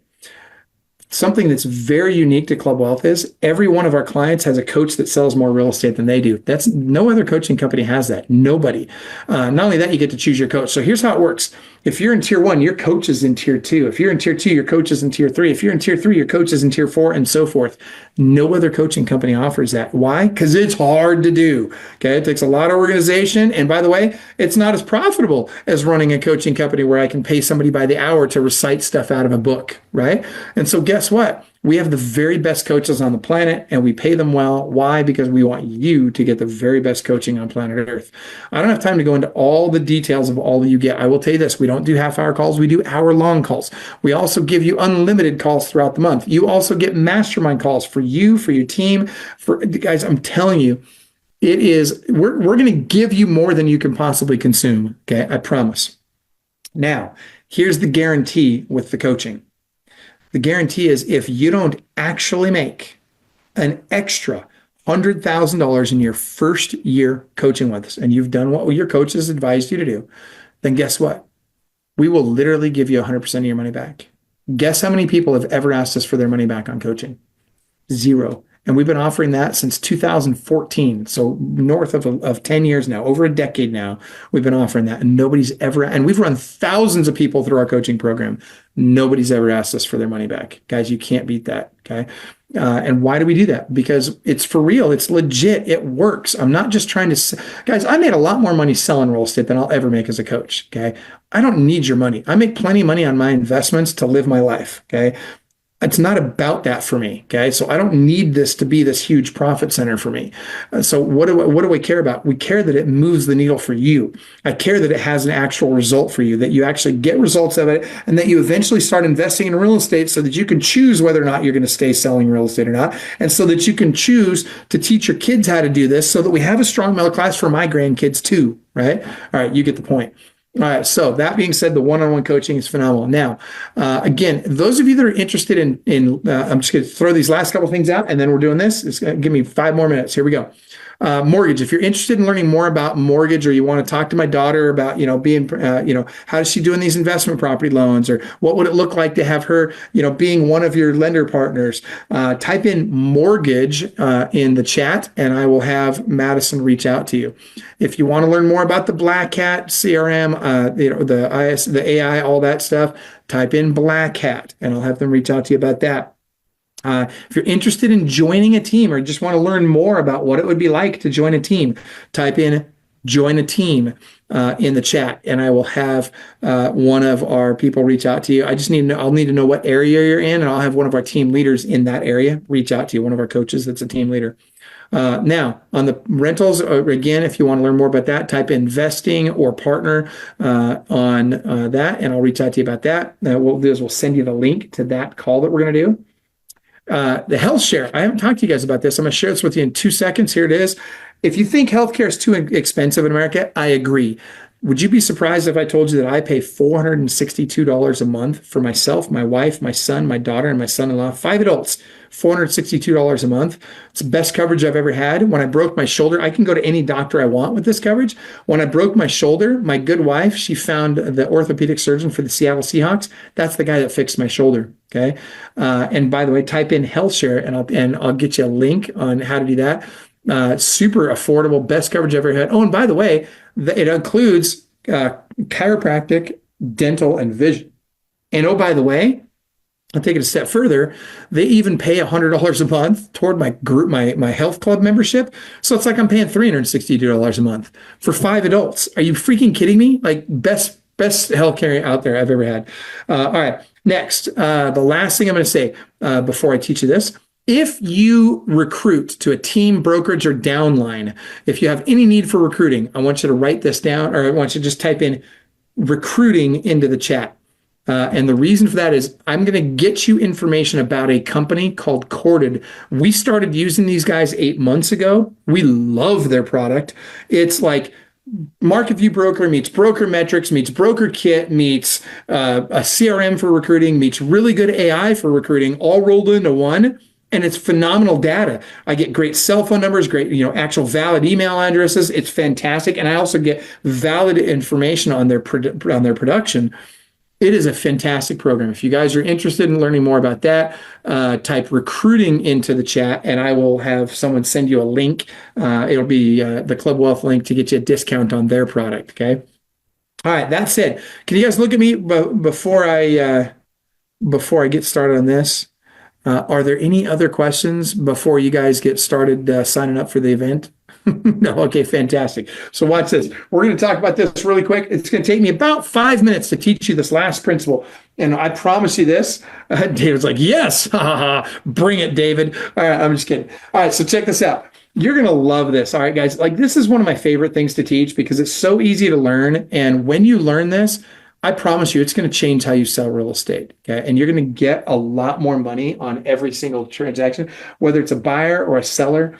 You're gonna make a lot more by just following this. Okay. So and Michael, I don't know if we're gonna be able to rewatch this on Facebook or not. I'm hoping it'll stay on Facebook, but Facebook I think is deleting their lives now after 30 days. And so you'll probably have to go to our YouTube channel to be able to see the replay of this. We'll send a link out to everybody that put their email address in here or that DM'd me their contact info. We'll make sure we get an email out to everybody with a link to this as well.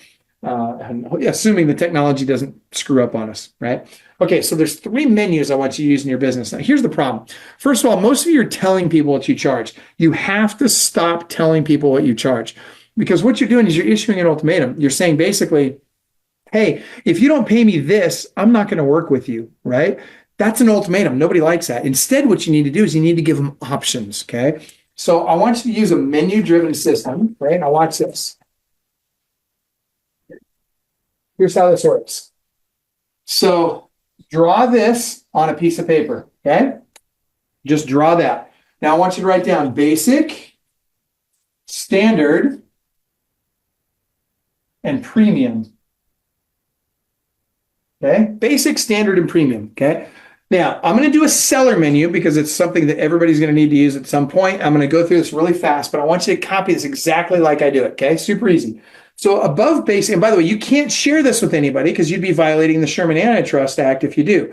Okay, so I want you to keep this to yourself. Okay, you can share it with your spouse, your broker, your team leader, or your attorney, but that's about it. Okay, you can't share it with other agents. Okay, so above basic, I want you to write down what is the least amount of money I would ever charge. Like, I'm not even putting your house in the MLS if you don't give me at least that. Okay. Then above standard, I want you to skip standard. Just skip that for now. Go to premium. Above premium, I want you to put down what is the most amount of money I would ever charge. Like, I couldn't in good conscience charge more than that. Okay. Put that above premium. Okay. Now, above standard, this is where it gets crazy. Above standard, I want you to write down, what do you really want to make? But before you do, I want you to hear me loud and clear. I want you to make sure that you make that at least 1% more than you've been charging. Why? Because I wouldn't be doing my job if I didn't help you make more money. Okay. So I want you to make sure that you're charging extra here. Okay. Now I don't care what you charge. I don't care if you charge 1%, 10%, whatever. Doesn't matter. I want this to be at least 1% more than you've been charging. And I want you to watch how we do this. Okay. Now, first of all, what do I have to do to list a house, right? I got to put it in the MLS. I'm going to put, I'm going to take at least one photo of the front of the house. I'm going to put a lockbox on the front door. I'm going to put a sign out front. And, a lot of agents, especially in the South, those of you that are in the South, a lot of people, they're going to pray and hope that somebody else sells it because Lord knows I'm not gonna, right? All right, so get this. I hate to say it, but that's most agents' marketing plan, right? Sucks, but that's pretty much what most agents do, okay? Now, and by the way, yes, thank you, Patricia. Now watch this. What can be done to get a house sold, right? I might do open house times 1 over here. I might do open house times as many as it takes over here. I might do pro photos over here. I might do black and white flyers. I might do full color brochure. I might do 3D, drone, video, floor plan, staging, and on and on and on and on and on. Now watch this. It's not about what's in your menu. That's important, but that's not the key. The key is how you sell it. Watch this. I'm excited about this. You guys are going to love this. When you learn how to sell this, it's easy. And people love working with you when you do it like I'm about to describe, okay? So let's say Susie is my seller. So I'm going to take out my red pen. I'm going to say, Susie, I love your house. I think it shows great. You've taken great care of it. It's a great neighborhood. I'm just concerned because, the market, as you know, is down 26 to 38%, depending on in number of sales year over year, depending on which neighborhood you're in. And at the end of the day, I just don't think this basic plan is going to be enough to get you top dollar for your home in the least amount of time with the least amount of headache to you. So if it's okay with you, should we just go ahead and cross this one off? And what does she do every time? Yep. Okay. Perfect. So we'll cross that one off with our red pen. Then we're going to skip standard to go over to premium. So then I say, so Susie, as much as I'd love to charge you some extra money and, make an extra, a few $1,000 on you, I got to be honest with you. I just don't think you need to spend all that extra money on selling this house. Again, it shows great. You've got that ceramic tile in the primary bathroom, which is really pretty. I mean, let's call it what it is. I just think you can save this money. And so if it's okay with you, should we just go ahead and cross that one off and put that money in your pocket instead? Fantastic. Okay. Cross that one off with my red pen, right? And then I switch over to my blue pen, right? And I want you to watch how I do this. Do it exactly like this. So then I circle it. I say, that leaves us, Susie, with our standard plan. This is the plan that all my clients, just like you, go with. This is the plan that's going to get you the most amount of money in the least amount of time with the least amount of headache to you. Won't that be great? And she'll say, yeah. And I'll say, fantastic. Are there any other questions before we get started on the paperwork? No? Great. This is the property disclosure form. And I hand her the property disclosure form and we're done. And here's the thing. Here's the magic of this. Susie loves this. Why? Because it was her choice. She was in control. Now, did I assume and was I hoping she was going to go with standard? Yeah. And by the way, 99% of the time, that's what she's going to go with. But guess what? She feels like she was in control and got to make this decision for herself. That makes her more appreciative of what I've done for her. That makes it more likely that she's going to send me referrals. That makes it less likely that I'm going to get pushback on commission. Game over. She's happy. I'm happy. Everybody wins. Okay. All right, guys. And yes, Jeanette, I already went over the 3 ways to legally avoid paying taxes. That was in the first hour and 20 minutes of today. So you can always go back and watch that. Guys, I really appreciate you being on today. And if you've got any questions, I've got a few minutes. I got another webinar I've got to do for some mortgage brokers. And by the way, Patrick, you should reach out to Tara, see if she'll give you access to that. I'm doing an hour and a half for mortgage brokers here in just a few minutes. But that being said, guys, I'll be happy to stay and answer any questions that you guys have. I appreciate you taking the time with me. There's a lot of people that have been on all day or all morning with me here. I hope it's brought you a ton of value. If you've seen, and oh, look at that, Victor, I get to see you tomorrow in Arizona. Yes, that's awesome, dude. I can't wait. That's awesome. And so anybody else that happens to be anywhere near Chandler, Arizona, I've got a half day event tomorrow in Chandler, Arizona. So looking forward to seeing you guys there. But guys, here's the thing. And that's super nice of you, Darcy. Thank you for that. It's super cool of you to say that.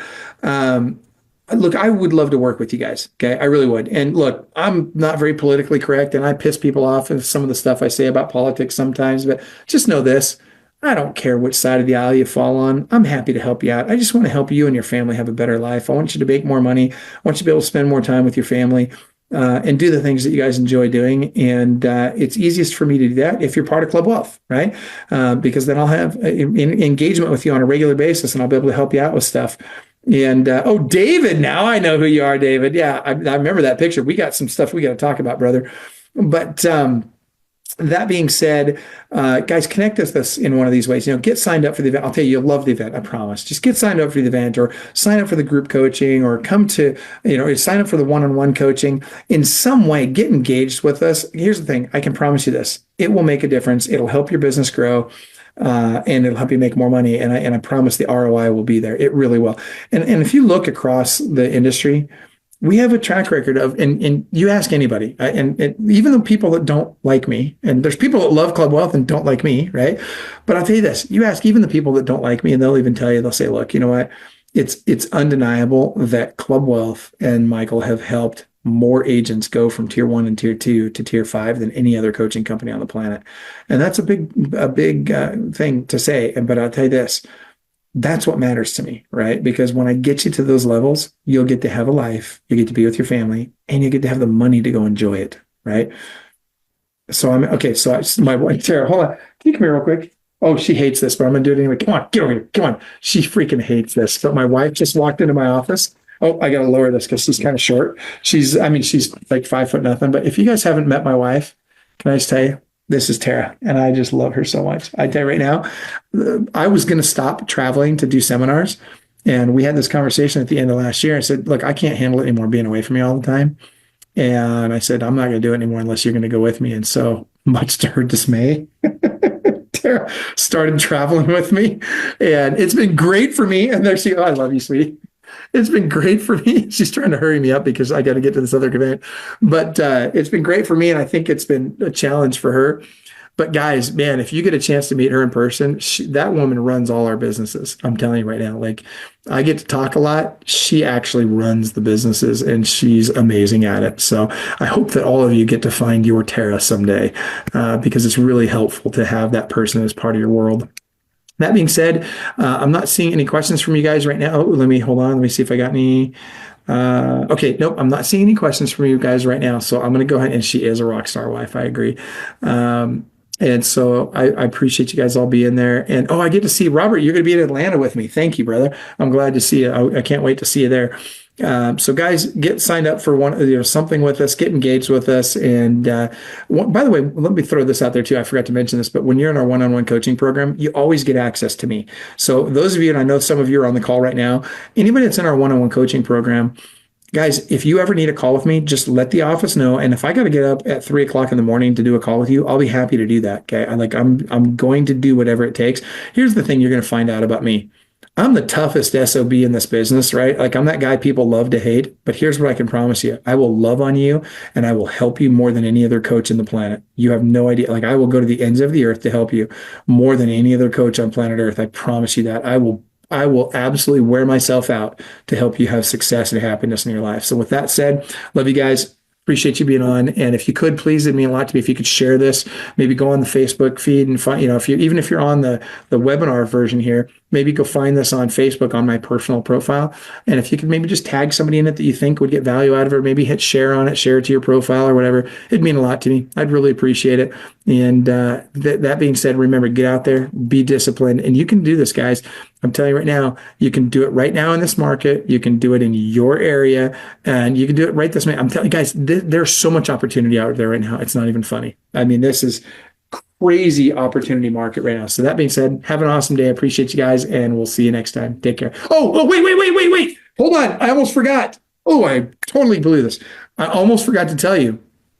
don't forget about the listing challenge. The listing challenge, go to clubwealth.com/listing challenge, clubwealth.com/listing challenge. No cost. We're going to do that challenge March 31st to April 25th. And there's going to be a ton of prizes. And we're going to, I'm literally, it's going to be, there's going to be stuff every single day, Monday through Friday. And we're going to help each and every one of you get at least 5 listings during that month. Okay. 5 listings. Okay. Every one of you should get at least 5. And there will be some of you that get north of 10. Okay. But be on that challenge. Clubwealth.com/listings challenge. Have an awesome day, everybody. We'll talk to you soon. Club Wealth is the only coaching company on the planet that will literally guarantee that you will double your income or make at least an extra $100,000 your first year coaching with us, or we will give you 100% of your investment back. Click the link below, sign up for the appropriate tier level, and let's get you a strategy session today. And I promise you, I 100% guarantee you, promise you that you will walk away with a heart full of gratitude for the time that we took for you, because you got so much value out of that call. Schedule your strategy session today. I promise you'll be glad you did.